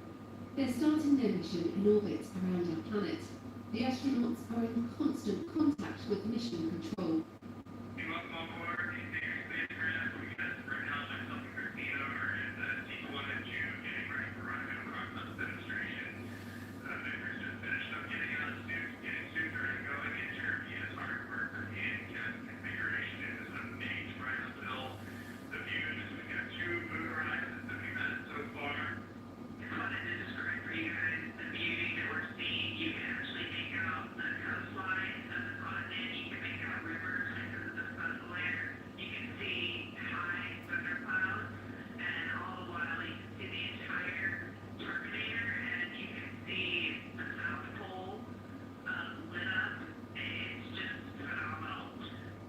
The first 24 hours are all about checking the Orion spacecraft to make sure everything works. A few issues have cropped up, a brief communications dropout and a problem with the toilet, which was thankfully quickly resolved. The capsule is cramped and the crew will have to get used to life on board. The thing that you would need as a crew member to hydrate your food and heat your food, exercise, use the bathroom. These are very clever. You walk into the capsule and the bathroom's kind of built into the floor. The exercise device is like a step you step on when you get in. The water dispenser is built into the floor. It's very much like a camper to me. Like, things flip up and open and very, very clever the way it's done. If the spacecraft is fully functioning, a decision will be made to fire its engine and head to the moon.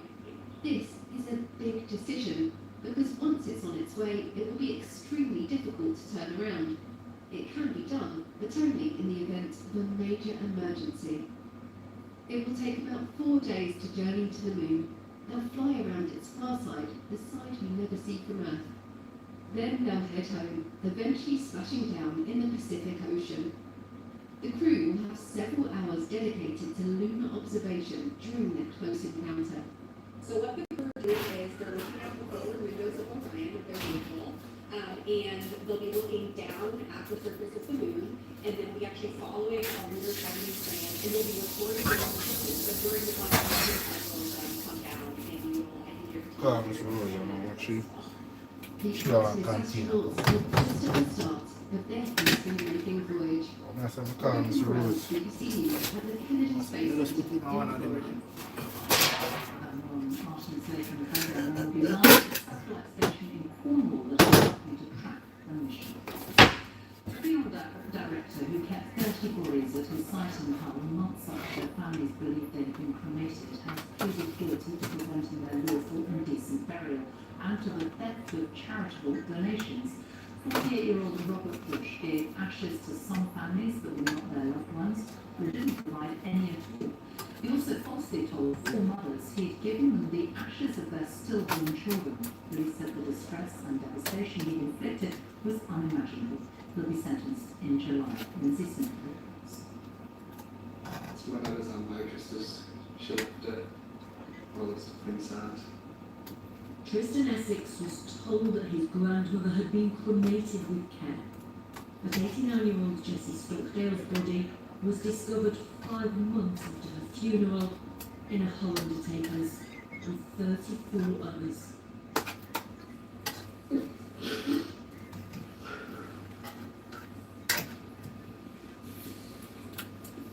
She was like a mum to me. She did everything for me. She brought me up as a child. I was think about what we're at all because all I can think about is the conditions, the way she's been treated, tracking them up the coffins. Well, if it's hard, so we can do something tomorrow. Undertaker Robert Bush was holidaying in America when a whistleblower called the police. He was arrested as his plane touched down at Heathrow Airport. After one of Homicide Police's most intricate investigations, today, Robert Bush admitted holding 30 bullets. Their names were read out. Alright, no need for jerky pork now, finish Friday fish there. Make some gunch. And then all of a sudden, someone's actually brought that horror film over to life, and you're in it. Emma Harding, MP for the area, was present at initial police briefings to enable her to support the community. The police had no expectation of what they were walking into. What did they find? They found bodies at various states of decomposition in like a warehouse. I think one of the ones that I thought was described as an elderly person with a plastic sheet over them and just the name written in the biro. Mr. Bush had decorated this industrial unit as a makeshift chapel. It made funerals cheaper, enticing families on a budget. His life was anything but. He posted on social media about expensive hobbies. His home was in a leafy village, one of his many luxuries, according to former worker Patrick Murray.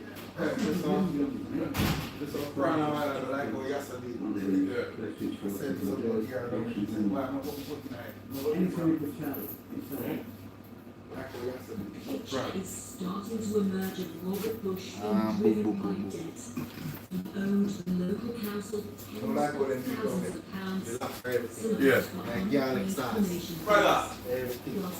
Brother, give me one dumpling and sit down, huh? Yes, sir. Give me something out of that bowl there. You going? No, man, I'm not going. Get something, man. I can get something.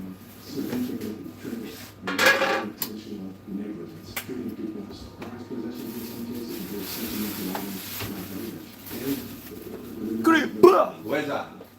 Yes. More than 200 victims to Robert Bush's crimes. Today, 76 of their families released pictures in tribute. They say they welcome today's guilty pleas, but their pain has shown the dangers Regulated fuel That industry. is that. This one. Boom, bam, bam, bam.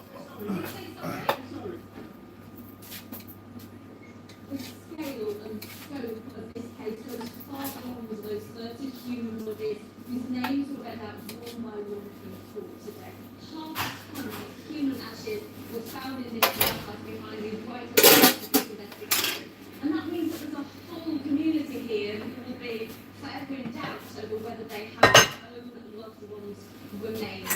Only Scotland has a regulated funeral industry, and families have said to me today that that means that the rest of the UK is at risk of this happening again, and it means they're now going to focus all their time and attention on forcing change. Thank you. President Trump has addressed the American public to persuade them of the merits of the war against all violence. Speaking from the White House last night, he said the core strategic objectives of the US-Israeli military operation were nearing completion after a month of war. You're a good chef. You can cook noodles. Enjoy it. But France's President Macron has criticized Donald Trump, saying he cannot keep contradicting himself every day on Iran. Here's Gary O'Donnell.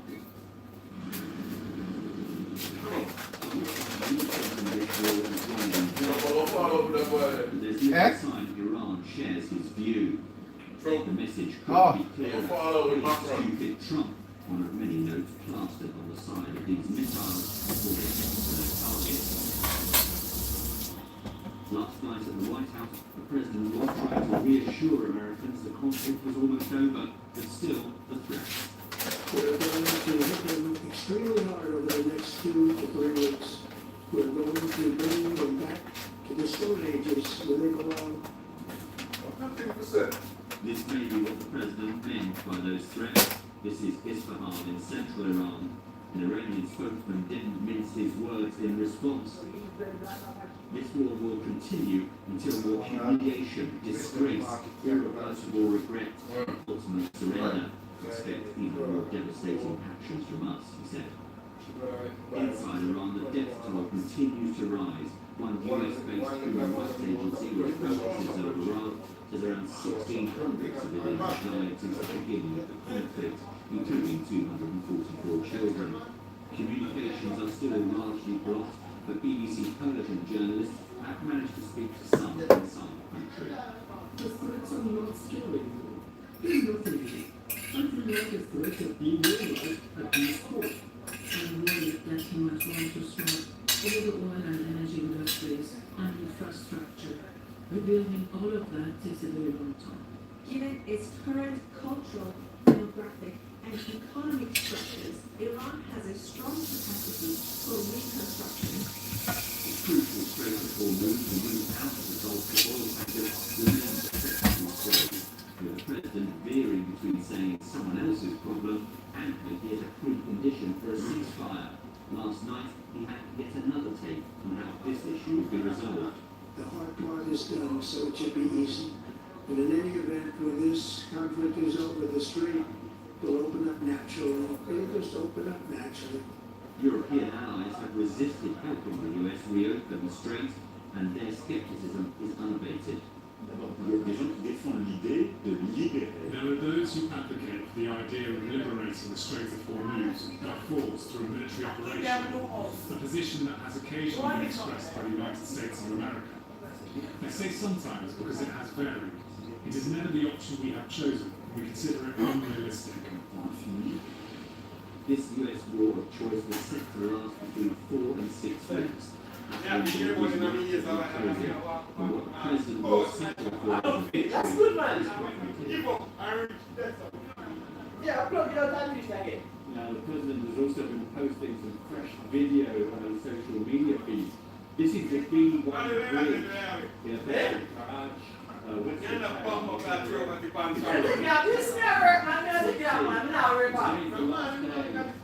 New Year holiday, Nowruz in Iran. A lot of people get the coast on that day. So there are a lot of people concerned about moving back to Tehran within sort of continuing. The president said there'll be nothing left.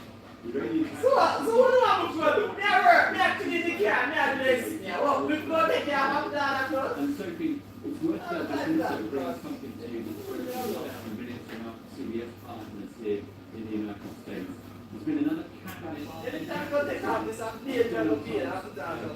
Yeah, make sure you come back and you got back again.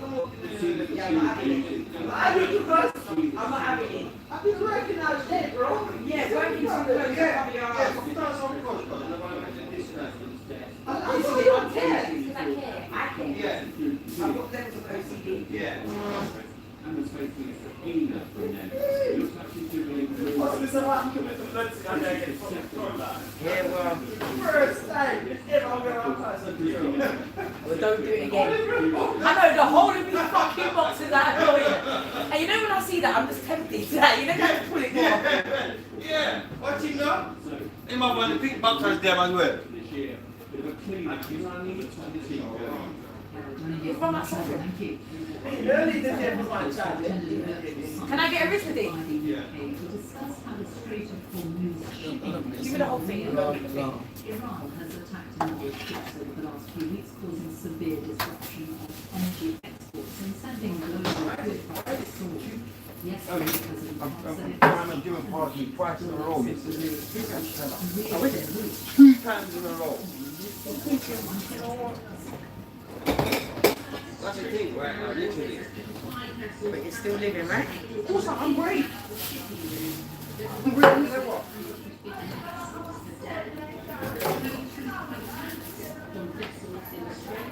And there are some 20,000 trapped seafarers on some 2,000 trapped ships. Is with me. How likely is it that the Strait of Hormuz can be reopened? Diplomatic means. Is that for tomorrow? Like, I me too. Someone can get fish today? I want fish now.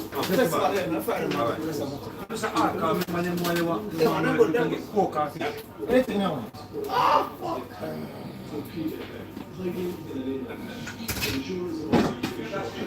No, I didn't.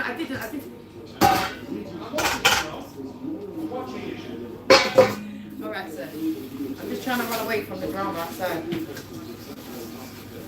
Well, in terms of staying short on the actual measures, we're talking about further sanctions on Iran. It was a really heavily sanctioned. So, despite a whole lot of being huddled for the air, Iran wants the products of this, and we're on the route to compromise. So, this is the early road footsteps of trying to resolve this very serious problem to global trade.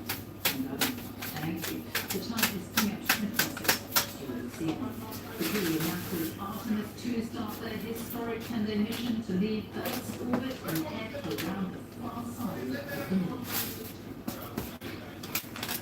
I'm here with the UK's Miniature Mission Control in Cornwall. They'll be monitoring this mission. They are tracking the signals from the spacecraft of the next few days. Coming up on the today, we'll have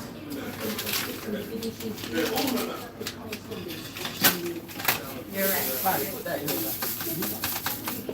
You have them drinks there? Paul? Any more drinks there, Paul? No, I don't know. Are they all finished? I'm not sure. I'm not sure. One second.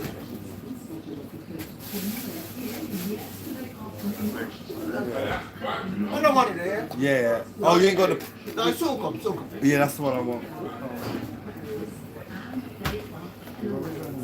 the two last surviving members of the UK's most famous waters. What brings you out today, the sun? No, I just went to buy fish and stuff. Sun just plays games for 1 minute. It's so lovely, but as soon as you stand in shade, it's just back to I don't know what to wear now. I don't know what to buy clothing wise. No, you have to wear that. You have to wear something in a big jacket. Jacket, yeah. It's one of those ones, isn't it?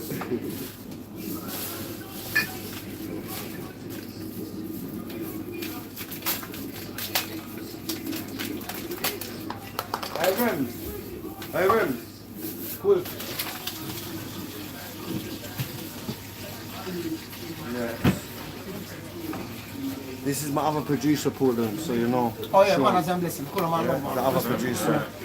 Man, He's waiting for you to finish and... What, you got fried chicken today? Some fried chicken? No, today I jerk chicken and fried fish. Okay.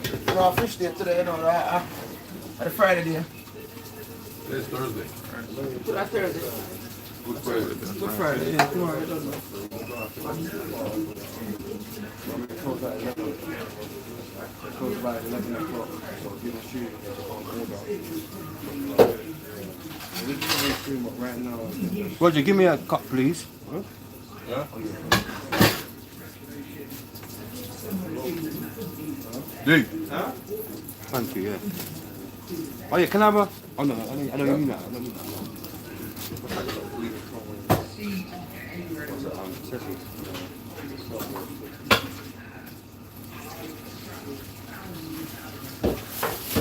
You know when a man says to you that, oh, I'm gonna want to run it back, yeah? And then by the time you get to him, yeah, to go and get this thing back, he's got quarter. What he said that he was gonna run. Why did you even phone me? Where's Cuddy? Remember that other day you changed that like the sales spot? And more on get rid of. Oh, didn't he come? No, he didn't come. So I just want to lock that back in. Yeah. That's right. Come on, I want a drink. No, I'm getting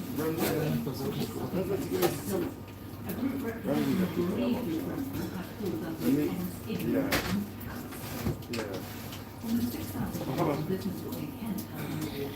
Come right now. Sam's out of the studio as well. You there, yeah? Oh.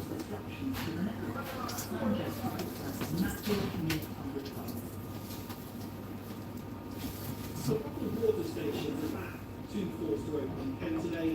What customers wanted to see, particularly in the run up to Easter.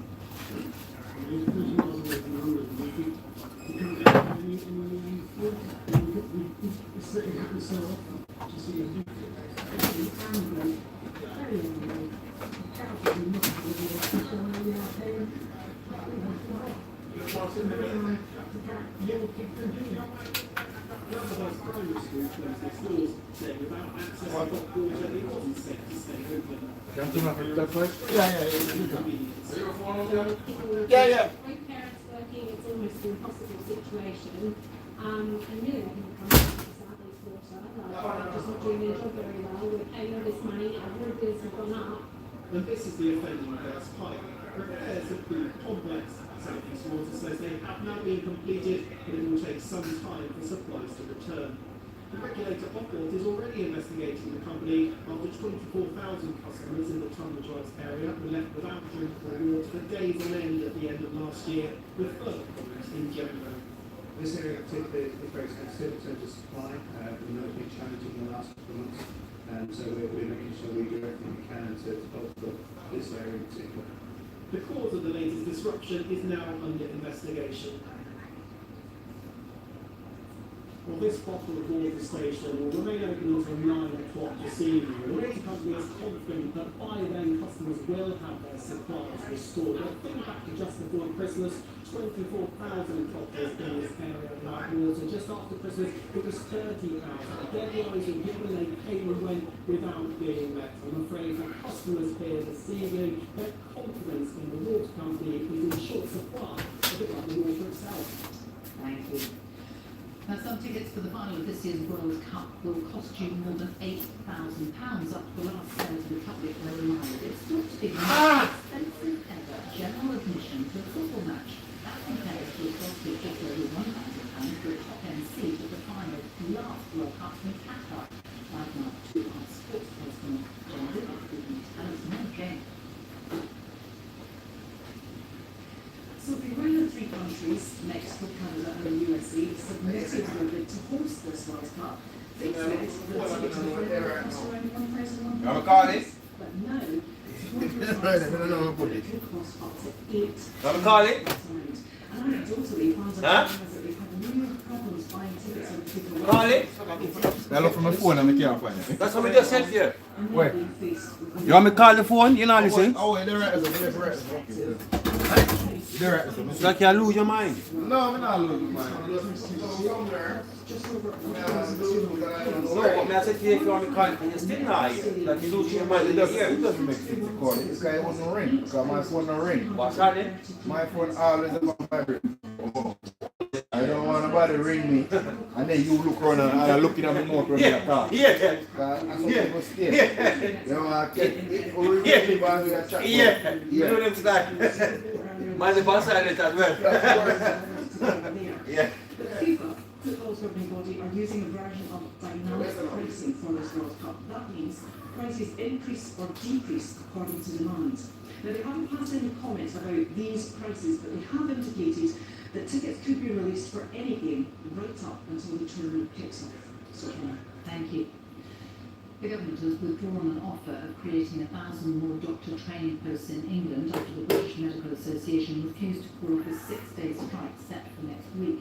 The extra posts will Let me show you now. We get one order now for 6. The DMA described the decision as... Let me give you one and you say, fuck, you know what, if I drink more of this now, I don't want no more, I don't want nothing, I want no alcohol, nothing. Yeah, can I get 4 of them now, brother? I want to do something like a rum and eight and then you're alright. Yeah, I don't know. Yeah. Like someone liquor rum and eight and then Good, that's the next thing now. Yeah. At a Greenhill satellite station in Cornwall, which is helping NASA track the mission. Yes, they call this the UK's... Yo, D, try this. Hold on. Try that. In a garlic sauce, try it. A garlic sauce? To NASA, their real work will start later tonight when the station is in the right part of its orbit to be visible from this. This is proper. Eh? Who will put this, you know? Somebody, yeah. I'm gonna change up the thing, you know. This tastes bad, you know. Now I make my little friend here. They said, man.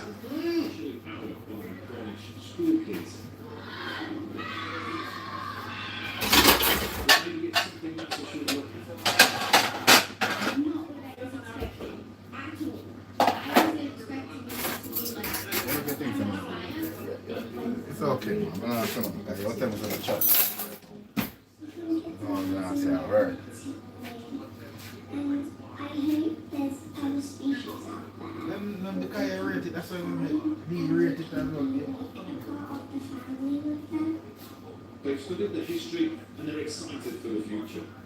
The moon is really interesting. It's like how Neil Armstrong was on the moon. There was actual astronauts in the moon with it, and it's been 50 years since. Then I looked at see some of the far end of the moon. I think it could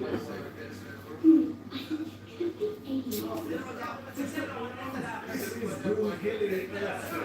If you want to track something that's disappearing off into deep space, you need a dish that big. That's 32 meters across.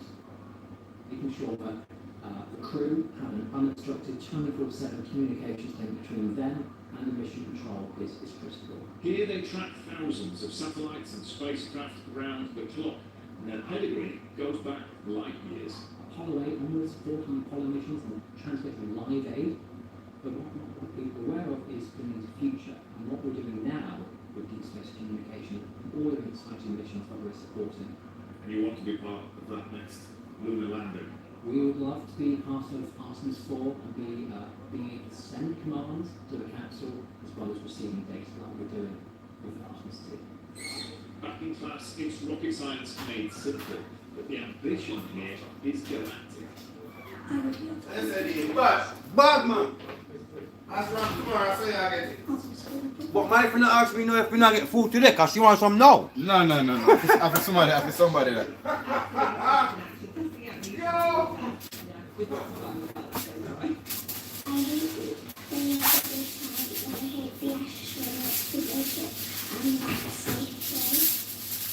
Many missions do have hitches.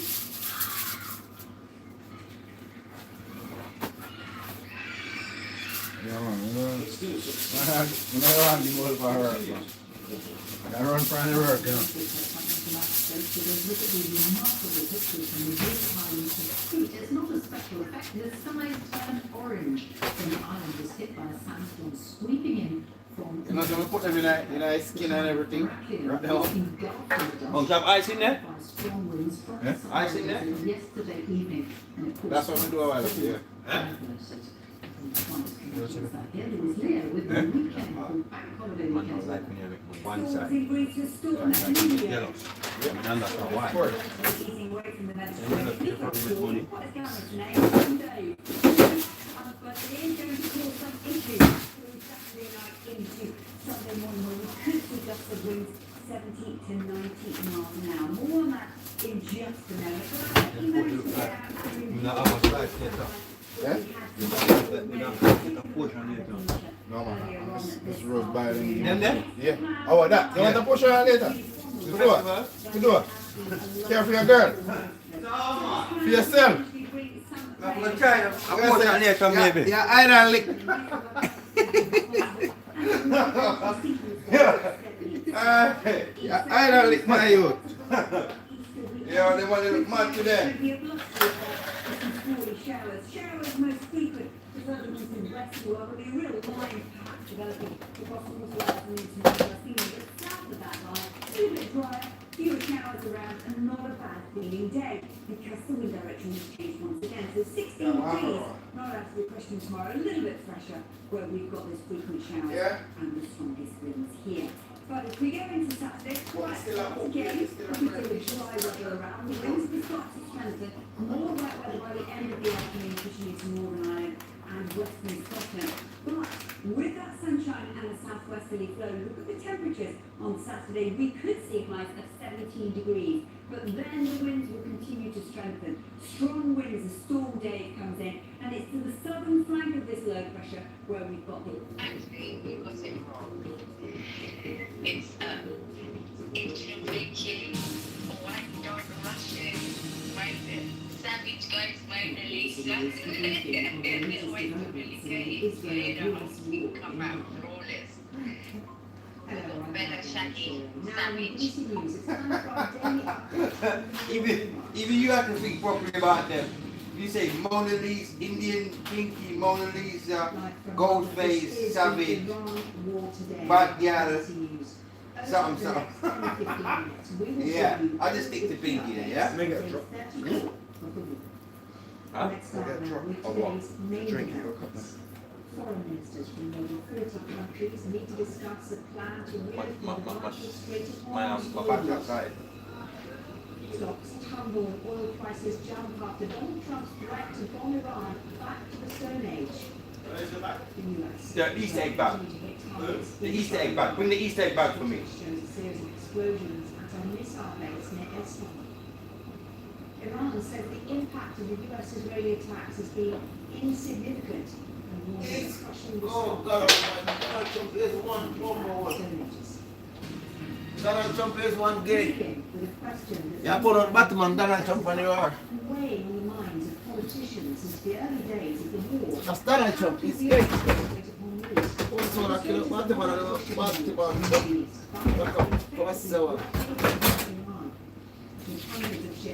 that is her. Gas and diesel prices have risen sharply. Yes, Father God, give thanks and praise one more Easter Sunday, Amen. Sunday plus thanks and forward back again. Amen. Father, I can't wait. Next year it must be different. Who don't want to stay on me? Fuck off. Amen. Who want to stay? Cause me I forget serious. Life sweet. I could not do it. Life is so sweet.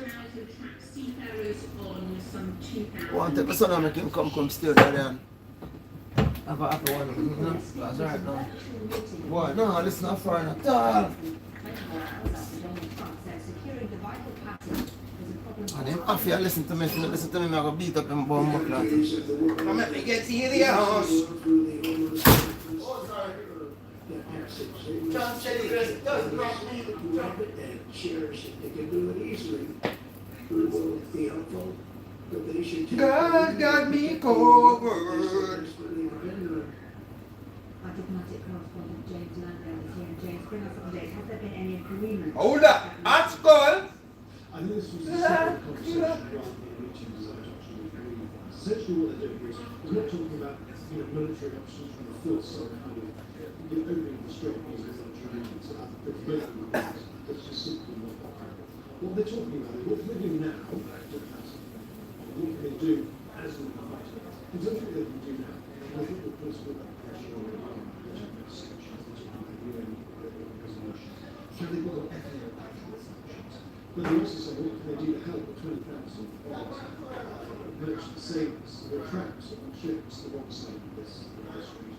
It's not only because they're in dispute, but also because of risk to their cargoes. Some of their cargoes are quality, they don't want that to fall on that ship. But then there's also the question of what you do as a Really good? Yeah, man. The people, they love the road, man. Eh? They love up on the road. No, you know what it is? There's no sun in there. Oh, they like sun. So, you know why the sun's here? You got to try to soak it in, you know? Yeah, yeah, yeah.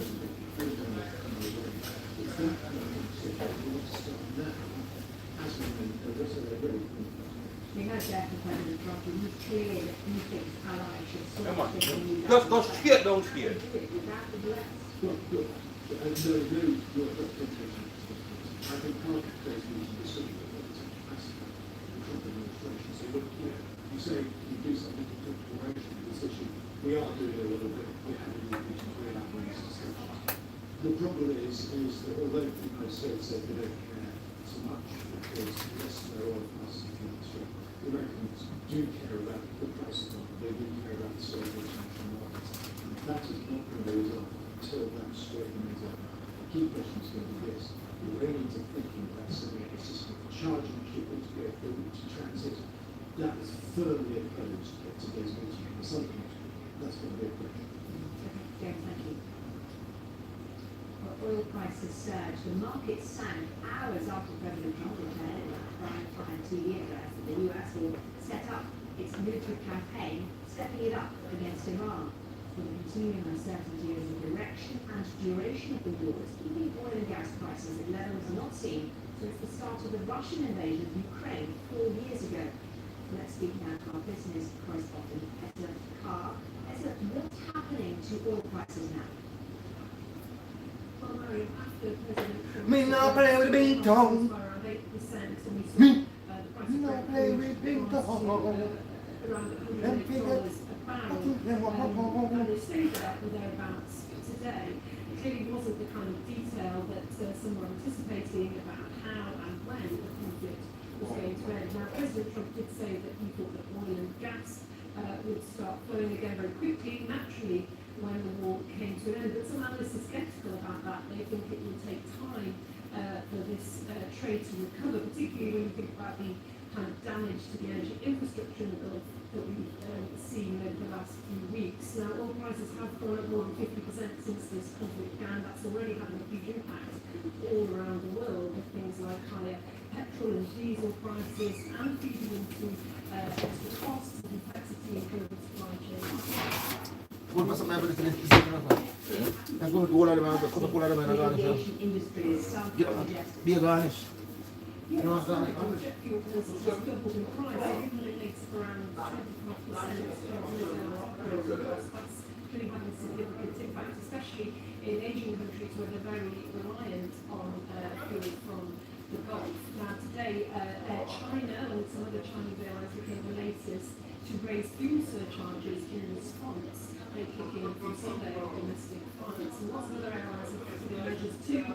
Korean Air went into sort of emergency management mode a few days ago, and Vietnam Air will also cutting back on their flights. Now, in other parts of the world, they do get jet fuel from the US, from the Netherlands, from India, but that demand, the competition for what's available means that prices are going up everywhere, and we're seeing lots of airlines taking action. Sometimes I have to cry, cry. Sometimes I said what? Sometimes when you have to cry, cry, because if you don't cry, you don't live till all the morning. Yeah? Right. You have to cry, cry with the car. All them wings just there. Them well brown and crispy. Leave me alone, man. Don't want to burn them. Hello, I tell them leave me alone. Yeah. Yeah, man. Ready? Thank you very much. Now, let's turn to the current state of play on the battlefield. The US and Israel continue to strike Iranian targets, with Donald Trump saying last night the US will hit Iran extremely hard in the coming weeks. These are verified pictures showing huge explosions near a major Iranian missile base on the outskirts of Isfahan. If you look closely, you can see signs of secondary blasts. This suggests other explosive material detonated before the US was going to strike. Despite being in a constant bombardment for just over a month now, Iran's claims the US's road strikes have been insignificant and it's threatening to crush retaliation. We'll discuss all these events with you now as our special correspondent to BBC Persian, Kasra Naji. Kasra, let's start with that remark by President Trump threatening to take Iran back to Stone Ages. How has that gone down with Iranians inside the country? A lot of concern on the part of the Iranians, both inside Iran and outside Iran, and these are targets that many people identify as civilian targets that have been hit. Like today, we had right in the center of Tehran, in the old part of Tehran, Institute Pasteur, which is an institute for producing vaccines in Iran and medical sort of research. That was hit. And this is a very old, century-old institute that was Yeah, you hear me? under the relation with France. Oh, yeah, somebody say yes. And obviously, I do not think that this Do I go for one of the ginger thing and then give one of the virgin? And the man said, you know want no other drink, but this a drink, you know? No other drink, you know what? Apart from this drink, yeah. I want to serious. And it connects Tehran via a very scenic route to the Caspian Sea. And that bridge has been hit, which is concerning to many Iranians. And also yesterday we had Iran's biggest steel attack. And this was the biggest industrial unit in Iran, supplying steel to 60% of needs in the Middle East and North Africa. Very big industrial unit. Hello sis, you know him? And don't forget, can you come over and get this stuff, yeah? Last hour, we had a message from President Trump on the Truth Social. I read it to you. It says, the biggest bridge in Iran comes tumbling down, never to be used again. And it says, much more to follow. It is time for Iran to make a deal before it is too late and there is nothing left. Don't forget, President Trump, only 2 months ago, was calling Iranians to stay put. Obvious. I'm no dumpling. No,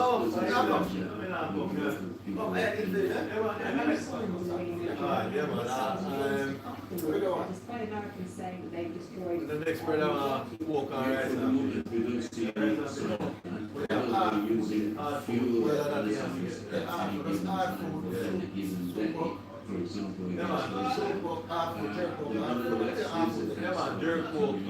day. For example, hitting targets in the region. So it seems that for the moment both sides seem to be sort of determined to carry on pressing.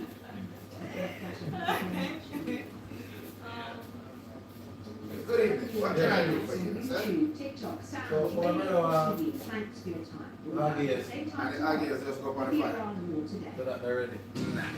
Yeah, we keep that at 10 minutes or something. 10 minutes? Yeah, man. Under 10 minutes, we're going to turn it about 10 hours. Give it 10 minutes and they go. So, we normally half cook it first. And then we season it on the fire. The smoke flavor, the color, and it's good. Yeah? So that's how I then. And then jerk pork, God food. And stew pork. And stew pork as well. You're going to take away, yeah? Can change night after night. No more going down. We want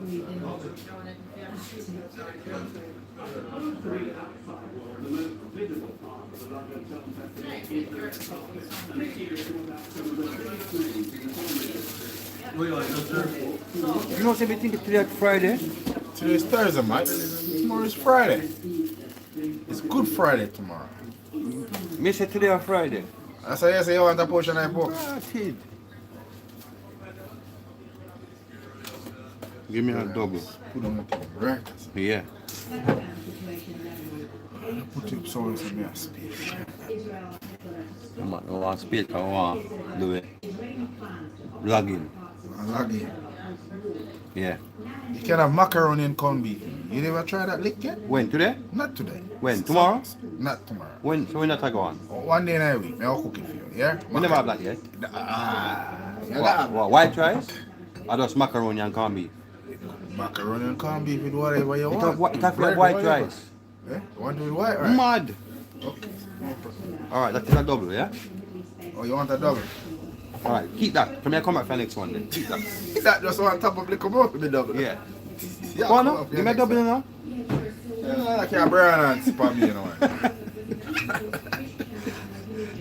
Yeah. Cheers. Oh, God. That. Yeah. Give me one next cup, please. Thank you. Alright. You want a jerk food without and I'll get it without that burn. no burn. Oh, burn one I would dumpling. I would double it, yeah. Yeah. You want dirt for What food you have? Banana yam dumpling. One of each, one yam, one banana, one dumpling. With soup or refrigeration. I mean, you want just a portion of bread. Right. Well, he enough for that. Right, I won't know. Nice. Okay, sir. No problem.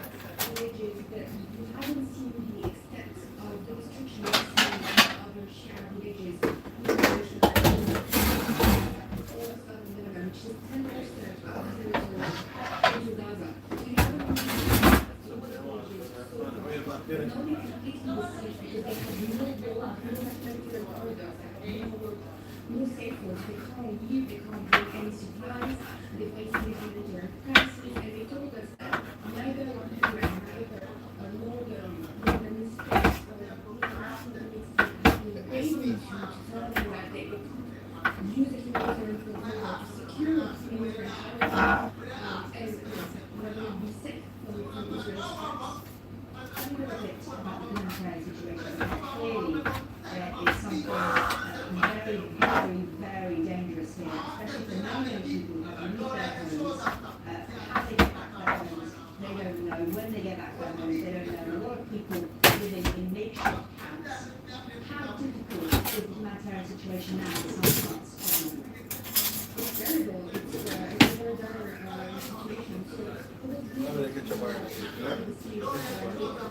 they're lacking everything. And when they're doing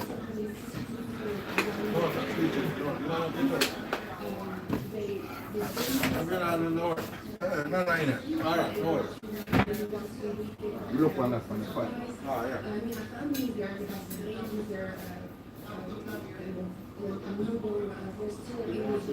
then the people were forced to leave. We're talking here about like a million of displaced, which is a fifth of the Lebanese population. It's huge. It's one of the worst displacement crises,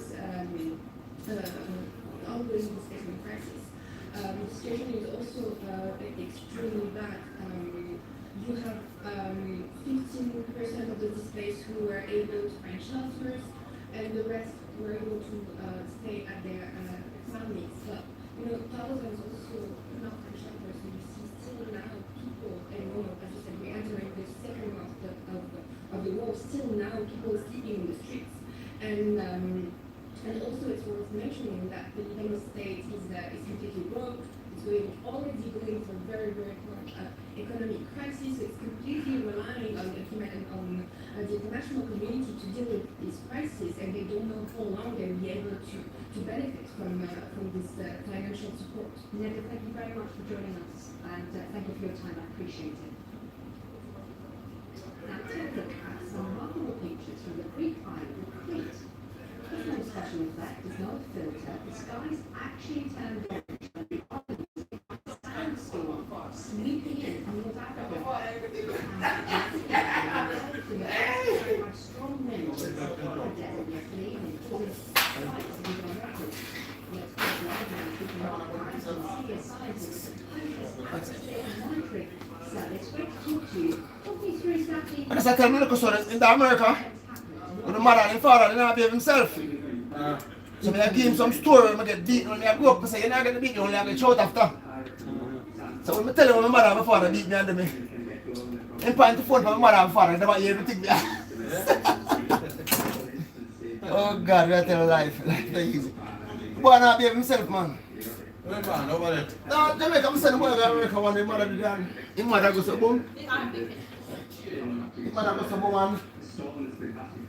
Man, the mother can't be. His mother does it, you know.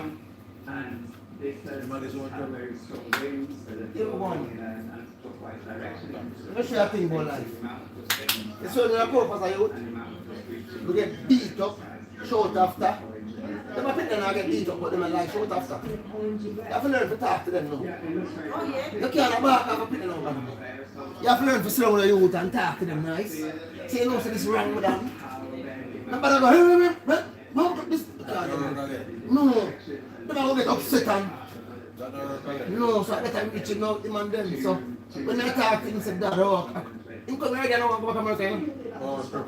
And I say, yo, him said, Dad, to the man and talk, he said, Dad, I'm coming. Him say, yeah, Dad, I'm not going to live there. Him and can't play football, he said, I can't be a good football coach, but I can't bring him from the football side and can't play. I said that the man is so brilliant, you know. So good in football now, I say, Jaja, what go on? They don't know, so I tell him, say, yo, hold on, get 4 months out of school, and then I take him and try something. I can't come see it because he say every paper we have in England, in the everyone in the So, you see what I say? Six there. So right now, I don't know. So I talk to him a while ago, I don't know what I'm for everything. I say. But you know, I didn't say that. Because I'm not saying my mother and my father time like so. Beat me. So I said, beat me. Tie up. Did you say tie up? Beat me. I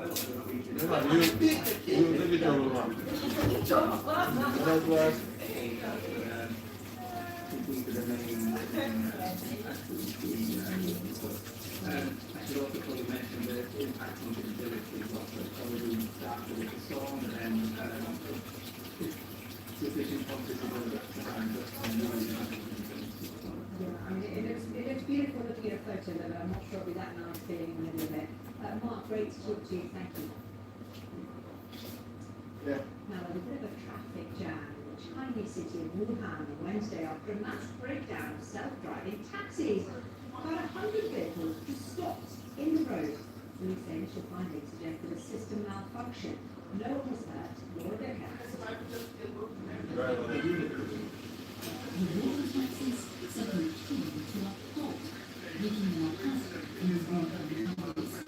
There were reports of passengers left stranded in fast-moving traffic, so elected to press the SOS button for help.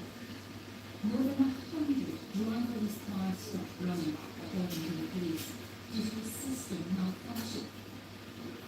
These are called road taxis, are run by a major internet company, Baidu, which is yet to follow. Wuhan is the world's largest trial city for driverless cars, and it's the first setback for the corridor's robo-taxi rollout. During San Francisco last year, cars run by the US company Waymo came to a stop. Was it nice? Nice? No, I can do better. When you get the ears, man, you become addicted. No, I love the ears. You love these? Oh. You love this a lot. Man say rum in here, no rum in here.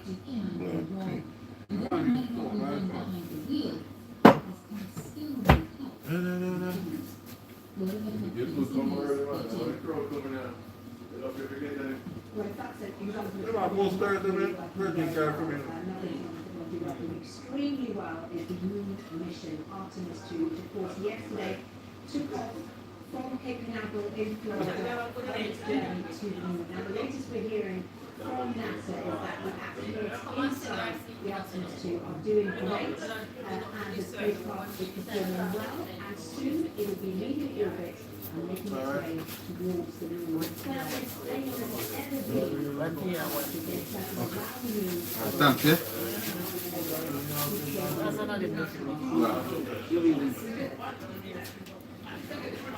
As I brought me in it. Oh. Yeah, man, take your time.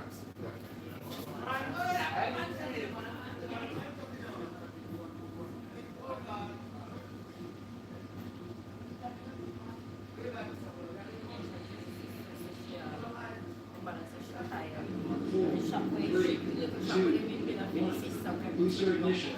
And lift off. Drive as next round voyage begins.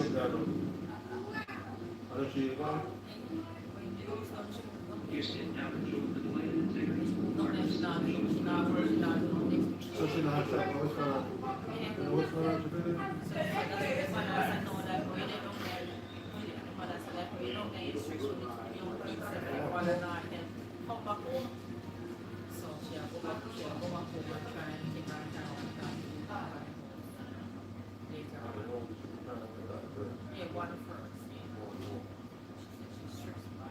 Anyway, most of us enjoying quite a lot of sunshine on Thursday, but for West Scotland and Northern Ireland, we'll finish the day with cloud and rain. Some of the things to come, because overnight rain is going to be wet to most parts of the UK. The most rain will be quite light and patchy.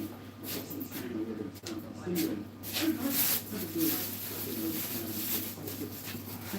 Oh,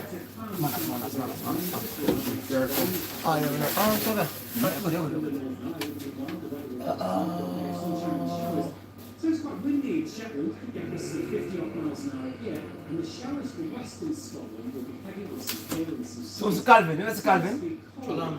Yeah, don't worry, sir. We just see pull up outside. Yeah. And you know for Jamaica, you know, I'm in Portland, man. If I'm a land of Kingston, I go Portland. Spend the day on the next one. The next one now catch me there, you know. Junction, trial. Everywhere. I was straight. I love you. I love Sandy so much. That's Calvin said, see me all stop there, I'll be around. I say yes. You want to tell me like a piece of land on the buy, but true, me to get caught to buy an piece of land at Portland now. And the paper don't come through yet. So you know you have to deal with one way. One at a time, you understand? One at a time, you know? Come on, thank you. Oh yeah, man is on top. What I need to do now, boom, boom, boom, boom, boom. I have so much thing to do right now. What am I doing now? Oh yeah.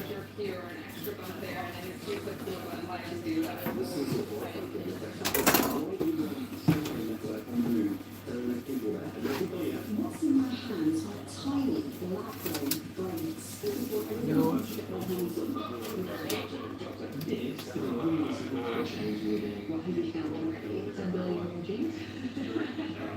Tens of thousands of untreatable diseases with existing tools. We think we can make it better. This revolutionized all electronics. Technology like this is part of what will accelerate the capabilities of the future. We're developing and commercializing space-based solar power. We expect to have biopolymers close to hundreds of thousands of achievable homes.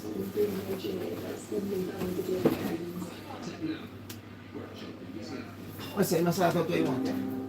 Man, do it. Yeah, man. You not drink something. You not drink something. You not drink something.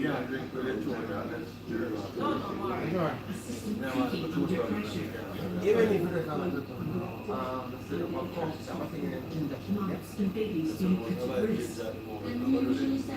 oh yeah. Ginger. Lemon. One leaf or something. How about them? How about them? We're pretty much there. I said, you see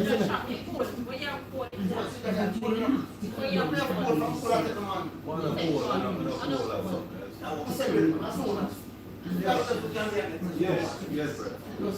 Pretty little combination. People need to see what's actually going on and understand that things do need to change. Watch on BBC iPlayer.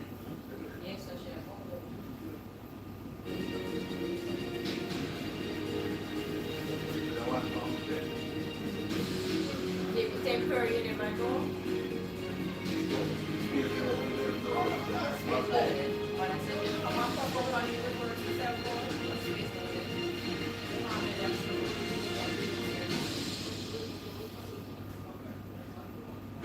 from London, this is BBC News. Donald Trump has fired Pam Bondi as US Attorney General after growing frustration with the president who had handled the Epstein files. Director of the court in Iran after President Trump said he would bomb the country back to the Stone Age.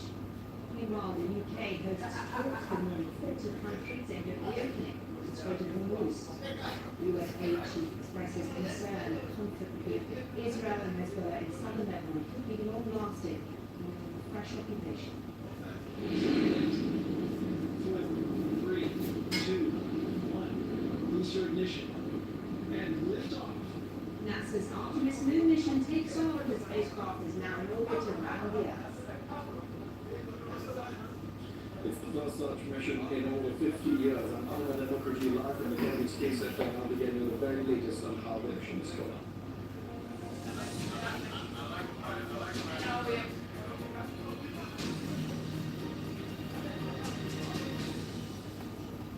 Hello, I'm Marianne Sherry. Welcome to BBC News. We start this hour with breaking news from the United States. President Trump has sacked Pam Bondi as the US Attorney General. She was a close ally of Mr. Trump, but had been criticised for her handling of the release of the files relating to the late sex offender Jeffrey Epstein. Mr. Trump is also reported to be frustrated that she wasn't doing enough to prosecute critics who he wanted to face justice. He congratulated Pam on the country's mission. In a statement, he said, Pam Bondi is a great American patriot and a loyal friend. His example has served as my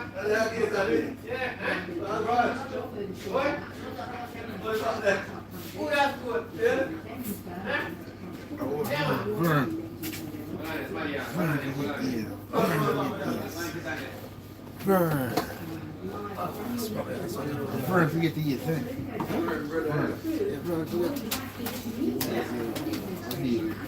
No, don't want to eat. Eh? Can I put some of this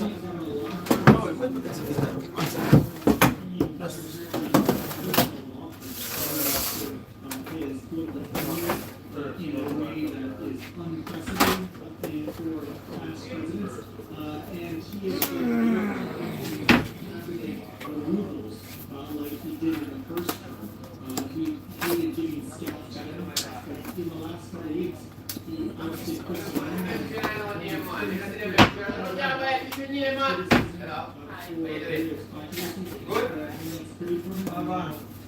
Thirsty. Yo, we are doing it. Yeah, Dusty. Come in, Calvin, come in, come in. Come in. Free something already? Come on, man. Where's it, Where you want to go? We are doing beer. The truth of the barber. Yeah. What is it? What's wrong about the sound flask? The truth of the barber. Eh? You know something good for what you have? I saw this, I go on, man. I'm going to put this camera up. You know, the camera now. This is the same company. Yeah, man, same way. Same way. What? Hold on, yeah. I'm going to have much money love me, so. Yo. Yeah, man, she there home. Touch your buzzer now. Number 15.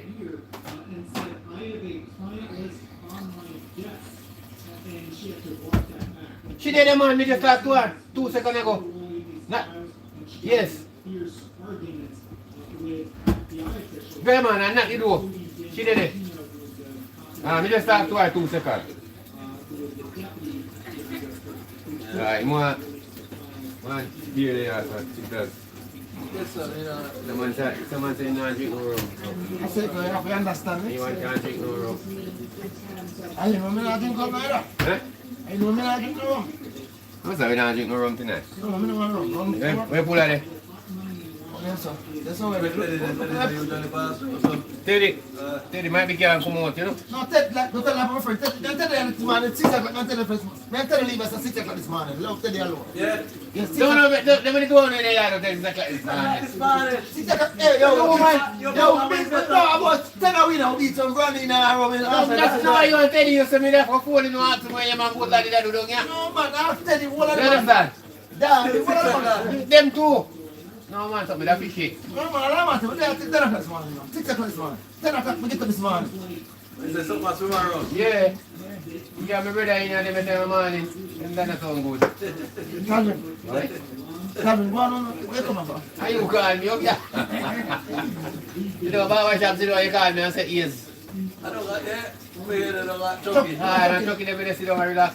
Where am I going? Good? They down there, mount and watch cricket. Born down there, though. Yeah, man. Whenever we down there, sit down and drink rum. Ball and bird up my yard, isn't it? Eh? Them by yard, I give me hand the ball and bird. Eh, what am I do?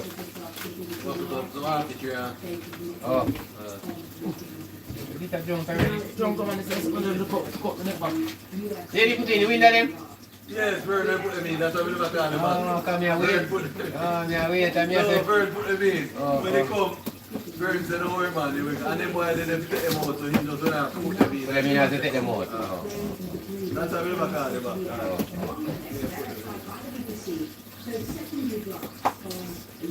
So for president and the space, man. Put to them on a 12-year-old now. By the next one? I mean, right here. What is up? No, that's not good. Let's go back on the road, man. What's what? Better know. Let's go back there. Hi.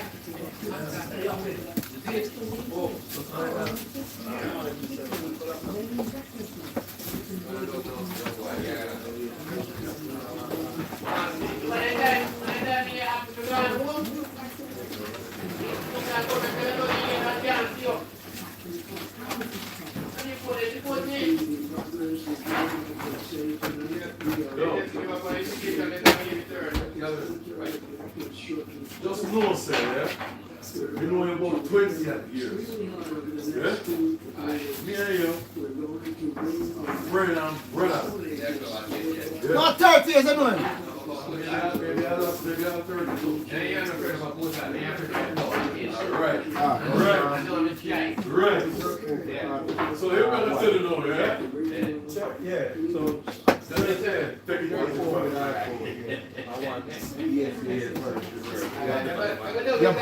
I think she said she wants some grade. Yeah, man, yeah. I think one of them are just, whatever now I'm agreeing.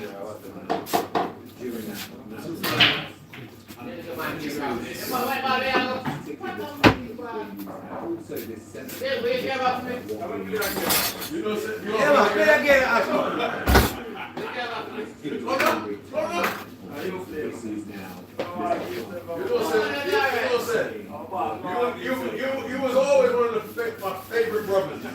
Within crucially the 60 days. Okay. Situation where he's saying on the one hand, you know, we won, this is. That's not easy, I want to start. It's being fulfilled. That's not the easiest one to do first, one at a time. Do a deal, setting out the terms of that. So, you know, Mr. Trump can't really have it both ways, saying. Man, spell me inside.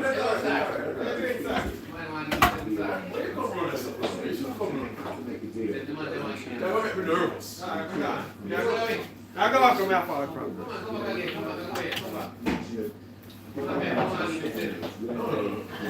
That can't happen.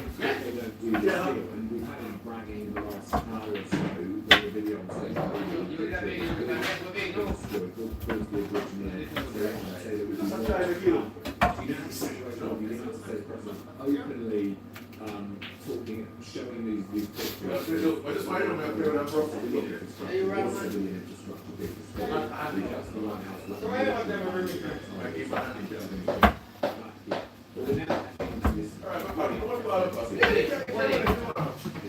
President is saying and showing these things as saying, you know, the US is supposed to FIFA has hosted a virtual meeting of more than 40 countries ways to reopening the Strait of Hormuz. The secretary said a diplomatic option is being considered. Iran's reckless strikes are affecting international shipping, seeking to combat the global economy. That's affecting petrol prices and mortgage rates here in the UK, but also fertiliser and also Asia. So countries across the world are being economic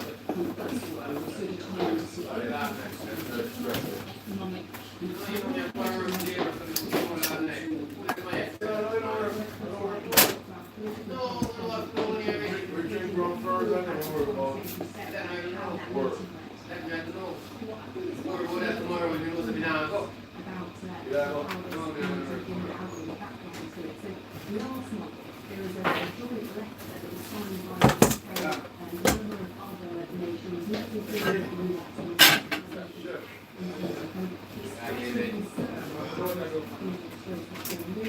and saying they will really contribute to the ensure safe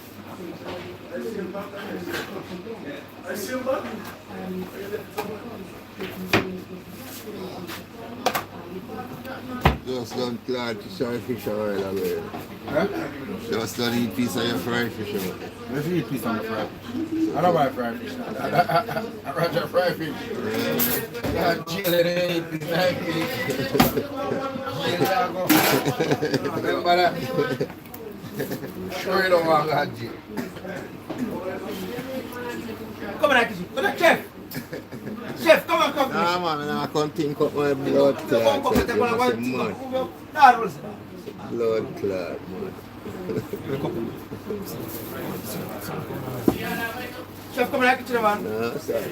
Go on kitchen, chef. What are you doing? Think of myself. So where you go? Come on, kitchen. Come on, So no, where me I'm girl, boss. No talk. No inform for you. Hey, like you go somewhere. Hey, chef.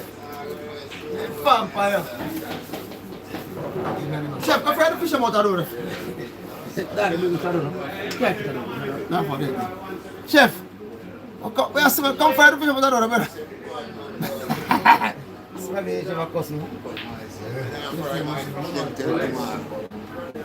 Can't go over some food morning before me get up Friday.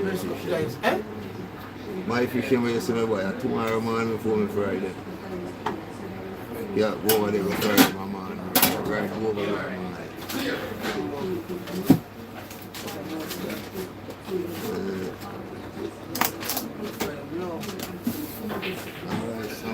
Friday for my boy, Spanish town, what do you call it?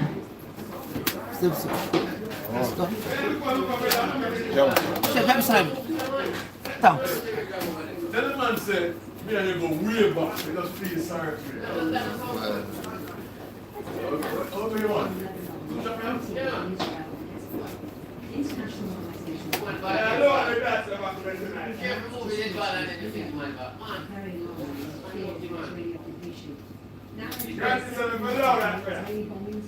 All done.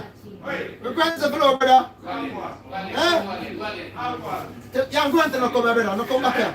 Young Granton don't come back here. I say young Granton don't come back here. Anything?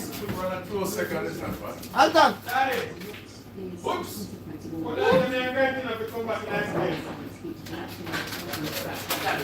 If you miss the next shot.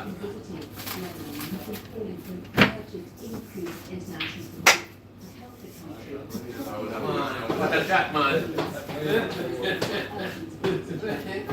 Come on, who is that? You know, to me, from the guy to my yellow, but it's good here.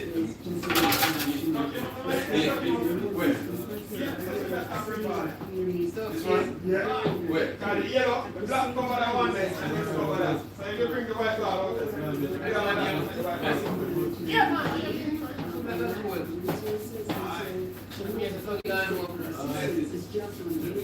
Hey, you know, say, hey.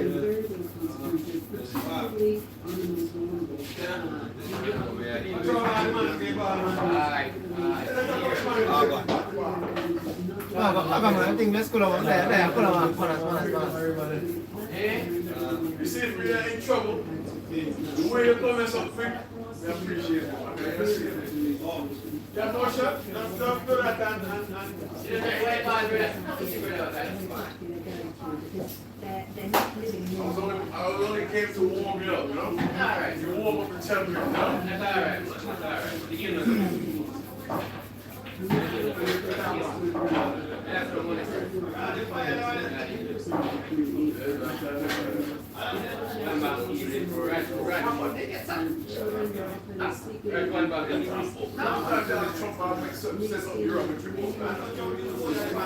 alright.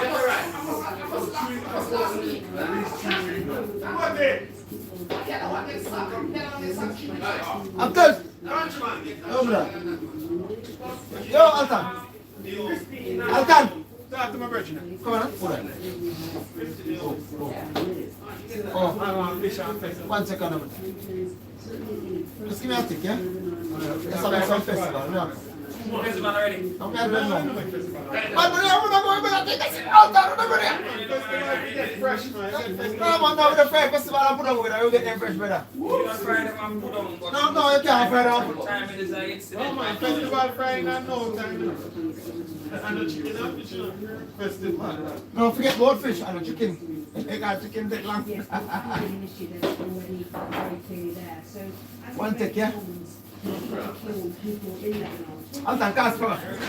Calma. Hey, Nino.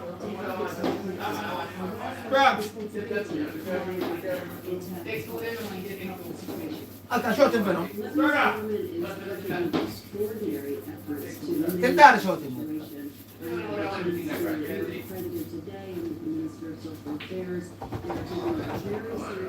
Show the food, brother. Spraga. I call you.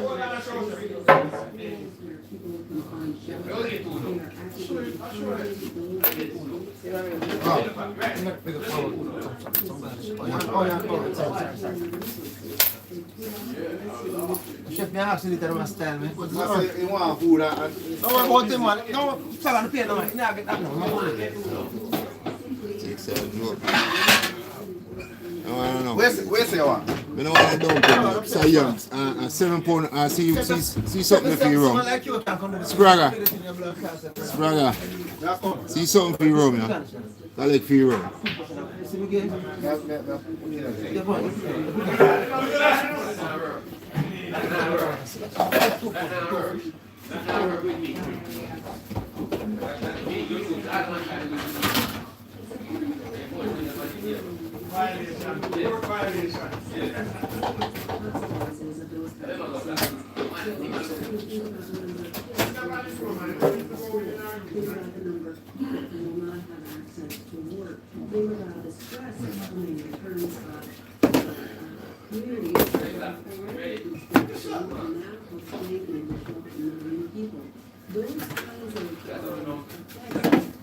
Chef, where's the one now? I need to tell me when you play music, yeah? You need to tell me when you play music. I'm doing my live and I don't want to know. Oh, okay. So when you play music... No, I'm not play that. No, when you play me, just pause it. You need to tell me, okay? No, man, I'm not do it. No, man, you still can't play it. No, you do it, wait till you finish. Nah, do it. No, man, we can't pause it at the moment. Why you pause and you have do your thing, man? I don't want you to have your little apple in my flash up on your screen. This is the money I'm coming. I can't pause it at the moment. I can't pause it at the moment, serious. Yeah? 5 hours and 2 6 hours. You can't pause it and stop it in 6 hours. Yeah? Where's your one? Collect free rum. I want some dry wings. Yeah, I love them because they're dry. Give me the one. Yeah, give me the one container. Just 1.5 dumpling. I'm sorry. You don't want it on the plate? Go on. No container.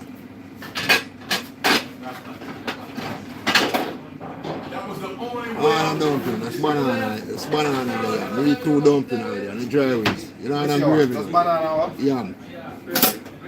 Dumpling. Give me one. Give me you want a dumpling? No, me dumpling, 2 dumplings I had already. I have 3 dumplings I put. Need 1 fish and color load of my yard before I just feel peckish back, you know? And tight on the stove. I don't think that right now. The festival man is a hungry man, you know. The festival man is right now. See that?